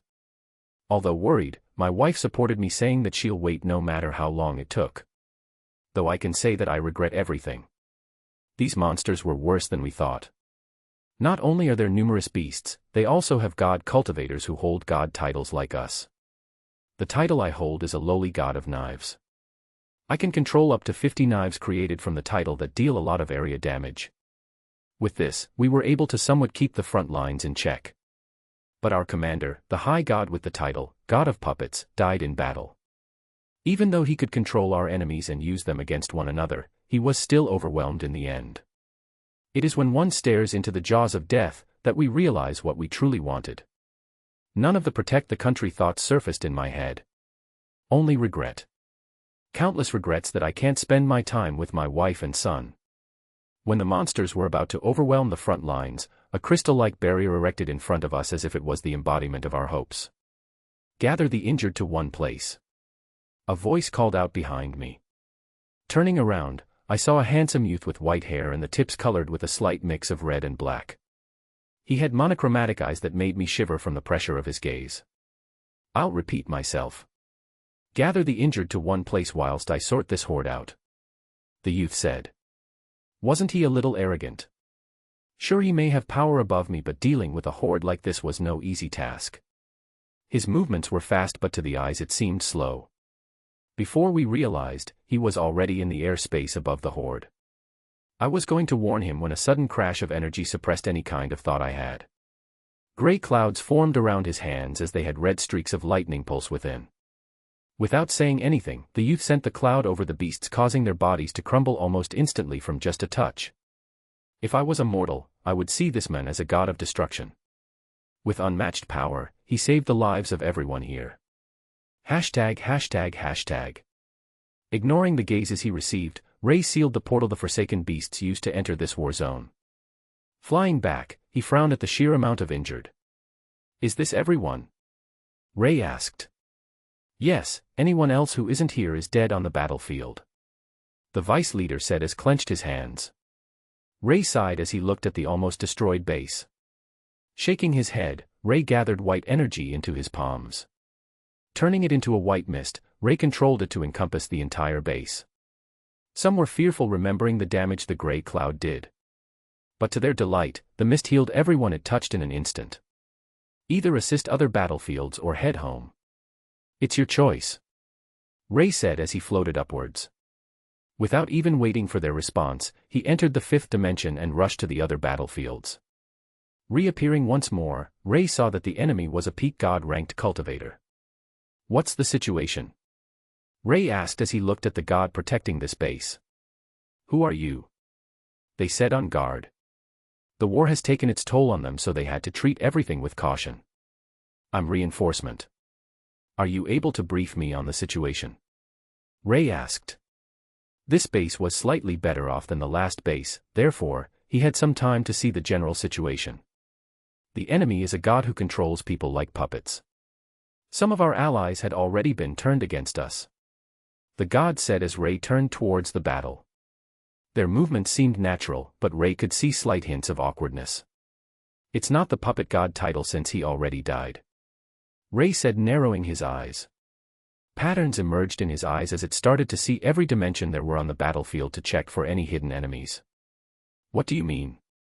He's the god of wires. He uses the wires to control the bodies and corpses. Ray replied as he stepped out. Gray mist on the left whilst white mist on the right. Ray both killed and healed at the same time. Controlling the mist skillfully, he made sure not to kill or heal the wrong people. When did we have such a powerful god on our side? The base leader muttered as looked at Ray's back. As he and the enemy god approached one another, Ray narrowed his eyes. He could see the wire god laying down traps as he went, making sure that he couldn't even teleport there. He's cautious. But he met the wrong match.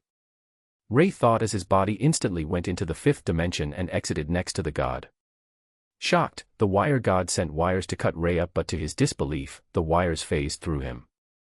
Ray was like the eerie silent hand of death as he said nothing before ripping the head off of the torso of the wire god. Blood splattered across his face as the wire god's body collapsed on itself. Pooey. Ray spat out some blood that got into his mouth before throwing up the head for all to see. Repeating what he did on the previous battlefield, Ray made sure that the portals were sealed. He was about to leave for another battlefield when he felt someone strong approach. Che, just a true god. Ray thought before he gathered his energy into his eyes. Red rings formed as activated a new skill he created using the Akashic records. Mystic Eyes of Death Perception plus Far Sight plus 5th Dimensional Sensory plus Soul Lock plus 5th Dimension Maneuver plus God of Death plus God of Chaos plus God of Perception equals Pseudo-Omniscient Eyes of Death. Pseudo-Omniscient Eyes of Death. You control the lives of everything you see or sense. However, it had not yet reached the potential of true omniscience as you do not sense anything and everything in the universe. Making a cutting motion, Ray ended the life of the approaching true god before anyone even noticed. Turning off the eyes, Ray felt his vision shift slightly as it made his disorientated. Holding his head, Ray waited for the effects to fade. Taking a deep breath, Ray headed towards another battlefield. Chapter 187, War Council. Having dealt with all of the battles that were in dire condition, Ray sighed as he saw the damages. The casualties were high as several high and peak gods had died in battle. With their souls already back in reincarnation, Ray wasn't able to revive them. He could only apologize mentally to the families they belonged to. Connecting a telepathic link to both Ophelia and Miko, Ray told them about the progress. Thanks, that'll help out a lot in terms of distributing our manpower. Head back first, we need to deal with the aftermath of the system god's death. After that, we'll be heading to the main battlegrounds. Ophelia said telepathically before giving him the coordinates. Got it. Cutting the link, Ray proceeded to heal everyone at the current base. We're heading back. This battlefield is safe, so you can either return to your families or you can help out in future battles. It's your choice. Ray said as he could already see some broken wills in the crowd. Having said what was needed, Ray re-entered the fifth dimension as left for the main base. When he reappeared, it seemed like the main figureheads were having a disagreement. Like I said, if we attack the main base and kill the head of all this, then we'll be able to put an end to it faster. So you're telling me we have to leave the main city defenseless? Are you out of your mind? I'm not saying that. I'm saying we should split up the attack force with a portion remaining to defend the city. Then the attack force won't be at full power and the chances of failure are higher. Then what do you suggest, huh? I say we should slowly chip away at their numbers. Little by little. We need to be prudent in the war as our losses have already been devastating. Then we also increase the chances of losing through attrition. We don't know if they can make more of the forsaken beasts. Not only that. If we fight a battle of attrition, our gods will eventually become weak from all the fighting. The mental toll will stop them from exerting their full power. Isn't that the same for them? No, it isn't. These forsaken beasts are essentially mindless minions controlled by generals. They don't feel fatigued and will eventually overrun us by using beast wave tactics. Silence ensued the room as the figureheads didn't know what to do. The enemies were too numerous and their powers were frightening. Not only that, they didn't even know who was the main enemy behind all of this. Feeling a tap on his back, Ray turned to see Miko. As you can tell, they're stuck on what we should do. If we attack, our attack force will either be okay and leave the city defenseless or be weakened, but the city will be defended. If we defend, there are too many variables which will affect the outcome. Miko said as Ray nodded. He was about to speak when a god stood up. I've gotten some new information, he said with a serious face. These forsaken beasts work with a hive mind. However, the hive mind is the most annoying one. It sends information in an instant with the leader. Even if we kill the leader, the forsaken beasts won't die off. Instead, they'll continue to carry out the last command they received until a new leader emerges. So even if we kill the leader, if the last command was to keep attacking, we'll still be at a standstill. How did you get this information? The god clenched his hands. My subordinate traded his life for this. Wait, what if the last order was to retreat? A god said as everyone perked up. Yeah, if the last order was to retreat, then we'll be able to protect the city whilst killing them off. The problem is how we're going to make them retreat. If we attack their main base, they can still order the horde to attack the city. What then? Listening to the gods discuss, Ray shook his head. Kyra isn't dumb. She's the goddess of fate who can read the fate of anyone except for hers. What she can or can't read depends on the situation, but all she needs to do is to read her subordinate's fate and adjust to the outcome. If the result of death was due to dive and conquer, then she can split her forces to attack the city should she wish to. Or, she can lay ambush ready for the attack force. There are a few ways to counter this, but the easiest way to make it a fate she cannot overcome. Overpower the ambush would be an example. Ray thought. She was a troublesome opponent if you didn't know how to counter her ability. They would wonder about how she found out or why can't we track her. Who's this? One of the gods asked, seeing a new face in the hall. This is Ray, the one I was mentioning earlier. Ophelia said as the gods all turned to Ray. Some of them held slight hostility whilst some held hope. One god, in particular, was frowning slightly. Are you sure he's a true god emperor? Maybe the kid's trying to bullshit us. He snarled as some gods thought and nodded. He was within the top 5 in terms of strength within the true god realm. Seeing them treat a newly ascended god as a messiah annoyed him, as it meant his training and efforts weren't as useful as a new god. It was even more so since his aura felt almost non-existent. Shall I? Ray asked as he turned to both Miko and Ophelia. He was suppressing his aura, as letting it run amok will be akin to letting the enemy know where he was constantly. Please. Ophelia gestured as she was pretty tired of the commotion already. Using Ray to shut them up would be a blessing. Getting permission, Ray walked to the center of the room. Audacious. As a junior, you should be bowing to us with respect. The god bellowed, seeing Ray walk nonchalantly to the center of the room. Before he could continue, a blood-curdling killing intent locked onto him, making him pale instantly. Even though the pressure wasn't directed to anyone else, the sheer unrestrained presence of this intent made them shut up, hoping to not displease the youth in front of him. Right now they understood this. Ray wasn't a true god emperor, he was much more dangerous than one. Better. Ray smiled as he turned to Ophelia. Thanks. She replied with a smile. As I have stated before, Ray here is a newly ascended god who reached the true god emperor realm. It would be best if he were to be a part of the front lines. It is also him who the system god chose as a successor and passed down a message to just before he died. Ophelia said as the gods started to pay more attention due to the guillotine, known as Ray, hanging above their heads. Before he died, the system god had told Ray about the one who killed him. She is the goddess of fate and true death. Being killed by her means no more reincarnation. Ophelia continued as some of the gods became uneasy at the fact that there will be no more reincarnation. Is there anything else you can tell us about this goddess? Another god asked. Ophelia looked over at Ray, who understood that this was his cue. There are numerous enemies, but we know that she is most likely one of the figureheads behind the enemy army. Since she is both the goddess of fate and true death, she won't be an easy opponent. The system god had informed me about some of her abilities, as it allows for her to change her fate once every 24 hours. Not only that. Ray started to explain what might be her powers as a precaution. Such as reading her subordinate's fate, as she can't read her own. The more he talked, the more worried the gods became. If she does that, then we can't do anything. We can't ambush, we can't split up, we can't fight against her at all. One of the gods said. No. You're wrong. It's not that we can't fight against her, but rather the options are slightly limited. The first god said. He was the one who was displeased at Ray but knew he couldn't be petty anymore. Especially since he proved his prowess just from killing intent itself. Then what options do we have? We can either make it so that she's helpless against the chosen fate, or we find a god with similar powers that deal with fate. Another way is to combine several gods' powers to try conceal the true fate whilst giving her a fake one to work with. The god said as a few others nodded in agreement. Then how should we plan this? Do we attack or defend? A god asked as Ray decided to take this as a chance to get what he wants. I say let me attack alone. If it is just me, she'll most likely lay an ambush, but unless she has a true god emperor on her side as well, she'll be helpless against me. Ray suggested. No.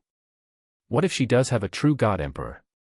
Not to mention, what if you're swarmed with countless forsaken beasts ranked true god in physic?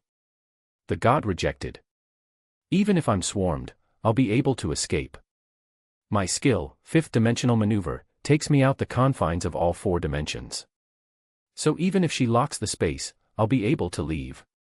Ray smiled as the god shook his head. How are you sure it'll work? What if it failed as you're attacking? The god said as Ray thought about it, then nodded. Understandable, in which case then we can make some countermeasures and test my skill out. The sooner we deal with her, the easier the rest of the fight will be. Ray persuaded. However, if they were adamant about this, then he can only seek her out without their permission. Fine. We'll test it. The god said after a pause. As all the gods walked towards a large open space, Ray stood in the middle of the encirclement with a calm smile. Ready when you are. Ray said nonchalantly.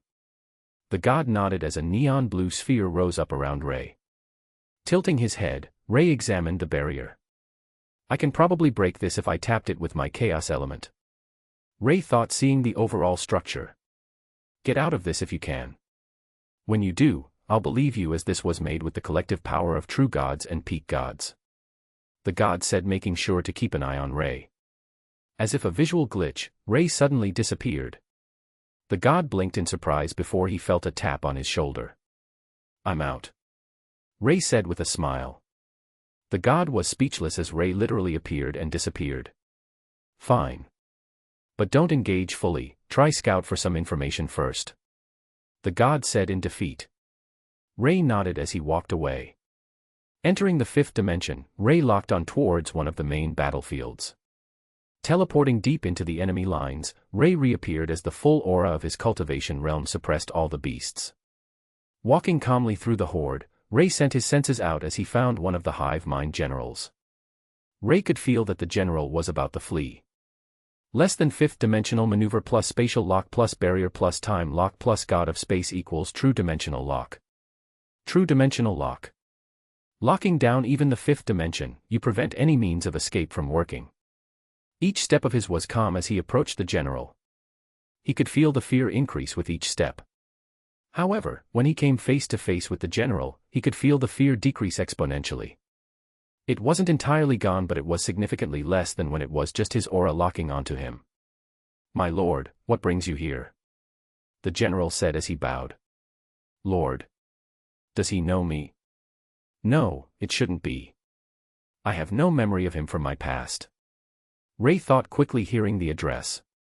Moving forward, Ray mercilessly ripped the soul out of the general, surprising the general. Reading the soul, Ray frowned when he saw himself. Or rather, Kyra in his body. What the hell happened when I died? Ray thought with a frown. Leah's also with her. It seems like she forcefully reawakened her memories of her past, so she's weakened right now. Ray thought, seeing Leah's condition. Controlling the general's soul, Ray made the enemies retreat as he walked towards the main base to find his sisters. Since he could kill two birds with one stone, he might as well take the opportunity. Chapter 188, Leah. Walking through the Forsaken Realm, Ray couldn't help but understand the danger the beasts hold. If these beasts attack the city all at once, I doubt I'll be able to drive them off without making some losses. Ray thought. There were too many beasts and the city was too huge to be covered all at once. This was one of the main concerns for some of the gods. The city was too big, so the number of gods needed to protect it dramatically increase. Should the number of gods be too little, the defense will be flimsy. Should they bolster the defenses in a certain area, the defenses will have a gaping weak point. Most of them are at True God realm whilst a few are at True God Emperor. There wasn't this many True God Emperor ranked beast last time I was here. Ray frowned as he masked his aura so the figureheads won't detect him. He knew he couldn't be too aggressive right now as the possibility of them attacking whilst he talked to his sister was high. Since he was going to protect the higher realms in place of his father in the time being, he had to take responsibility. He couldn't be willful like he was when he just needed to worry about himself and a few people. This time, it was the entire higher realms. It didn't take long as he saw a huge eerie castle in the distance. Using fifth-dimensional maneuver, Ray made sure that no one sensed him. Although he knew Kyra could probably see him coming, he still wanted to take precautions just in case she didn't. Landing lightly on the roof, Ray made sure to make his body and aura unperceivable. Sending in his senses, Ray could see several True God Emperor ranked beasts patrolling. Frowning at the security, Ray wondered what would actually happen if he retained his original rank of True God Emperor. How's the scouting? He suddenly heard in his mind. Several True God Emperor ranked beasts protecting the main base as well as outside roaming around. As for beasts below True God Emperor, I would guess there's around a few 100 million to billions of said beasts. Ray replied, turning his head to the countless beasts roaming around in the Forsaken Realm. Billions. Are you sure? We can't joke about this. Ophelia panicked slightly as a few billion was a ridiculous number of beasts. Not to mention all of them were at God ranked whilst some were True God Emperors.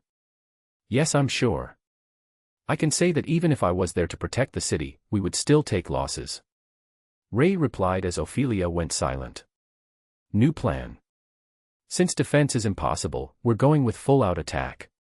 Are you able to scout out their entire force? Get some key information on figureheads as well. Ophelia asked. What about the city and the residents? Ray asked with a frown. We'll evacuate them. They should all have spatial rings, so their belongings are no problem. If not, we can provide it to them. Ophelia said as Ray thought about it and nodded. All right, I'll try to keep my movements silent to the enemy. Try evacuate them as soon as possible. Ray replied before focusing back onto the castle. Probing the castle further with his senses, Ray found a few hive mind generals. As for the queen/king, he still haven't found them yet. But he was sure it wasn't Kyra or Leah since the hive mind queen could only be the same race or evolved from the race. The generals were an example. Whilst they looked human, they were essentially beast cultivators like Bai Wu. Ray frowned slightly when he didn't sense Kyra anywhere in the castle. Did she avoid me on purpose? Why? Ray thought with a frown. He was about to leave but stopped when he found Leah's aura in the castle. Kamui. Slipping through the walls of the castle, he approached where Leah is carefully so that no one detects him. The walls were oddly barriered off as it would have prevented a lot of people from even trying to enter. Even with Kamui, it would have been extremely hard to enter without letting anyone know. Entering the fifth dimension, Ray saw the difficulty of navigating past the barrier. What is she doing for there to be such a solid defense? Ray thought as he continued on. He paused slightly when he heard a muffled cry of his name. Wait, does she know I'm here? She shouldn't be able to detect me. Ray thought with a frown as he entered the room. On the bed, his sister from his past was lying naked and masturbating to his name. Her body was in full view as Ray paused in slight shock. That's in my head now, Ray thought as he moved his hand. The bed sheets moved as it covered Leah, surprising her. She instantly entered combat mode with a serious face. Before she can speak, the bed sheet covered her mouth, causing her to furrow her brows further. She was about to flare out her aura when he suddenly saw Ray appear. MMFF. She cried out in shock seeing Ray appear. However, she then paused and blushed, remembering what she was just doing. Pulling himself a chair, Ray sat down as he had an awkward face right now. Well, Ray said, not knowing how to start the conversation. You know what, get dressed first. We'll talk after, Ray said as he turned around, releasing the bed sheets from his control. Grabbing the bed sheets, Leah had a red face as she got dressed. Sitting on the bed whilst hugging her legs, she looked at Ray. You done? Ray asked, not sending out his senses to check due to what he learned back in Dolua Dalu. Yeah. Leah muttered quietly, still slightly awkward from being caught masturbating. She even took extra precautions with her barriers as well. Ray turned around and had a better look at her. Similar to her past life, she had long flowing black hair and scarlet eyes. Her facial features were small and delicate. Her breasts weren't large nor were they small, they were of moderate size. Thin waist and a slightly wider hip, she was definitely a beauty. Currently, she was wearing a slightly revealing no-sleeve dress. The dress itself reached to her ankles as the hems held some frills. The dress itself was mostly black as it held some purple patterns near the edges. In addition to this, she was also wearing long black gloves that reached her biceps, similar to what one would see the bride wear in her wedding outfit. The silence was very awkward as neither knew what to say at that moment. What happened after I died? Ray decided to get on with it and ask the main question. You got your memories back? Leah said, surprised. After what had happened to Ray after the fight, she wasn't sure if he would ever get his memories back. Yeah, I got it back when I ascended back to godhood, Ray replied with a smile. What do you want to know? I died not too long after, so I'm not too sure either, Leah replied with a shake of her head. Everything starting from when Kyra tried to attack Eve and Bai Wu with her dagger of true death. Eve and Bai Wu. Oh, you mean those girls? Leah said after some thought. Well, after the true God Emperor self-destructed, those two girls died instantly as they were the closest. You had barely survived as your body was bloody and wounded. But because you shielded most of the impact, Kyra was relatively safe, Leah said as Ray nodded. But because of the impact launched you back, the dagger stabbed into you as you crashed into Kyra. You were barely conscious as you were already weakened from fighting 10 true God Emperor. To add to that, you took the full brunt of the self-destruction of 1-2. Due to the dagger's unique properties, if nothing were to be done, you would have been dead forever. Father split his soul into fragments to save yours. He even turned his back to Kyra even though he knew she could have killed him, Leah said as Ray gripped his hands tightly. His father split his soul into pieces to save him. Splitting his own soul into pieces would have been very risky, and the pain his father felt would have been insane. Not only that, it would lead to an incomplete reincarnation. Or worse, no reincarnating at all. If he went that far to save him, then why did he want his mother and sisters dead? It didn't make sense. What happened after that? Ray asked as Leah waited for him to digest the information. I didn't know what went over Kyra's mind, but she immediately sought to kill father. Since I knew that if father were to stop you would die, I took the attack for him. After that, I don't know, Leah said as she shook her head. Ray frowned as he understood what could have happened. The corruption I detected might be the cause, Ray thought. Leah, do you want to come with me? Ray asked, looking back at her. She shook her head, surprising him. It's not that I don't want to, but rather I can't. My soul is being locked down. Since Kyra forcefully awakened my memories, my soul was weakened even further. Not only that, the ability she used to lock my soul down is an annoying one. You won't be able to remove the lock without damaging my soul further. If it does damage my soul further, I would be dead forever. Leah shook her head sadly. Ray only smiled wearily. Let me examine the lock. I might be able to remove it. Ray said as Leah nodded. Laying her body onto the bed, she closed her eyes. Ray stood up as he walked towards her. As if reaching out for something, a wispy figure emerged from her body. Ray frowned further when he saw how hollow the soul was, including the surface damage. Around the neck, there was a lock of sorts as Ray could see it slowly corroding the soul. Not only does it link closely to the soul and is hard to remove, but it also corrupts her soul slowly. This is like what happened to Kyra. Someone must have given her this lock. Ray thought as he tapped the lock lightly. Whilst doing this, he made sure to be delicate with her soul as to not damage it further. Leah suddenly flinched, feeling the touch. Since he was touching her bare soul, it felt like he was slowly caressing her skin, but with much more sensitivity. Ray's eyes shifted as he examined the lock. Furrowing his brows, Ray began to feel worried. The lock was impossible for him to see through. Using every method he could, he still couldn't peer into the inner workings. He couldn't destroy it either, as it would harm Leah should he not separate the connection. For the first time in a while, Ray felt helpless. I can't see through it. Didn't I reach transcendent Empyrean God realm? So why can't I see through this? Ray thought as he could only watch as the lock corroded his little sister like what it did to Kyra. Gritting his teeth, Ray could only choose to give up. Gathering some energy into his hand, Ray gently placed his hand on the center of Leah's soul. Ah, Leah moaned, feeling the touch. Bear with it for now. I'm going to nurture your soul a little. Ray said gently as his energy started to repair some of the surface damage. This was as far as he can go, as any deeper into her soul would be dangerous with the lock still in place. After a while, Ray removed his hand as her soul looked much healthier now. Ignoring the damages inside for now, Ray healed most of the light injuries. I'll head back now. I'll try find a way to help you as soon as possible, okay? Ray said as Leah nodded, still panting slightly. Taking a second look at her, Ray only paused slightly before leaving the castle without anyone noticing.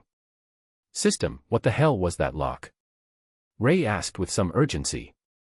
I don't know. There are clearly records in both the Akashic records and me, but I cannot determine its origin nor what it is. There are two reasons for this. Either someone is masking the records or that it's another Akashic record branch holder that's interfering. Ray frowned, seeing the message. Someone was in possession of the Akashic records branch from my past life. She is still alive, so before I can free both Leah and Kyra, I must find the holder. Ray thought as he clenched his fists. His killing intent surged further from just the thought of someone controlling his sister. The branch is most likely the Heavenly Fate Rewrite branch. Ray muttered. The Akashic records, Heavenly Fate Rewrite branch, the part of the records that can change someone's record. However, without the Heavenly Fate Insight branch, the effects are much weaker. Even so, unless he too possesses the Heavenly Fate Rewrite branch, it would be hard to save his sisters. To save them, I need the entire Akashic record. Ray muttered as his eyes narrowed. Chapter 189, Choices. Making his way back to the city, Ray sat down on the roof of the palace. This palace was where he was raised as a kid, and eventually left to become its enemy. Creating a dagger, Ray twirled the blade around his hand as he thought about everything he knew so far. Dad killed Mum because she was evil. Dad eventually turned towards Kyra and Leah, but not me. When I was about to die, he even split his soul to save mine. Someone is behind the corruption of Kyra and Leah. Kyra was probably the main target first because of her Fate God title. The someone is also an Akashic record branch holder. Ray thought as the twirl of his dagger increased in speed. To do anything about this, I would need the Akashic record branch to even just examine it. Ray thought as he stopped twirling his dagger. Where the hell do I even find it? Ray muttered in anger as he flung the dagger as hard as he could into the distance. The clouds split apart from the force as Ray took a deep breath to calm himself. Laying down on his back, Ray turned his gaze to the sky. Not even 10 seconds later, Ophelia and Miko appeared. Seeing Ray lay down whilst also keeping his senses out for them, Miko and Ophelia turned to each other before back at Ray. Seems like you were expecting us. Miko smiled as Ray nodded. How is the council taking the information? Ray asked. Mixed responses again. Ophelia rolled her eyes. Ray frowned. What do you mean? He asked, sitting up. Sighing slightly, Ophelia and Miko sat down as well. They've split into two factions again. One wants to run and hide to save the people, whilst one wants to fight to the bitter end. The factions who want to run and hide say that they don't want any unnecessary sacrifices in a war we can't win. Whilst the one who wants to fight to the bitter death say that their sacrifice will pave the path for their descendants to have a safe future. Ophelia complained. I mean, they both have a point, but splitting up at this point is worse. If you run, then you're going to be like lambs to be killed by a pack of wolves. They'll be so focused on running they'll hardly fight back.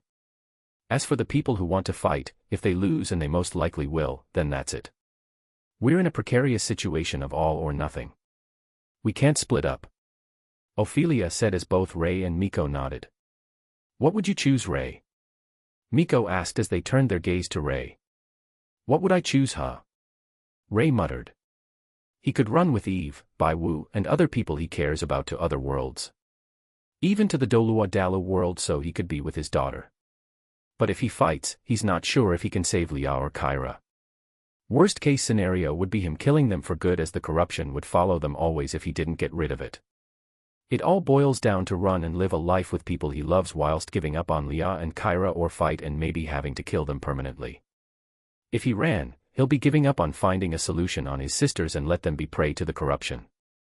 If he fought, he'll have to make the hard decision of killing his precious sisters. Closing his eyes, Ray clenched his fist. I would fight.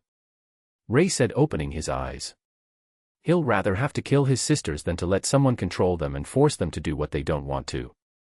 With his power, he should be able to store their soul after he's killed them, so he can wait for the time to repair their souls. I see. Miko said, seeing the pain behind his decision.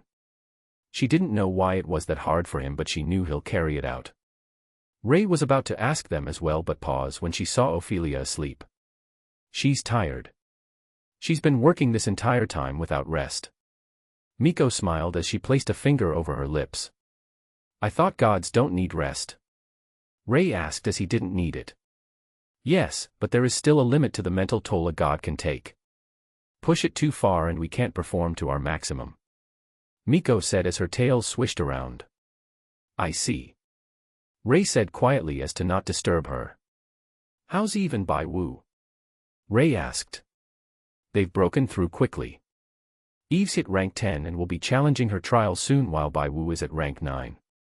Miko replied as Ray nodded. What are you going to do about the situation? Ray asked Miko to see her decision. I don't know. On one side I want my people to live. But on the other, I also know that without dealing with the source, we'll be constantly living with a blade above our heads. Miko said, shaking her head. Ray nodded as it was understandable. By the way, where is the war god? Ray asked as he never saw him around. He was the person the figure warned him not to turn his back to, so Ray wondered why he never saw the war god around. He and the element god are fighting in different war zones, so you'll hardly see them. Miko replied. So what are we waiting for now? Are we going to wait for the council to decide? What about the evacuation for the residents? Ray asked, turning his head to the city. Even though it was times of war, there are still kids playing around, as the gods were working hard on keeping the city safe.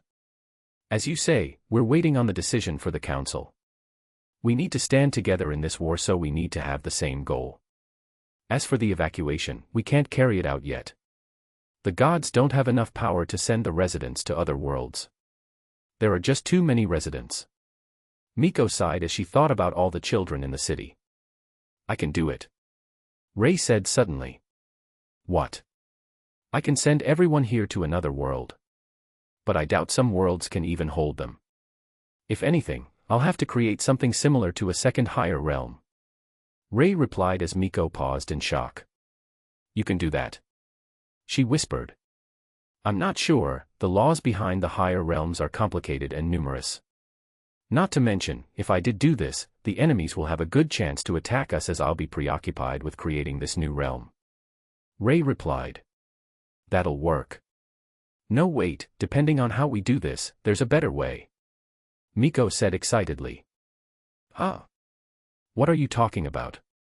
Ophelia said, waking up. Ophi. We can do it. We can both save and fight against the Horde. Miko said excitedly. What do you mean? Ophelia asked with a serious face. If Ray succeeds in making a second higher realm, we can teleport all of the residents there. Not to mention, we can fight without worries as we can teleport to the new realms should we be in danger. We can kill the Forsaken beasts without as many risks. Miko said as Ophelia turned to Ray. Ray shrugged, feeling her gaze on him. The time needed to make this new realm will take a while. In the meantime, we don't know if the enemy will launch a full-on attack. I would also need time to evacuate the citizens. Ray said. Ophelia nodded. This is good.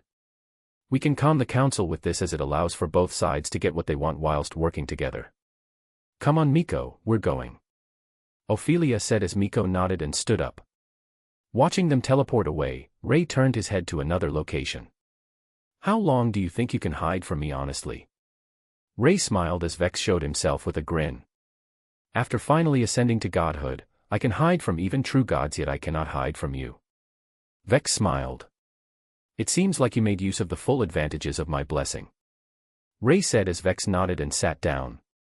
Massively increased to cultivation if I'm in a certain state is more powerful than I thought. During this state of emptying out my mind, I gained an epiphany on my skills and managed to develop my own god title. Vex smiled as Ray became curious. And that title is? Ray asked. God of Misdirection. It's similar to the God of Perception I've heard so much about, but I'm on the high end of True God. I'm very close to True God Emperor. Vex smiled as Ray inspected him with the Akashic records. God of Misdirection, sealed. When unsealed, the holder of this title may even covertly hide their records or misdirect it with different values, tricking even the eyes of someone who holds a branch of the Akashic records. Unsealing conditions unknown. As this is a newly formed god title, it will grow in time. Ray was surprised at the hidden potential of the title. Seeing the description, Ray had an idea of how to hide his full power to even other Akashic records. Whilst talking to Vex, Ray also began to mask his own records as it made him seem like a low-tier true god emperor. Say Vex, what are you planning to do in this war? Ray asked as Vex paused. I think if I had a choice, I would run for now. If you live, you have more time to find out a better solution, you know. You just have to search for it. There will always be a reward for determination, you just need the will to push on. Vex said as Ray thought about it and nodded. I chose to fight since I have the power to. Ray replied. Yes, but not everyone can be like you. We don't have unstoppable power, nor are we at the true God Emperor realm. We're at worse, cannon fodder. But even then, we still have to play our own part. Without cannon fodder to reduce the stress on you, you'll eventually break yourself from the stress. Vex smiled as he stood up. Where are you going? Ray asked. I have to train and solidify my foundations. Once I do, I'll be able to contribute more to the war. Even if I'm just cannon fodder. Vex smiled as he accepted that his role will never be as big as Ray's. When he was on Earth, he never lost sleep thinking about how millionaires were better than him. Why should he be any different now? Everyone had their own destinies. It just meant Ray's was more difficult than his since he needed that much power. Next time we meet, let's show them the power of weebs who gained power. Vex grinned before disappearing. Ray smiled seeing Vex leave. He too stood up as he should take the time to see the laws of the higher realms while he had the chance. Neon panels appeared around him as a flood of information blocked his sights. Let's do this. Chapter 190, Invasion. The more Ray read, the more he understood. The vastness of the higher realms and its connections to every single realm that will be created and has already created was hard to replicate, though not impossible. I need the system to help me scour the entire multiverse for every single realm in existence. This way I'll be able to form connections for them to ascend into the new higher realms instead of the current one. Ray thought as he simultaneously manipulated the system and the Akashic records to assist him in replicating the entire realm laws for the higher realms. However, he could not just copy and paste as that would change nothing and the Forsaken beasts would still be able to get to the new realm. Not to mention, he also needed to split the connection of the current higher realm, or else with both realms trying to drag the newly ascended cultivator into the realms will no doubt kill them. Screens after screens of text and laws scrolled past as Ray read them all. To assist him in reading faster, he even created a skill of his eyes. Eternal Manjikyu Sharingan plus eidetic memory plus fast reading plus increased perception plus extreme hand-eye coordination plus efficient reading equals Eyes of the Seeker. Eyes of the Seeker. You yearn for knowledge but lament the fact that you cannot read fast enough. When used to read, it can allow you to memorize everything you see even if you just scan the text over. When used in battle, it allows you to see attacks much easier and even counter the attack. The Eyes of the Seeker is a catalyst that can be combined with multiple powers. Having created the Eyes of the Seeker, Ray activated it as his eyes shifted. 6 golden rings appeared in his iris circling his pupil. The scrolling text almost became still text as his perception was boosted by such an amount. Lifting his hand up, Ray could see his hand move slowly as if in slow motion. Frowning slightly, Ray used more of his physical prowess as his body started to move normally in the state. To outsiders, it was like Ray was in fast forward. Increasing the speed of the scrolling text, Ray started to read it faster and faster. Whilst Ray was reading the laws, the Council of Gods slowly came to an agreement. If Ray can really succeed in creating a new higher realm, the attack faction will help protect him whilst it happens. Same with the survival faction. We'll pull our own weight in making a new home for everyone. Seeing both factions come to an agreement, both Ophelia and Miko smiled happily. This allowed the higher realms to have a higher chance of survival whilst they were still able to kill off the threat. They looked at each other before nodding. We'll go inform Ray. We also need to make preparations as the enemy may attack whilst we create the new realms. Ophelia said as the gods nodded. Give us a day, we should have it done by then. One of them said. Got it. Ophelia replied before leaving with Miko. When they teleported to Ray, they were surprised at the sheer speed Ray was moving his head and hands as he read the laws. Is that normal? Ophelia asked. I don't think so. Feeling their presence, Ray stopped as he deactivated the eyes. I'm guessing they agreed, seeing as though you two are so happy inside. Ray said as they nodded. How far are you in recreating the higher realms? Ophelia asked. I'm still reading the realm laws. I'd say I'm only 34% of the way done. Ray shook his head. Even at the speed he was going in, he barely read a third of the overall realm laws. Ophelia frowned slightly hearing the progress. How long do you think it'll take for you to complete the whole process? She asked. After studying the laws, I'll be creating the dimension, the world, and finally reapplying the laws. Not only that, I'll have to sever the connection this realm has with every other realm. Or else all who ascend shall meet a quick death. Ray said with a shrug. And that is how long? Miko asked. Give me a few hours to a day. I should have it done by the, never mind. Ray said, but suddenly paused when he felt the space elements shift. Ophelia and Miko were confused until they looked in the same direction Ray did. Asterisk crack. The sky split as a void tore open near the city. They somehow managed to bypass the city's defenses. Ray thought with a frown. Urea. A thunderous roar was heard as the head of a giant forsaken beast dragon was seen. Ophelia and Miko paled as they felt the aura. It was most definitely at the true God Emperor rank. Take the gods and try to hold off as quickly as you can. I'll make the second realm now. Ray commanded with a serious face as his aura flared. He needed to take care of this dragon first before it fires a shot towards the city. A golden bow formed in his hand as Ray strung a spiral sword onto the string of the bow. The spiral sword was initially the Kalidbolg II, but with Ray's interference, the sword had changed and empowered greatly. God's Decapitation. A sword fused with the god titles of destruction and chaos, capable of killing even the most powerful gods, or so they say. But with great power comes with a greater price. Should one not be at the peak of true God Emperor realm, they would die with a single use of this sword. But due to the fact that Ray was above the true God Emperor realm and ascended to the transcendent Empyrean God realm, he could use it no problem. Decapitate the gods with the might of heaven itself. Ray activated the newly created noble phantasm in his mind as his aura flared visibly around him. Both Ophelia and Miko paled as blood dripped down from their lips from just being in the presence of the bow and sword arrow. Asterisk boom. As the arrow flew off the bow itself exploded from just having to launch the arrow itself. As the arrow hit the dragon's head, the head exploded into particles that started to crumble.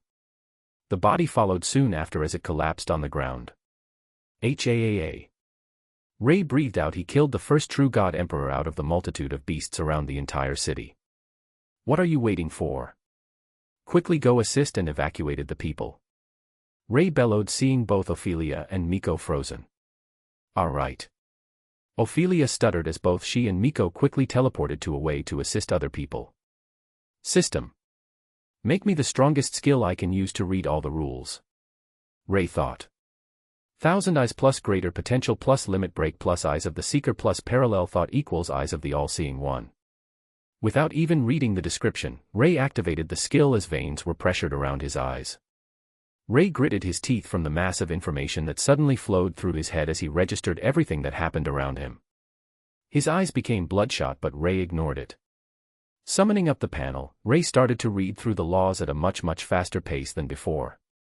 Blood started to drip from the rims of his eyes as he continued to read. He had to complete the second world as soon as possible. If not, the casualties would be huge, and multiple true god emperors ranked beasts were not something the gods can handle without him. ####. Vex was disturbed suddenly when he heard a booming roar. What the hell? He muttered as he jumped onto the roof. He paused, seeing the huge dragon head that was about to descend near the city. Frowning, he summoned his spear staff as he was about to attack it, but stopped when he saw the head get destroyed with one arrow.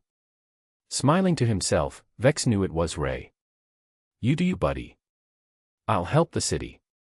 He muttered before turning around. When he ascended to godhood, he gained 2 titles, not including the one he created. The titles were 9 Dragon's Staff God and Assassin God. He could see beasts enter the city, as a lot of them were also at the true god rank. Quickly running towards the horde, he summoned his 9 Dragon's Staff as elemental dragons coiled around the tip of the staff. 9 Dragon's Staff, Blade Dragon form. The staff shifted as the silver dragon wrapped its body around the tip as the staff itself transformed into a glaive.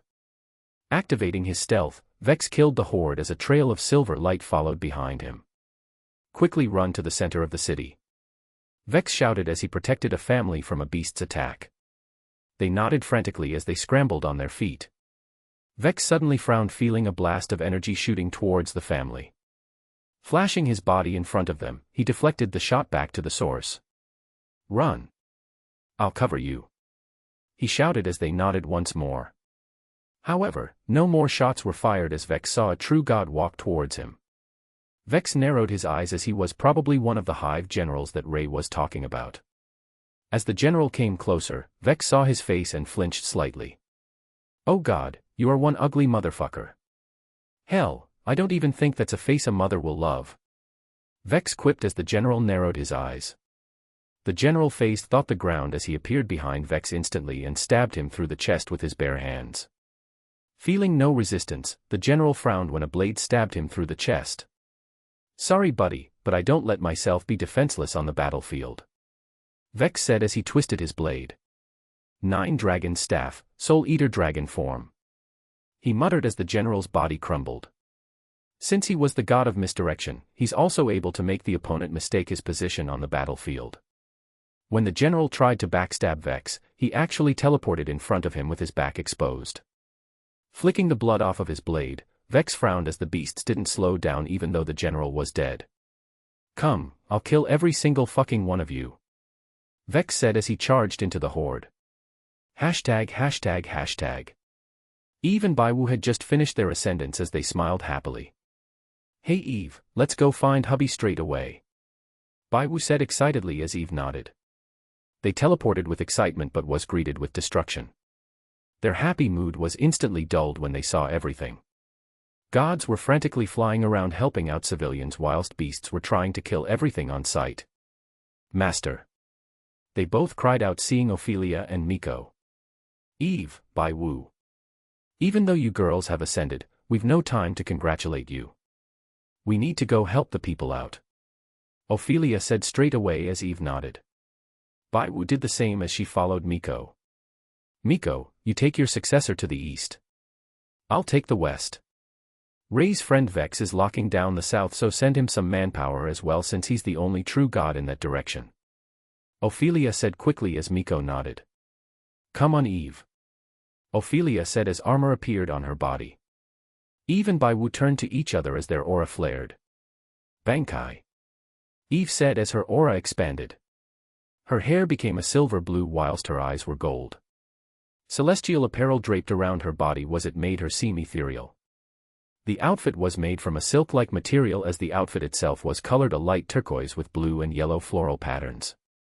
She had her wire gloves as well as a translucent blade on her hip.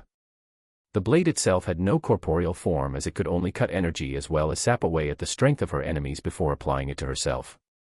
Baiwu said nothing as she also underwent her own transformation.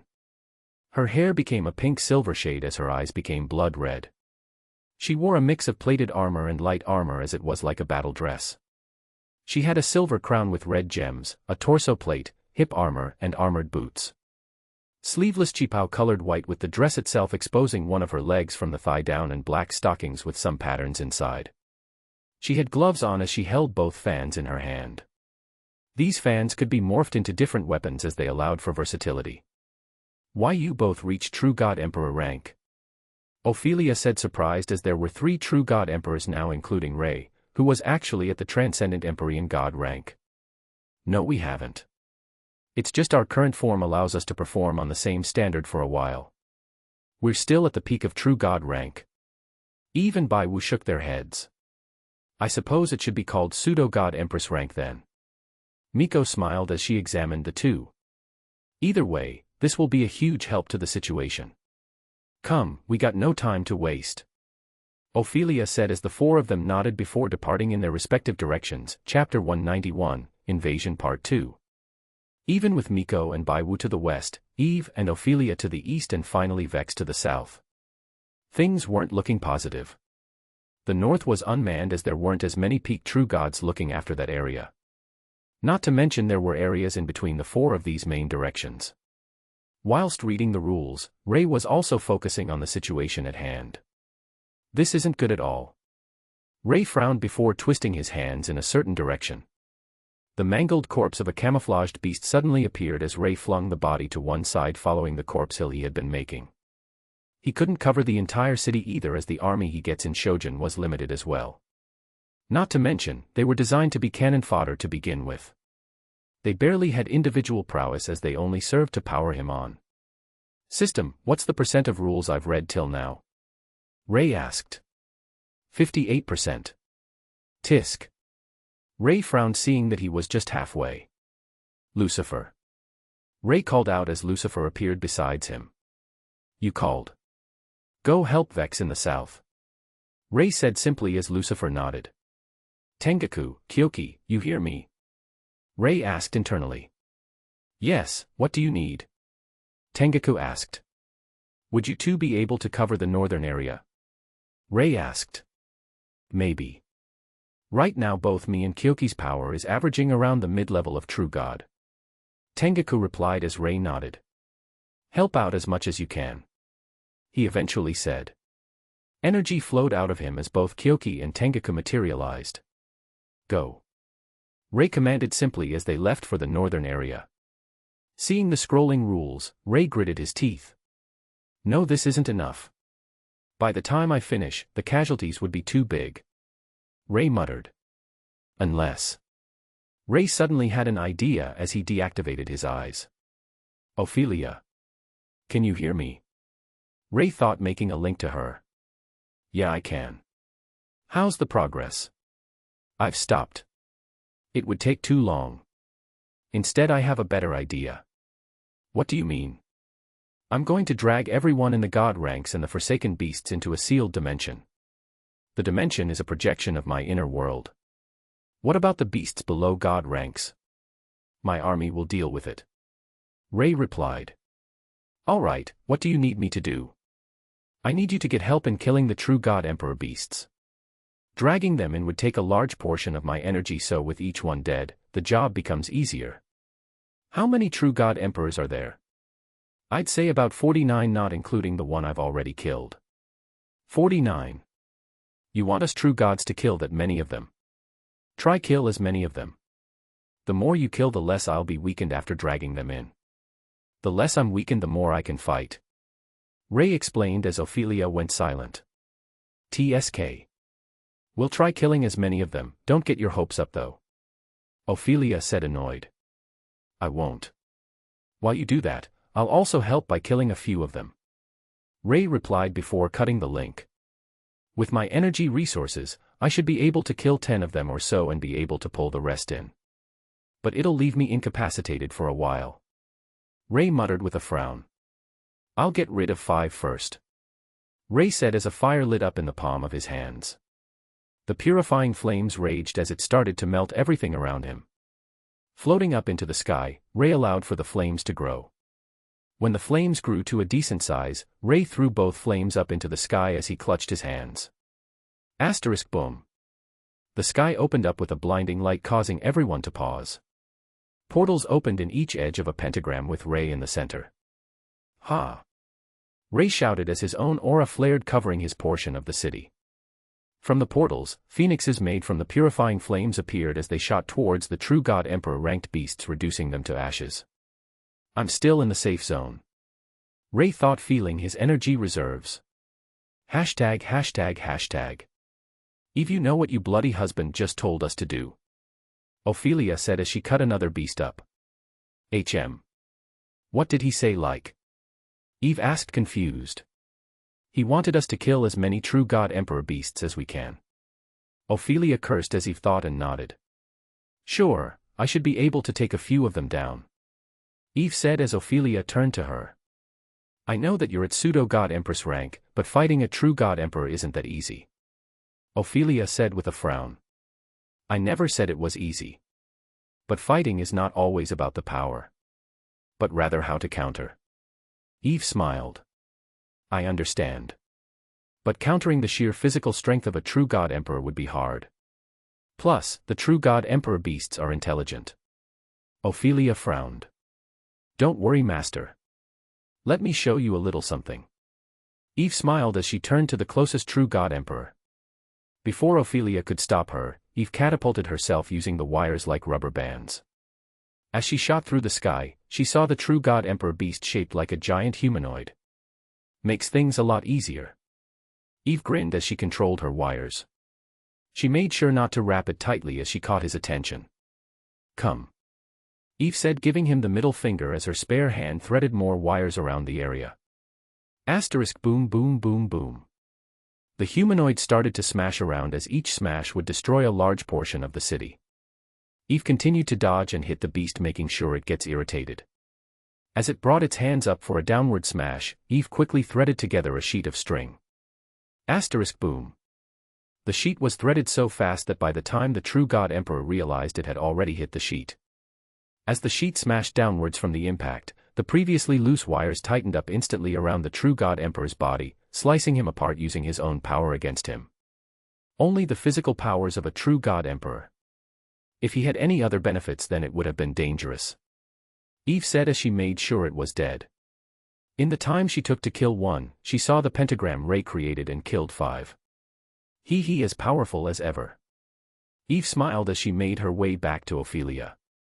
####. Bai Wu, we have to go kill a true God Emperor. You think you're up to the task? Miko asked as she turned to Bai Wu, who frowned. I'm not too sure. My skill set isn't the best for fighting against a true God Emperor. She admitted as she too knew the limit of what she could do. At least you understand. Honestly, I don't think we can kill one either.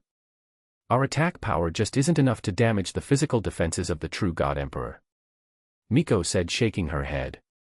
I said I'm not too sure, but I never said it was impossible. Bai Wu said as the lessons about combat Ray taught her flowed into her mind. It all boils down to a few main points. Weakness, counter and exploitation. You find the weakness, you disable the counter it has in place to protect that weakness, then you exploit the weakness and defeat the enemy. The true God Emperor near her was a giant horned earth dragon. A plan formed in her head as she walked calmly towards it. You're joking, right, Bai Wu? You know that if you get heavily injured in this fight, your hubby will blame me, right?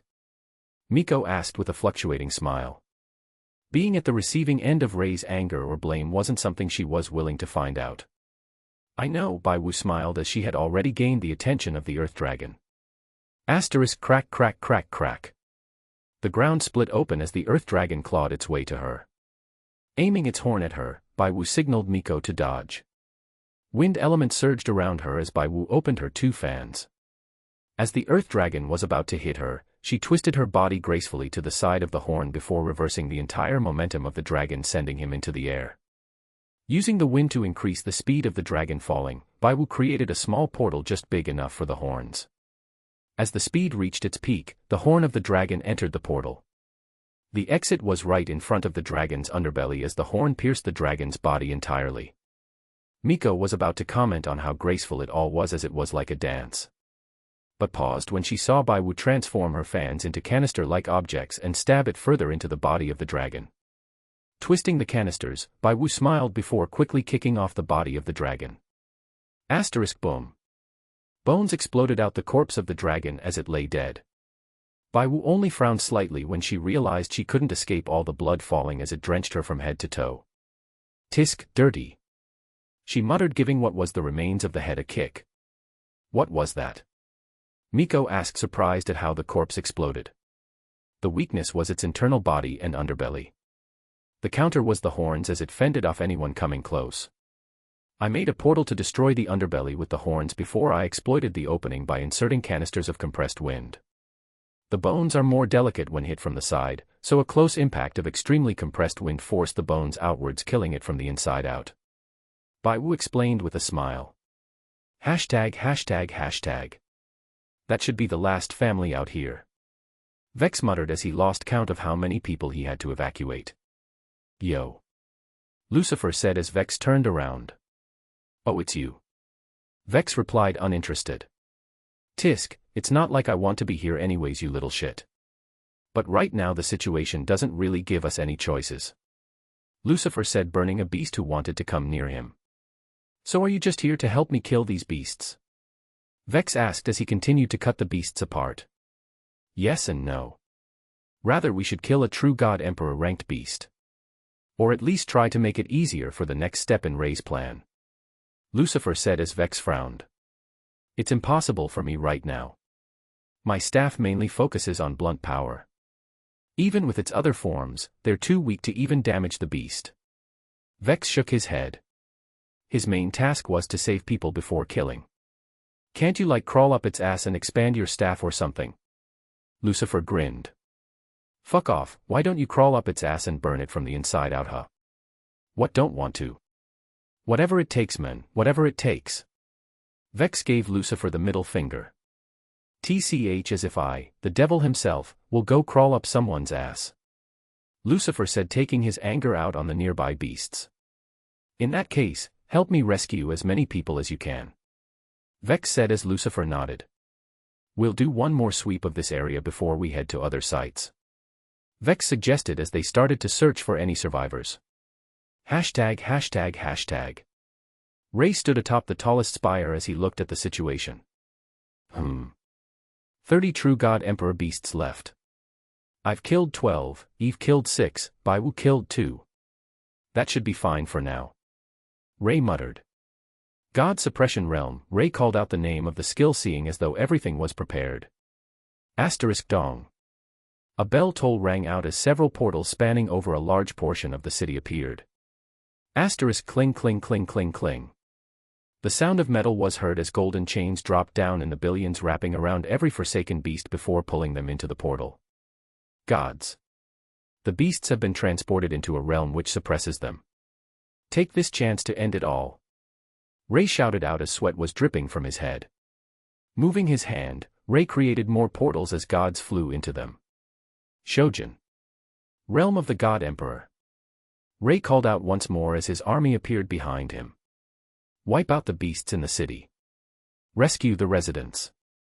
Ray commanded simply before he too stepped through the portal. His vision cleared as he could see almost every god flying in the sky. Right now, the beasts were being chained down, but a few of them was already breaking free. Ray's face was slightly pale from all of his energy usage within a short amount of time. Eve and Bai Wu quickly flew beside him as they helped him stabilize himself. Thanks.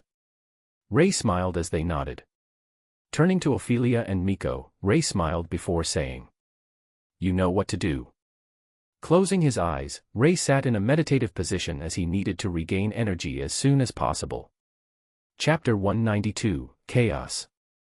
Hours passed as the gods continued to kill the remaining beasts. Leaving the true god emperors, they focused solely on the lower-ranked beasts. Eve and Bai Wu would occasionally work together in killing a true god emperor before retreating as the true god's emperors stuck close to each other. Even now, Ray didn't stop meditating as it seemed like he was still recovering. But in fact, he was already storing excess power whilst keeping an eye out on the battlefield. Masking his senses, he could already see the berserk war god killing everything in sight with a slightly annoyed face. He's not making a move. Ray thought, seeing the war god behave. The figure told me to beware of the war god, but he's not making a move. Frowning slightly, Ray reopened his eyes. Seeing him reopen his eyes, Eve and Bai Wu came over to him quickly. "Have you recovered yet? Is your body okay?" They both asked with concern. "Yeah, I'm fine." Ray smiled lightly. Seeing the remaining true god emperor beasts, Ray decided to end this farce. At first, he wanted to try bait the war god out, but that didn't work. Therefore, leaving these beasts alive any longer were of no use. Summoning a bow, Ray created 5 gods' decapitation arrows as he notched all 5 onto the string. Aiming the bow up slightly, Ray drew back on the string, causing the frame of the bow to start crumbling already. Boom. The 5 arrows flew off as it split apart mid-air, forming several smaller arrows. As the arrows came into contact with the true god emperor beasts, they started to break apart and die slowly. With the arrow wounds as a focal point, the corruption spread outwards as it crumbled away at their flesh. Some of the gods who saw this flinched in slight fear when they turned their gaze over to Ray. "Let's kill the rest of the beasts quickly so we can return and help reconstruct the city," Ray said as Eve and Bai Wu nodded. The speed of which they killed the beasts increased as every single beast was killed. Ray could see the relieved faces of the gods as they saw the rest of the beasts being killed.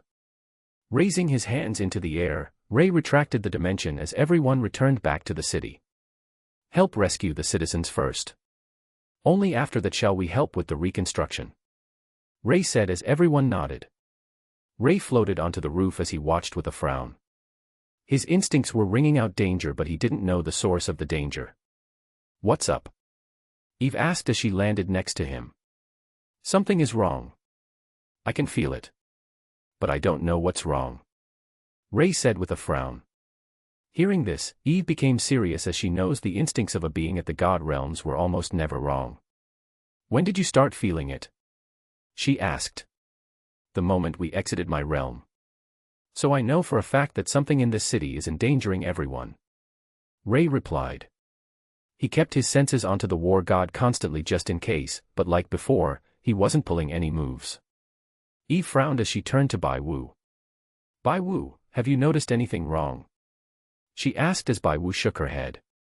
"Maybe it's because hubby's senses are more acute than ours," Bai Wu suggested as Ray nodded. It made sense since he was 2 entire realms above them. "Go help the rescue first. I'll keep an eye out for any signs of danger," Ray said as they nodded before leaving. This isn't even the entire Forsaken Realms army either.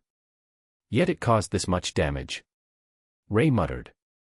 Looking at the streets littered with the corpses, Ray felt his senses warn him even more. Something is wrong with the bodies, Ray thought as he flew upwards. He continued to fly until the entire city was in view. By now, he could barely even see the gods as they were smaller than dots. "What the hell?" Ray muttered, seeing the entire picture.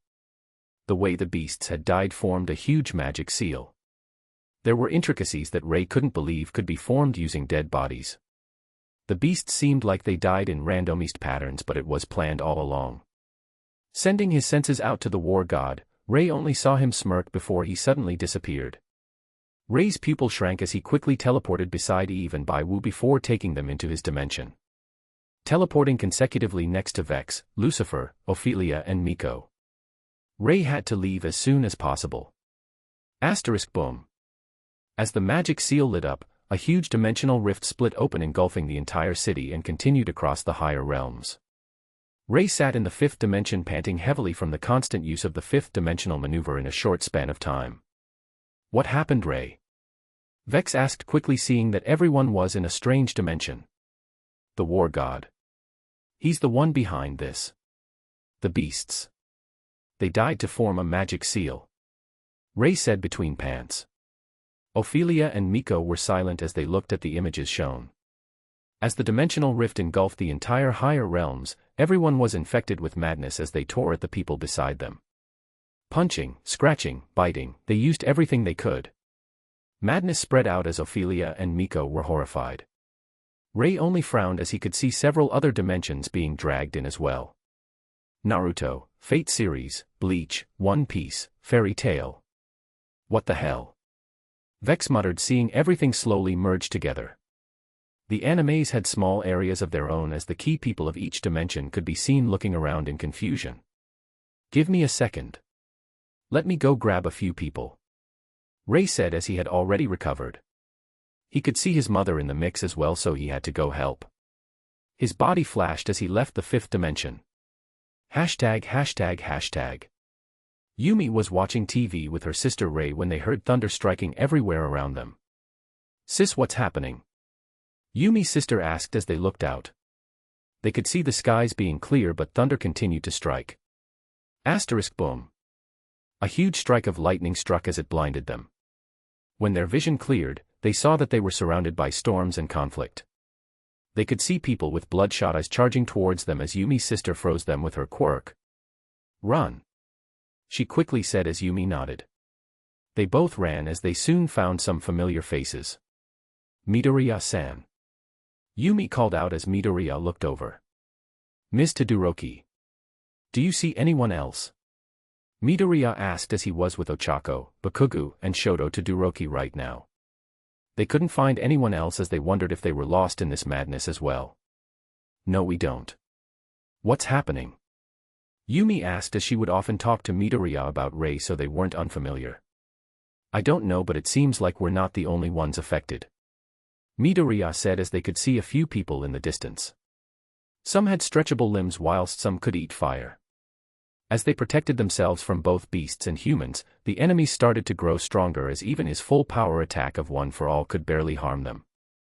Midoriya gritted his teeth as he protected the people around him. Katsuki, how many enemies are left? Midoriya called out to Bakugo as he had stopped calling him Kachan. Like hell would I know. Just keep hitting them. Die. He shouted back as he continued to defend against the horde. The veins on his arms were bulging slightly, showing how much pressure was on his body.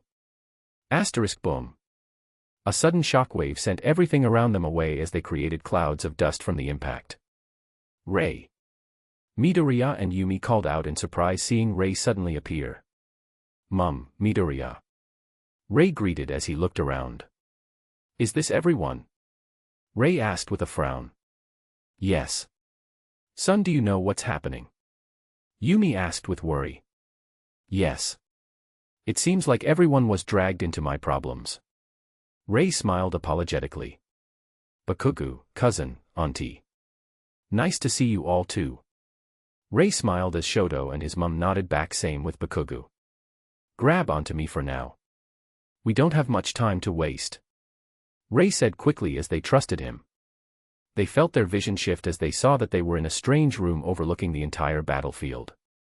Eve, Bai Wu, help heal them a little. I'm going to find a few more people. Ray said as they nodded before disappearing. Hashtag. The Straw Hat crew plus Ace were currently fending against the horde as they were reunited with Shanks. He was alone without his crew, but he was relieved when he found Luffy. Hora! Luffy shouted as he smashed the enemies with his haki. Fire Fist. Ace cried out as fire pillars rose up, burning the enemies around them. Luffy, you good? Ace asked as he had his back to Luffy. Yeah. What about you? Luffy asked as he was slightly out of breath. Just swell. Ace replied, burning a few more enemies. Ha ha ha, the younger generation are energetic. Shanks smiled as he cut down a few beasts with haki. With the horde, they could see a giant beast stomping their way towards them. Luffy turned to the people around him as they nodded. Gear forth. Fire awakening. They all activated their strongest skills as they charged towards the beast. Zoro with his swords, Sanji with his kicks, Luffy with his King Kong gun, Ace with his awakening and so on. Yet they barely dealt the beasts any damage as it shrugged it off. They were about to attack again when the beast was cut in half. Ray stood behind the beast with Kyoki in his hands as he looked at the crew. Ray. Trillion Bounty Emperor. Brat. They all called out as Ray smiled. Yo, I would chat. But we have no time. We need to get out of here. Ray said as they nodded. Making sure that everyone grabbed onto him, Ray sent them into the fifth dimension. Ah, it's you. The murder girlfriend. Ace shouted out as he pointed to Eve. The murder wife now. Eve smiled sweetly as wires surrounded Ace. Ace instantly perked down obediently as Shanks laughed. Hashtag hashtag hashtag. Amiya was wielding both Kansho and Byakuya as he killed the beasts rushing towards them. Tosaka, how are you for prana? Amiya asked looking over to Rin. I'm fine. But try not to overuse your swords like last time. Rin replied as he blasted a few beasts away. A beast was about to attack time when it was suddenly shot by an arrow.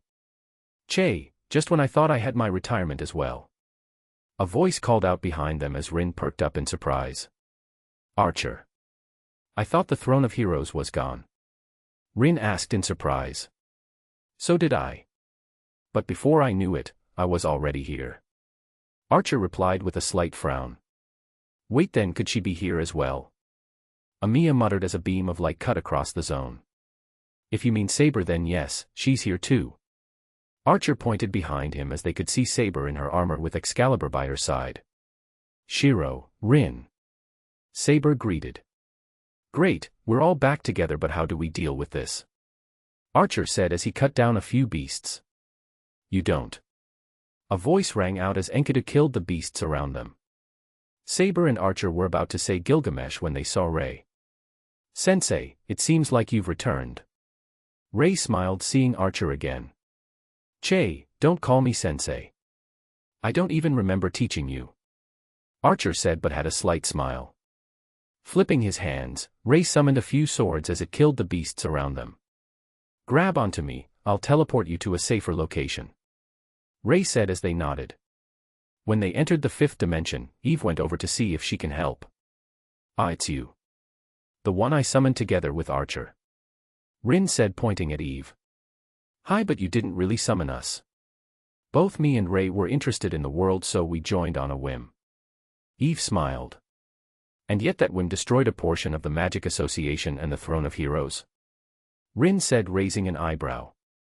A slight accident. Eve replied. Hashtag hashtag hashtag. Meliodas, Ban, Elizabeth, and Elaine were fending against the beasts rather easily, with Meliodas and Ban being the main spearhead. Elaine, did you see anyone else? Ban asked as Elaine was flying in the air with her blood wings thanks to the body Ray created for her. No, I haven't. But there are strange people with weird powers around us. Elaine replied as she landed. TSK, what have we even got ourselves into? Ban clicked his tongue as he killed a beast. Not exactly you, but I may have dragged you into my problems. Ray called out as they turned to him. Ray. Meliodas said with a slight surprise. Father. Ray nodded as Meliodas was technically his adoptive father at one point. Hey, Brett, you still want to such on my blood? Ban grinned. Fuck off. Ray replied instantly as he cleared the area. Grab onto me, we're going somewhere safer so we can reorganize the situation. Ray said as they grabbed onto him. Hashtag hashtag hashtag. Instance, bone-eating poison. Tang Sen called out as he defended the area with Shrek's 7 devils along with Zhao Wuji and Flanders. Neither Tang Sen's master nor his parents were there. Ha! Xiao Wu cried out as she morphed her wings into swords before controlling them. TCH. This isn't ending. Mu Bai shouted as he smashed a few beasts away. All of you. Burn. Fatty Hong shouted as he shot fire out of his mouth. *CRRRR. The ground started to shake as a giant maw appeared about to swallow everyone up. *RIP. The lower maw was suddenly ripped apart when they shivered, feeling a bloodthirsty killing intent. "You dare try to eat my daughter?" Ray said as his eyes were cold. "Dad!" Xiao Wu cried out in surprise. "Xiao Wu." Ray smiled as his killing intent instantly disappeared as if it was a hallucination. Hugging his daughter, Ray looked over at the others. "Tang San." Ray smiled as Tang San bowed. "Master." "Zhao Wuji." Ray smiled as Zhao Wuji shivered, remembering Bai Wu beating the crap out of him. "Fatty, seems like you've been working hard." Ray smiled, feeling Fatty Hong's power. "Che, whose fault is that?" Fatty Hong replied. Ray only chuckled. "All of you grab onto me. I'll send you to a safer location," Ray said as they nodded. "Dad, where's Mum?" Xiao Wu asked. "She's where I'm bringing you. Your grandmother is also there." Ray smiled. "Grandmother? My mother. Oh, I see." Their vision shifted as they were sent into the fifth dimension. "Mum." Xiao Wu cried out, seeing Bai Wu.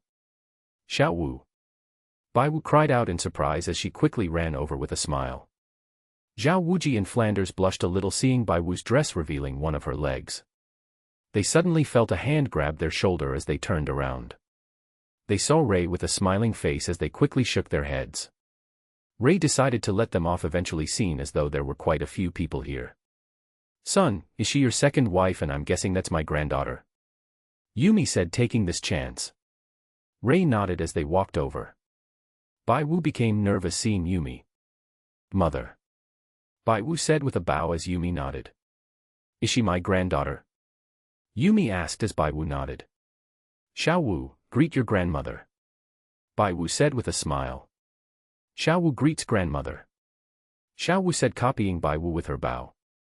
"AI, so cute." Yumi instantly smiled seeing this and hugged Xiao Wu. Ray sighed in relief along with Bai Wu, but paused when he heard the next sentence.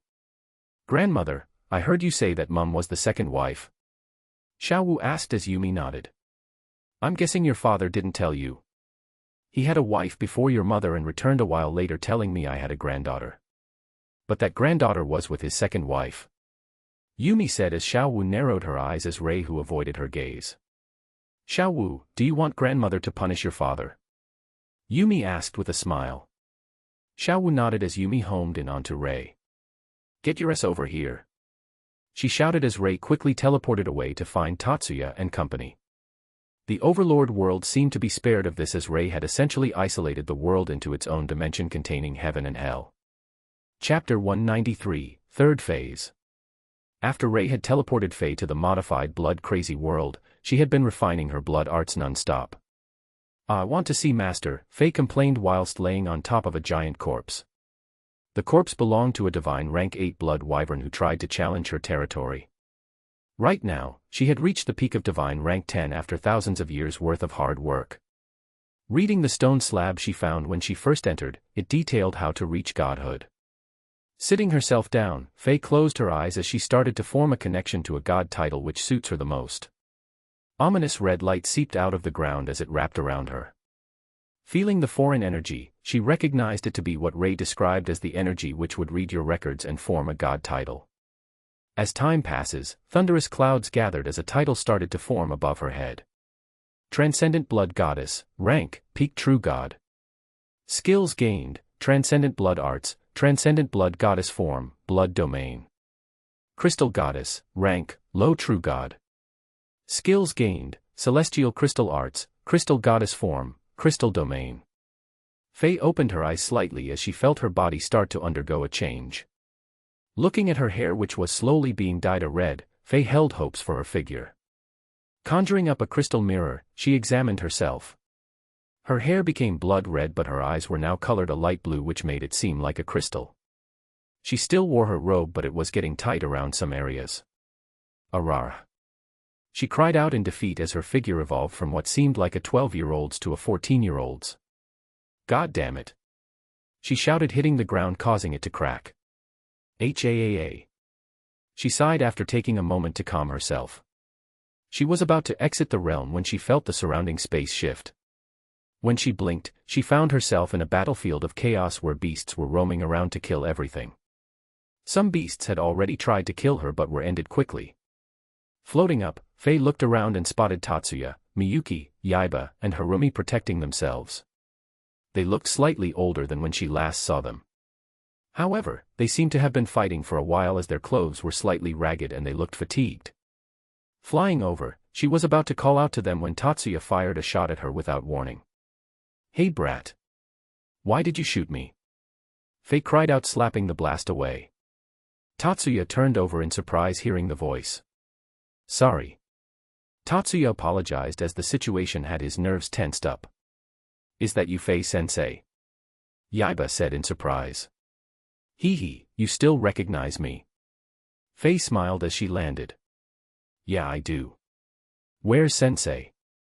Shouldn't he be with you?" Yaiba asked, but Faye shook her head. "After we left your world, I asked him to send me somewhere to help me get stronger. I haven't seen him in a few thousand years." "Old." Yaiba accidentally cried out hearing a few thousand years. Puchi.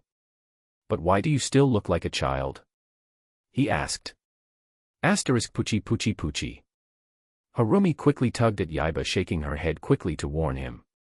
"Tatsuya, let the beasts come. I got some anger to vent." Faye said coldly as Tatsuya nodded and stopped shooting.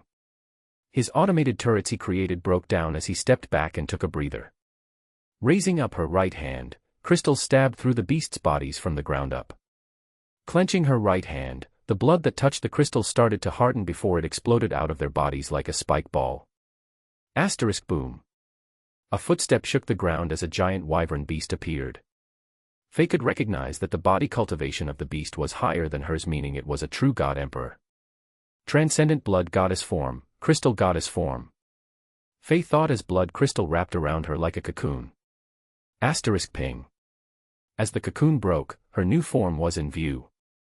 Her red hair extended past her rear as it flowed freely in the air. She was wearing blood crystal armor as there was some silk between each armor.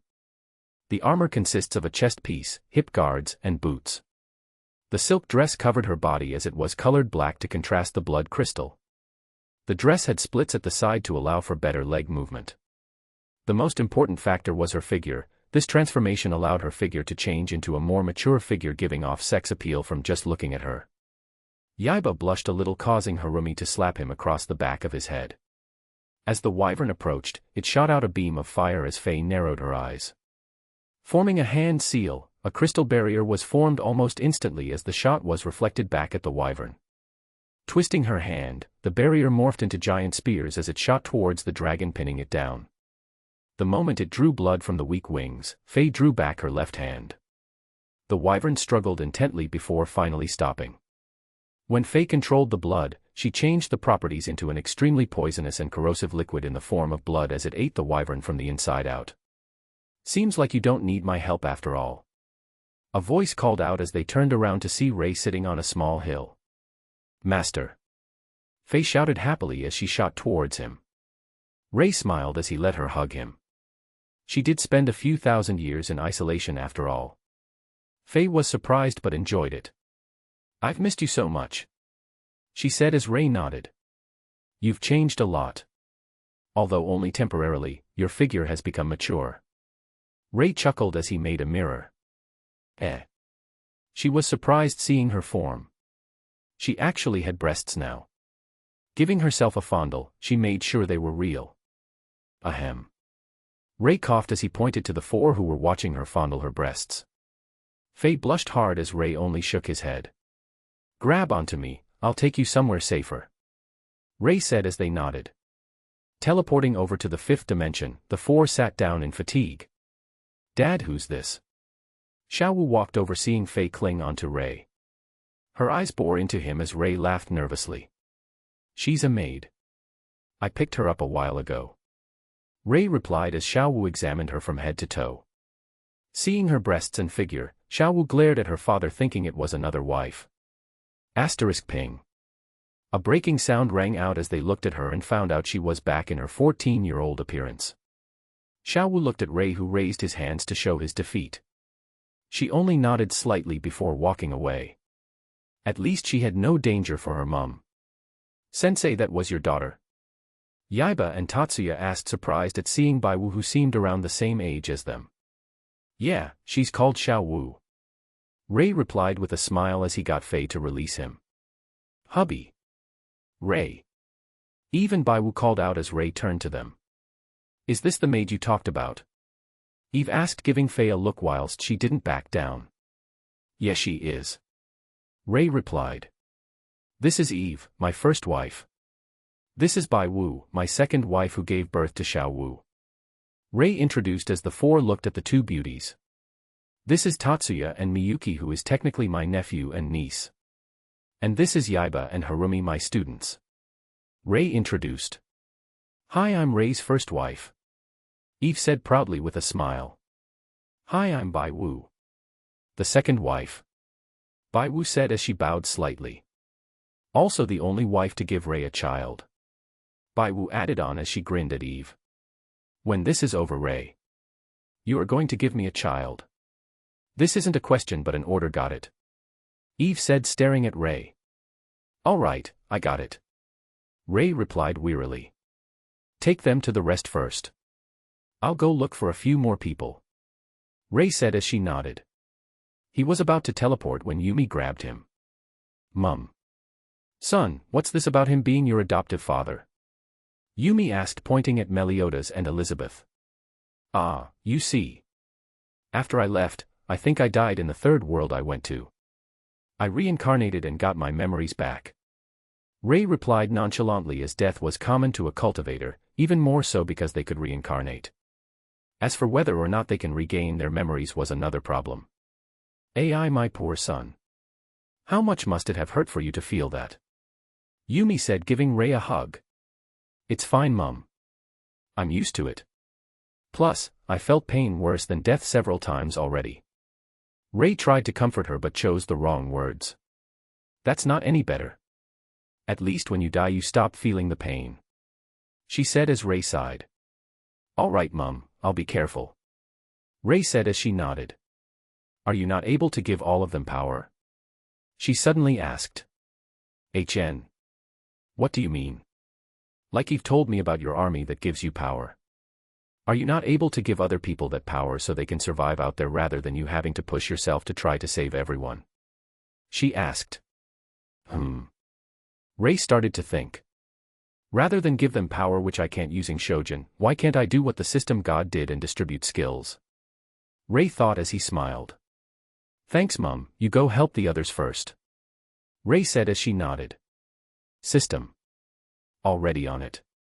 Skills are available, but to do so would mean browsing through all the index and choosing the skills to give to the people. It would take too long. Actually not that I think of it. Kyoki, Tengaku. You called. Kyoki replied. The third phase of your power. What is it? Ray asked. Hey, you already know, don't you? Just wanted to make sure. Ray smiled. The first phase was Bankai. Something which boosted my individual powers. The second phase was Shojin. Which gave me an army to fight against numbers, but they were in the end, cannon fodder. Going by that logic, the most possible outcome for the third phase was to boost the army. In other words, to give them all a Bankai. Ray muttered with a smile. System, are you able to target every being that is either neutral or on our side? Ray asked. Easily. Good. Ray smiled as he exited the fifth dimension. Floating up in the air, Ray looked at the entire battlefield. Bankai. He muttered as his aura flared. Ichigo, who was fighting somewhere in the battlefield, paused when he felt a spike up in aura showing someone was entering Bankai. Shojin. Ray said again, but this time no army was created. Rather, everyone on the battlefield who was against the beasts had their bodies coated with a new energy. And finally. Ray muttered with a smile. Chutsu. Chutsu means transcend or transcendence. Light erupted from everyone as a Bankai was forcefully created for them. It harnessed their potential as it boosted their overall power whilst also regaining their energy. Ichigo flinched, feeling everyone entering Bankai, but more so his own as he entered another state higher than Bankai. What the hell? He muttered, feeling his power having entered Shojin, which he should have never entered. Ray smiled, seeing it was a success, but could only shake his head at the description. Chutsu, gift of God. A gift from God in the times of need. Everyone who is marked will gain a significant power boost and enter a Bankai state. Overall status is boosted by 500%. Pain reception decreased by 98%. Energy recovery is boosted by 1000%. However, all the pain and fatigue is directed onto the host at a 300% multiplier. If he was still in true God Emperor realm, then he would definitely be in a sorry state right now.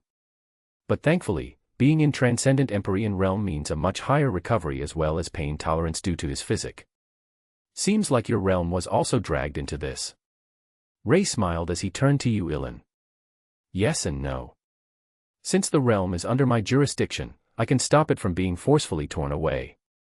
But don't think I haven't forgotten how you slapped God to death. Yu Ilin said as he appeared out of his stealth. To think after God there is still this. God-damned super end boss. Yu Ilin said, seeing the place. Fancy helping out a little? Ray asked with a smile. Naturally, if I don't, I'll be like one of those people who will regret in the future due to you surviving all of this. After that, my realm will be left outside of your alliance and eventually suffer an attack we can't handle, but you won't help since we didn't help. Yu Ilin said as Ray looked over at him. That's a rather detailed guess. Ray said as Yu Ilin smiled. Call me Yu Ilin, the God of Foreshadows. God of Foreshadows. Hee hee, interesting. Why don't you guess my destiny? Ray asked with humor. Nope, you know why. Because you have the settings of a person who will eventually make an extremely hard decision and can only pull it off when forced.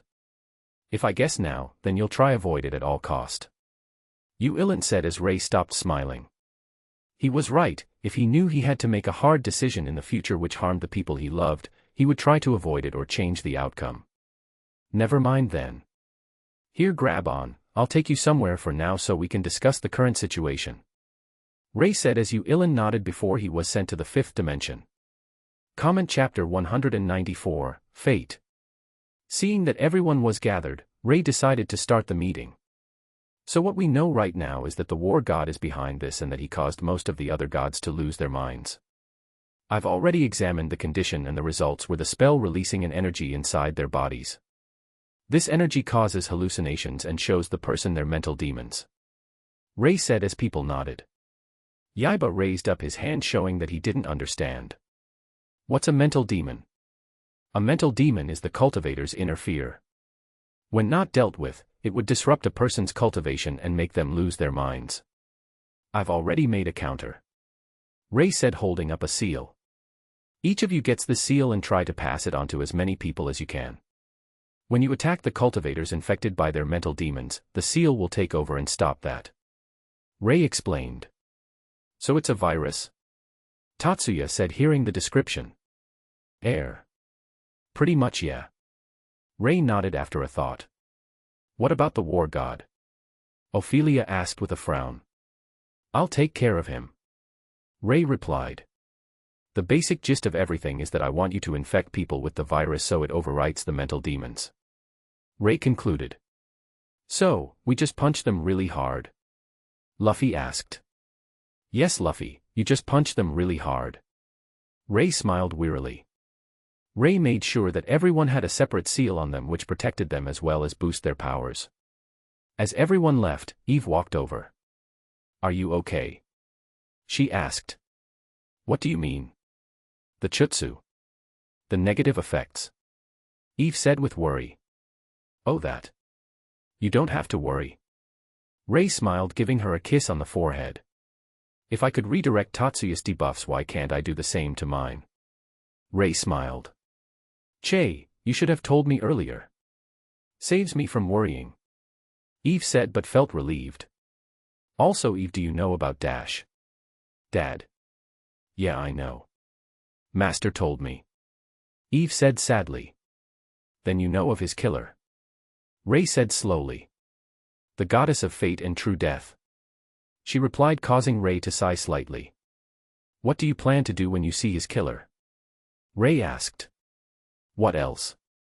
I can't kill her permanently like what she did to Dad. But I can definitely torture her. Eve said with gritted teeth. I see. Ray muttered as he reached out and pulled something out from midair.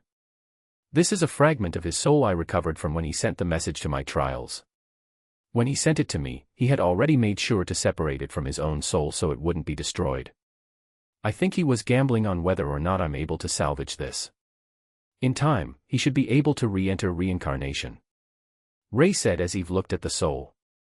Thank you. Eve said as she hugged him. Ray patted her head before storing away the soul. I just hope she can forgive Kyra should I save her. Ray thought. You know her killer personally? Lucifer asked. What?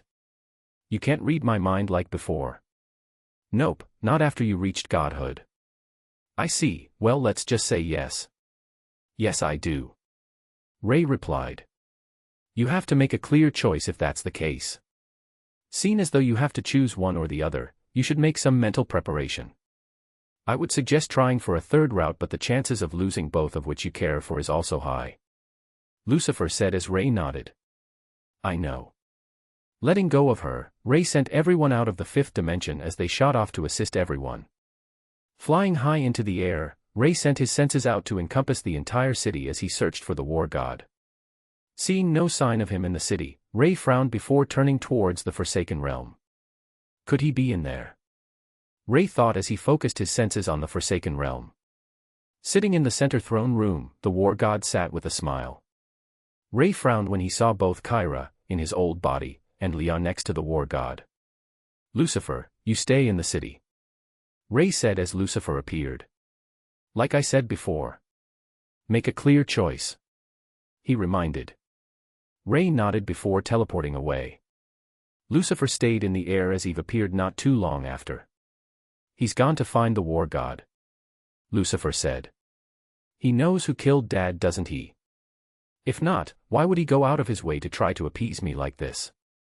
I'm not an idiot. Eve said looking towards Lucifer. Yet he still chose you in the end. All that whilst ignoring the pain he would feel to kill her for good. Lucifer said as he could sense Ray's determination. You've arrived. The war god said as Kyra and Leah perked up. Ray landed softly as he looked at the three. Kyra, seems like you've changed a lot over the years.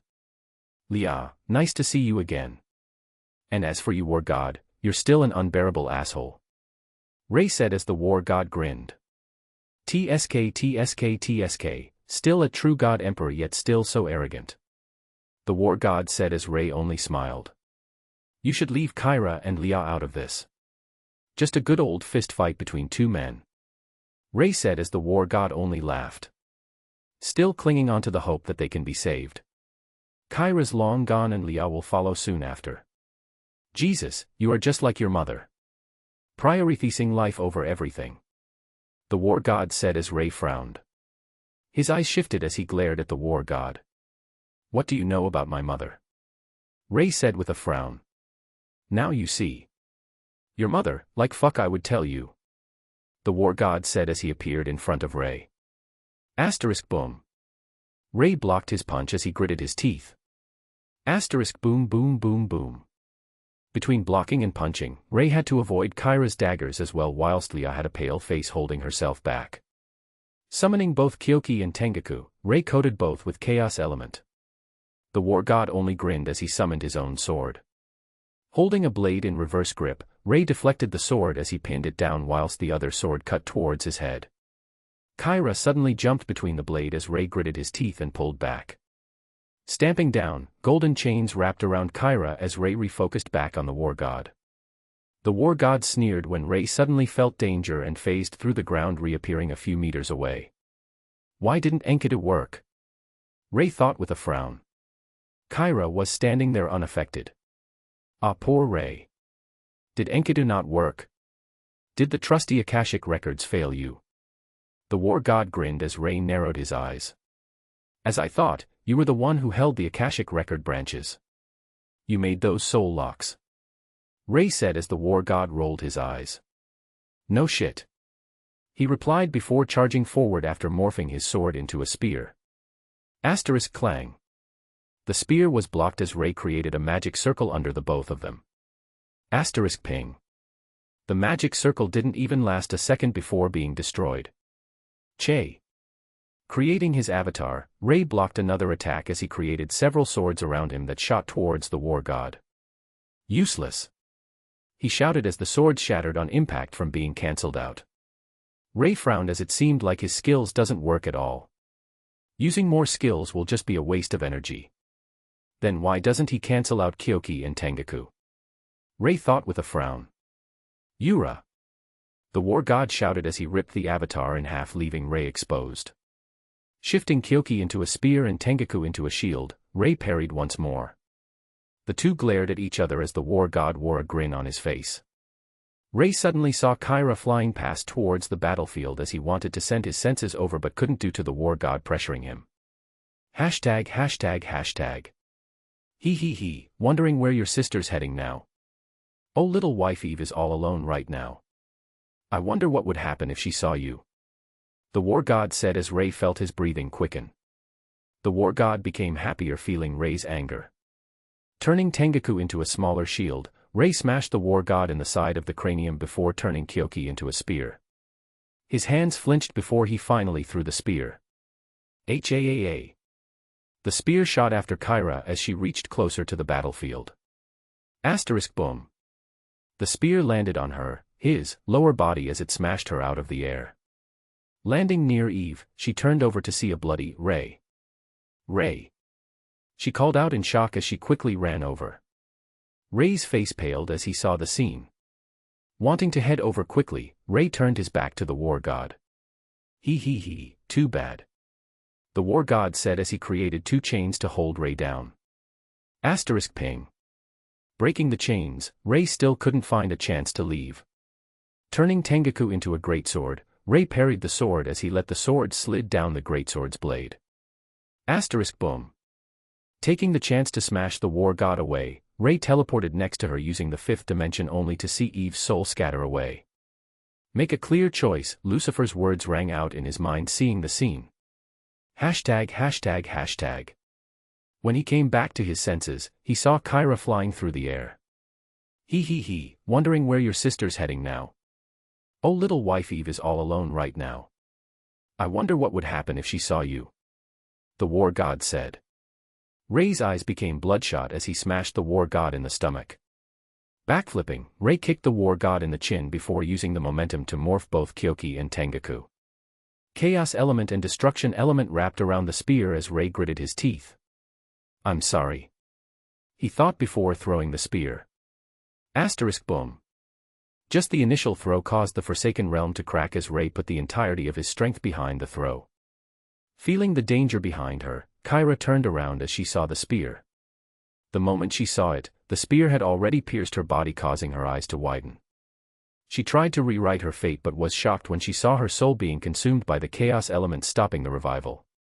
Without even muttering a single word, she was erased from where she flew. Ararha. Ray cried out in anguish feeling the erasure of his sister's soul. Oh wow, how merciless. Erasing the soul even more thoroughly than she would with her god title. TSK. The war god sneered seeing Ray stand in the center of a crater. Ray turned around quickly as his eyes were bloodshot. The war god paused at the sheer amount of bloodlust radiating off Ray was the most he had ever seen. Ray stuck out his hand as both Tengaku and Kyoki reappeared, still the form of the spear. Asterisk boom. A single step caused the ground to shatter as Ray stabbed towards the war god using Transcendent Trajectory EX with his spear. Asterisk ping. The war god blocked every single one of them as kept his grin. To go so far as to erase your sister's soul permanently just to protect your lover. Color me impressed, Ray. Color me impressed. Perhaps I was wrong about how you were like your mother. Please, do surprise me. The war god said, causing Ray to grit his teeth harder. During that moment, Ray understood that Kyra had used the last of her will to allow him to see Eve's fate. What could have happened was prevented due to Kyra's choice. A choice she knew would end her permanently. Conditions cleared. Authority clearance level restored. Memory lock disabled. Passive reawakened. Bloodline reawakened. Welcome back. Creator. Chapter 195, Trial and Error. Welcome back. Creator. The moment Ray read this, it was like a lock was undone as he closed his eyes. So it's time. Ray muttered as the war god climbed back out. Before the war god could speak, Ray had already grabbed the war god by the face. Asterisk boom. Smashing the war god into the ground, a crater was formed from the force. Do you know how long I've been waiting for this? Ray muttered coldly as his eyes were radiating with anger. The war god reappeared as he punched towards Ray, who blocked it easily. Twisting the arm, Ray kicked his stomach as the force ripped the arm right out of the sockets. Asterisk boom. Crashing through the building, Ray looked at the downed war god. The war god dashed towards him once more, not believing Ray can overpower him as he regenerated his arm. As Ray roundhouse kicked towards the war god, he sneered as he too kicked towards Ray. Asterisk boom. The outcome was simple as Ray's kick destroyed his entire lower body. Regenerating quickly, the war god tried to flee. Grabbing his legs, Ray smashed him into the ground before stabbing Kyoki through him, pinning him down. How many times I've had to watch her die? How many times I had to try prevent this? How many times you have won? How many times I made the same mistake? How many times I will loathe my choices? How many times I've tried to throw away my compassion but couldn't? How many times I have repeated history but could never win? Ray said as he summoned more swords to lock down the war god through stabbing him in the limbs. What are you talking about? The war god said as he gritted his teeth. These swords are a skill, why can't I cancel them out?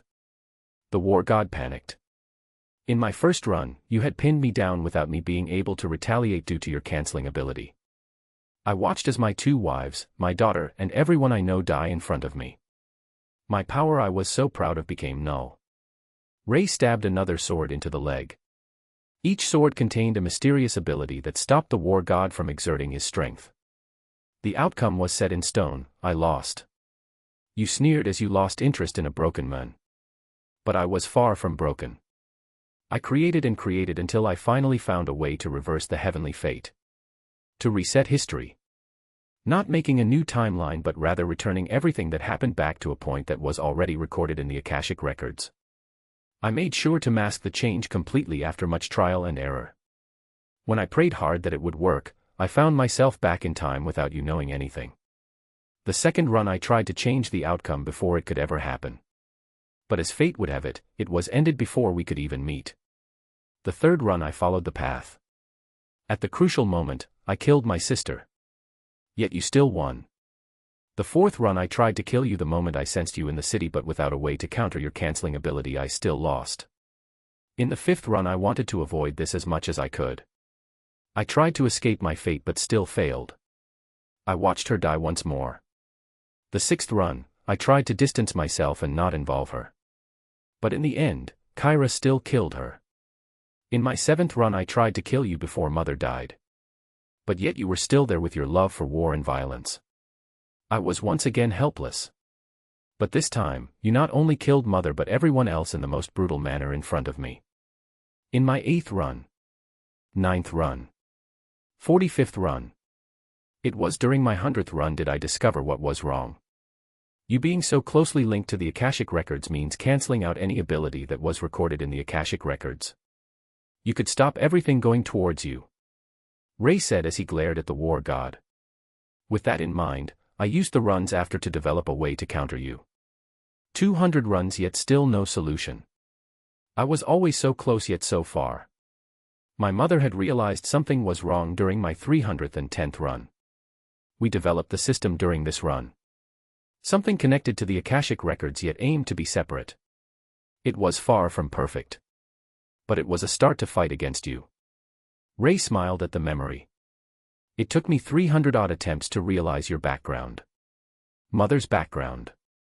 From the Akashic records, it developed sentience. One looked for meaning in life. The other looked for meaning in death. Due to this connection, you were able to corrupt Mother. Corrupt sister. And yet Mother used everything in her power to prevent me from being corrupted rather than herself. How would you defeat the Akashic records? The records which contain everything that exists in the world.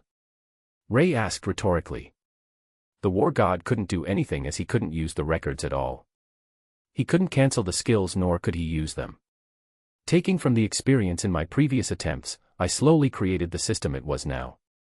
Little by little, it improved with each attempt. When the system becomes perfect, it will replace the Akashic records, allowing me to destroy the original records. Destroying you and destroy Mother. Ray said sadly. When I finally perfected the system, I worked to find a way to defeat you. But 50 runs in and I still couldn't defeat you. I was frustrated. Confused as to why the system still failed. Ray said, shaking his head. Because you had always played me in your palm. What I knew, you knew as well. Therefore, the solution was for me not to know. I sealed everything I knew until the point of death where Father would save me. In this, I released the system into the world. Making a few fail-safes should I lose once more, I tempted fate with the system but no knowledge. I still lost. Trial after trial, I etched out all of the variables that affect the outcome. This is the run I had most hopes with. The system was complete, the memory was sealed and masked. I implanted a fragment of myself in a certain world to give myself an extra boost so I can reach my potential faster as well as develop everything in time. And now here I am. Ray said as he could feel the panic from the war god. Everything he had done, everything he had prepared for was to make the war god helpless during this moment. Taking out a portion of his mother's soul, Ray looked at it in sadness as his finger tapped the soul. Her figure became visible as she opened her eyes. Ray, her soul muttered as Ray gave her the memories. Mother. Ray said, imprinting her image into his mind as vivid as possible. She smiled lovingly as she nodded. She too knew this was needed. Take care, son, she said, closing her eyes. Ray reached out as he silenced the war god. His soul tried to struggle but it was futile as Ray's eyes shifted. Inherited right eye of the heavenly fate insight. Inherited left eye of the heavenly fate rewrite. Akashic Records Heavenly Fate Insight Branch plus Akashic Records Heavenly Fate Rewrite Branch plus Akashic Records Skill Branch plus Akashic Records Knowledge Branch plus Akashic Records Sentient Soul, Life plus Akashic Records Sentient Soul, Death equals Akashic Records.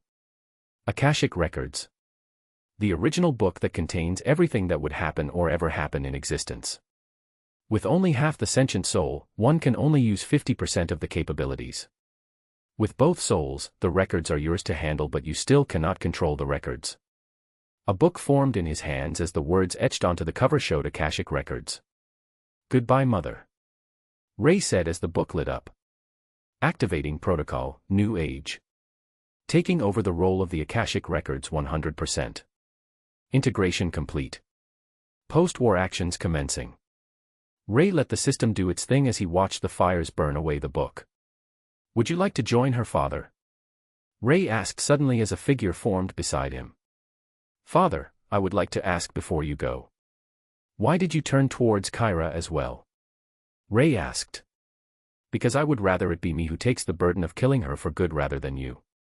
Her records are now permanent and conjoined with the Akashic Records much like your mother. If she lives, so does your mother and the death soul. His father said as Ray nodded. Just wanted to make sure. Ray said sadly. Kyra far too corrupted for him to save her. If she lives, so will the war god. Given time, the war god could adapt and evolve, and when that happens, he would be helpless. Scattering into particles, Ray watched as his father's soul disappeared from the world to join his mother. How is your lock, Leah? Ray asked, turning to Leah. It's gone. Leah said as Ray nodded. He could only save Leah as she wasn't conjoined to the records like Kyra was. Was what you said true? She asked, hearing about how many times he had to go through the situation. It doesn't matter anymore. What matters is that it's over. Ray shook his head. He felt tired from having experienced the same situation over and over again. Having seen Kyra's death several hundred times on top of everyone's death made him a little numb to it. But the relief of being freed from this fate made him forget about this. So it's just me and you left in this family? Leah said as Ray shook his head. If we lose family, then we find others to help fill that void. Ray said as he flew towards the main battlefield. Without the influence of the war god, the realm slowly fixed itself as Ray reappeared on the battlefield. The people were being returned back to their time as Ray wiped their memories to ensure their timeline and fate had no diversions. Landing softly, Ray appeared next to Eve and Bai Wu. Ray. They both called out as Ray smiled. They paused seeing Lia land behind her. This is Lia. My sister from my past life. Ray said as they nodded. At this point, anything weird that could happen would be normal. Is the war god dealt with? Eve asked as Ray nodded. Everything is over now. Ray smiled, feeling the most amount of relief in his entire existence. I guess we're heading back as well. Yaiba said, walking up to them along with Tatsuya and the rest. I would ask if you guys want to stay here, but you have family back in your world. Ray smiled as they nodded. Giving them a small wave, Ray sent them off. Turning over to Tang San and Xiao Wu, Ray smiled at them. When you and everyone else reach titled Dolua, tell Xiao Wu to give me a message using the seal. I'll bring you guys to this realm if you wish. Ray said as they nodded. When the time comes, I'll be sure to notify Master. Tang San bowed slightly. Xiao Wu hugged both Ray and Bai Wu before she stared at Lia and Fei. Dad, are they going to be my stepmoms? She asked, looking at him. Ray, no. Eve, yes. Bai Wu, yes. Fei, yes. Lia, yes. Ray. Isn't the female supposed to be the one rejecting? Just don't forget about me or Mum, okay, Dad? Xiao Wu said, staring him in the eye. Of course. After all, you are my first child. Ray smiled lovingly. Seeing the Dolua Dalu world group off, Ray saw who was left. It was only the Boku no Hero crew left. Mum. Ray said as Yumi walked closer. Do you want to stay in the higher realms with me and my family? Ray asked as she shook her head. As much as I want to, a mortal shouldn't be here in the higher realms. Just visit from time to time, okay? She smiled as Ray nodded. Sending them off, Ray sighed slightly as he came to a loss at what he should do next. His life goal was to kill the war god and replace the Akashic records. Now that he completed it, what next? Feeling a little lost, Lucifer said as Ray turned over and nodded. A little. He admitted. Well, don't be. You need to stabilize the higher realms and you owe Eve a kid. Lucifer smiled. Ah, yes. I did promise her, didn't I? Ray muttered as Lucifer shrugged before re-entering his body. Turning over to the girls, he saw that they were huddled up together. What are you all talking about? Ray asked, walking closer. The rankings. Eve said as they nodded. I'm first wife, Bai Wu is second. Fei is third and Lia is fourth. Eve said, pointing in order. You know what? Sure, go for it. I'll go repair the higher realms first. Ray said, shaking his head with a smile. Ah, but don't go too crazy, okay? Don't start pulling every girl you see. I was content with just you and Bai Wu. Ray reminded them as they nodded. Got it. Take care, Ray. Eve said as they gave him a light wave. Flying into the sky, Ray looked at the destruction around the realms and shook his head. System. Help me integrate some new features. Ray said as a panel appeared. Would you like me to apply the features from certain worlds for entertainment? Sure. Dungeon Conquest feature added. Dungeon Creation feature added. Feature added. Feature added. Feature added. Integration of the Utopia Protocol complete. Ray smiled as he looked around. The city was nothing like it was before. High towers and repaired buildings. People were surprised at the change but welcomed it. When they saw Ray creating more buildings, they knew it was him who did all this. All right. System, create more system branches and scatter them out into the world. Let more people ascend and experience having the system. Ray said as he looked at the panels. Distributing systems into the lower world. The strongest system. The doctor system. The book travel system. The lucky system. The ultimate scheming system. System. Complete. A few years later. Hey sis, the new mansion has just been finished next to ours. I think the family that's moving in will be giving us a visit. Rei Todoroki said, looking at the letter. Do they say when they'll be visiting? Yumi asked. They said sometime today. She replied, showing her the letter. Asterisk bing bing. The doorbell rang out as Yumi walked over and over the door. Grandma, 5 kids shouted out as they hugged Yumi. Huh. Yumi was surprised. She didn't have any grandkids except for Xiaowu and Les. Hey mum. End. Author's notes because it was too long to fit in the actual thing. And finished. Damn, never thought I would actually finish my story, not going to lie. Writing something totaling up to 195 chapters was not something I believed I could have done. With 4.5 million views and roughly a 372,000 word count. This is the end of my first book. After stories will come depending on what suggestions I get. But all in all, I say this was a pretty good success from a noob author. I still can't believe I've failed my English tests yet. Write this story. In your face, English teacher. You can compensate for grammar but not creativity. But this story is definitely far from perfect. I've made bad choices, rushed parts, but that's all part of the learning experience. Trial and error, much like this chap's title. Like Rei, who had to trial and error through his life to gain his victory, this book was a trial and error to see how I can write certain situations. As for my next book, I think I'm going to take a short break first. Get ideas generated and new worlds created. Maybe in the same universe as this book, maybe not. But as a final word of thanks. Thank you for reading my book. Rayleigh out. Chapter 196, next book. Damn. As much as I want a break, I keep getting new ideas. What would have been an idea for a side story kept evolving, and I've decided to try make it another book. I'll draft a few chaps up to see how it works for me before publishing. Though I will say this time I want to give a female protag a try. So if having a female protag throws you off, you've been warned. I'll paste the draft synopsis below though. Synopsis draft. I'm captured. Fine, I can't help it since I can't move. Experimented on. At least give me some anesthetic. I'm freed. Let me get some revenge. Want to plead for your life? Sorry, this miss here holds a grudge. I destroyed the lab, so now let me explore this world freely. I somehow joined Mr. Hero's party. Fine, he seems fun. Aya, how cruel. For the honor of being a hero you'd kill this missy, huh?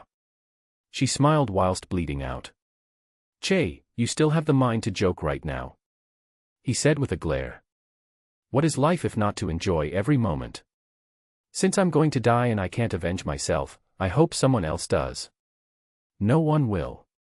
You were the only one who was more powerful than I with your nanomancy. Now with you out of th dash. Hush, child. I'm trying to die in peace here. But I'm ol dash. AP. Good children don't disturb their elders. But yo dash. Bye, she grinned before losing strength. Fuck. Why am I sleeping in the snowfields? Mr. Wolves are growling at me. Hungry, huh? Me too.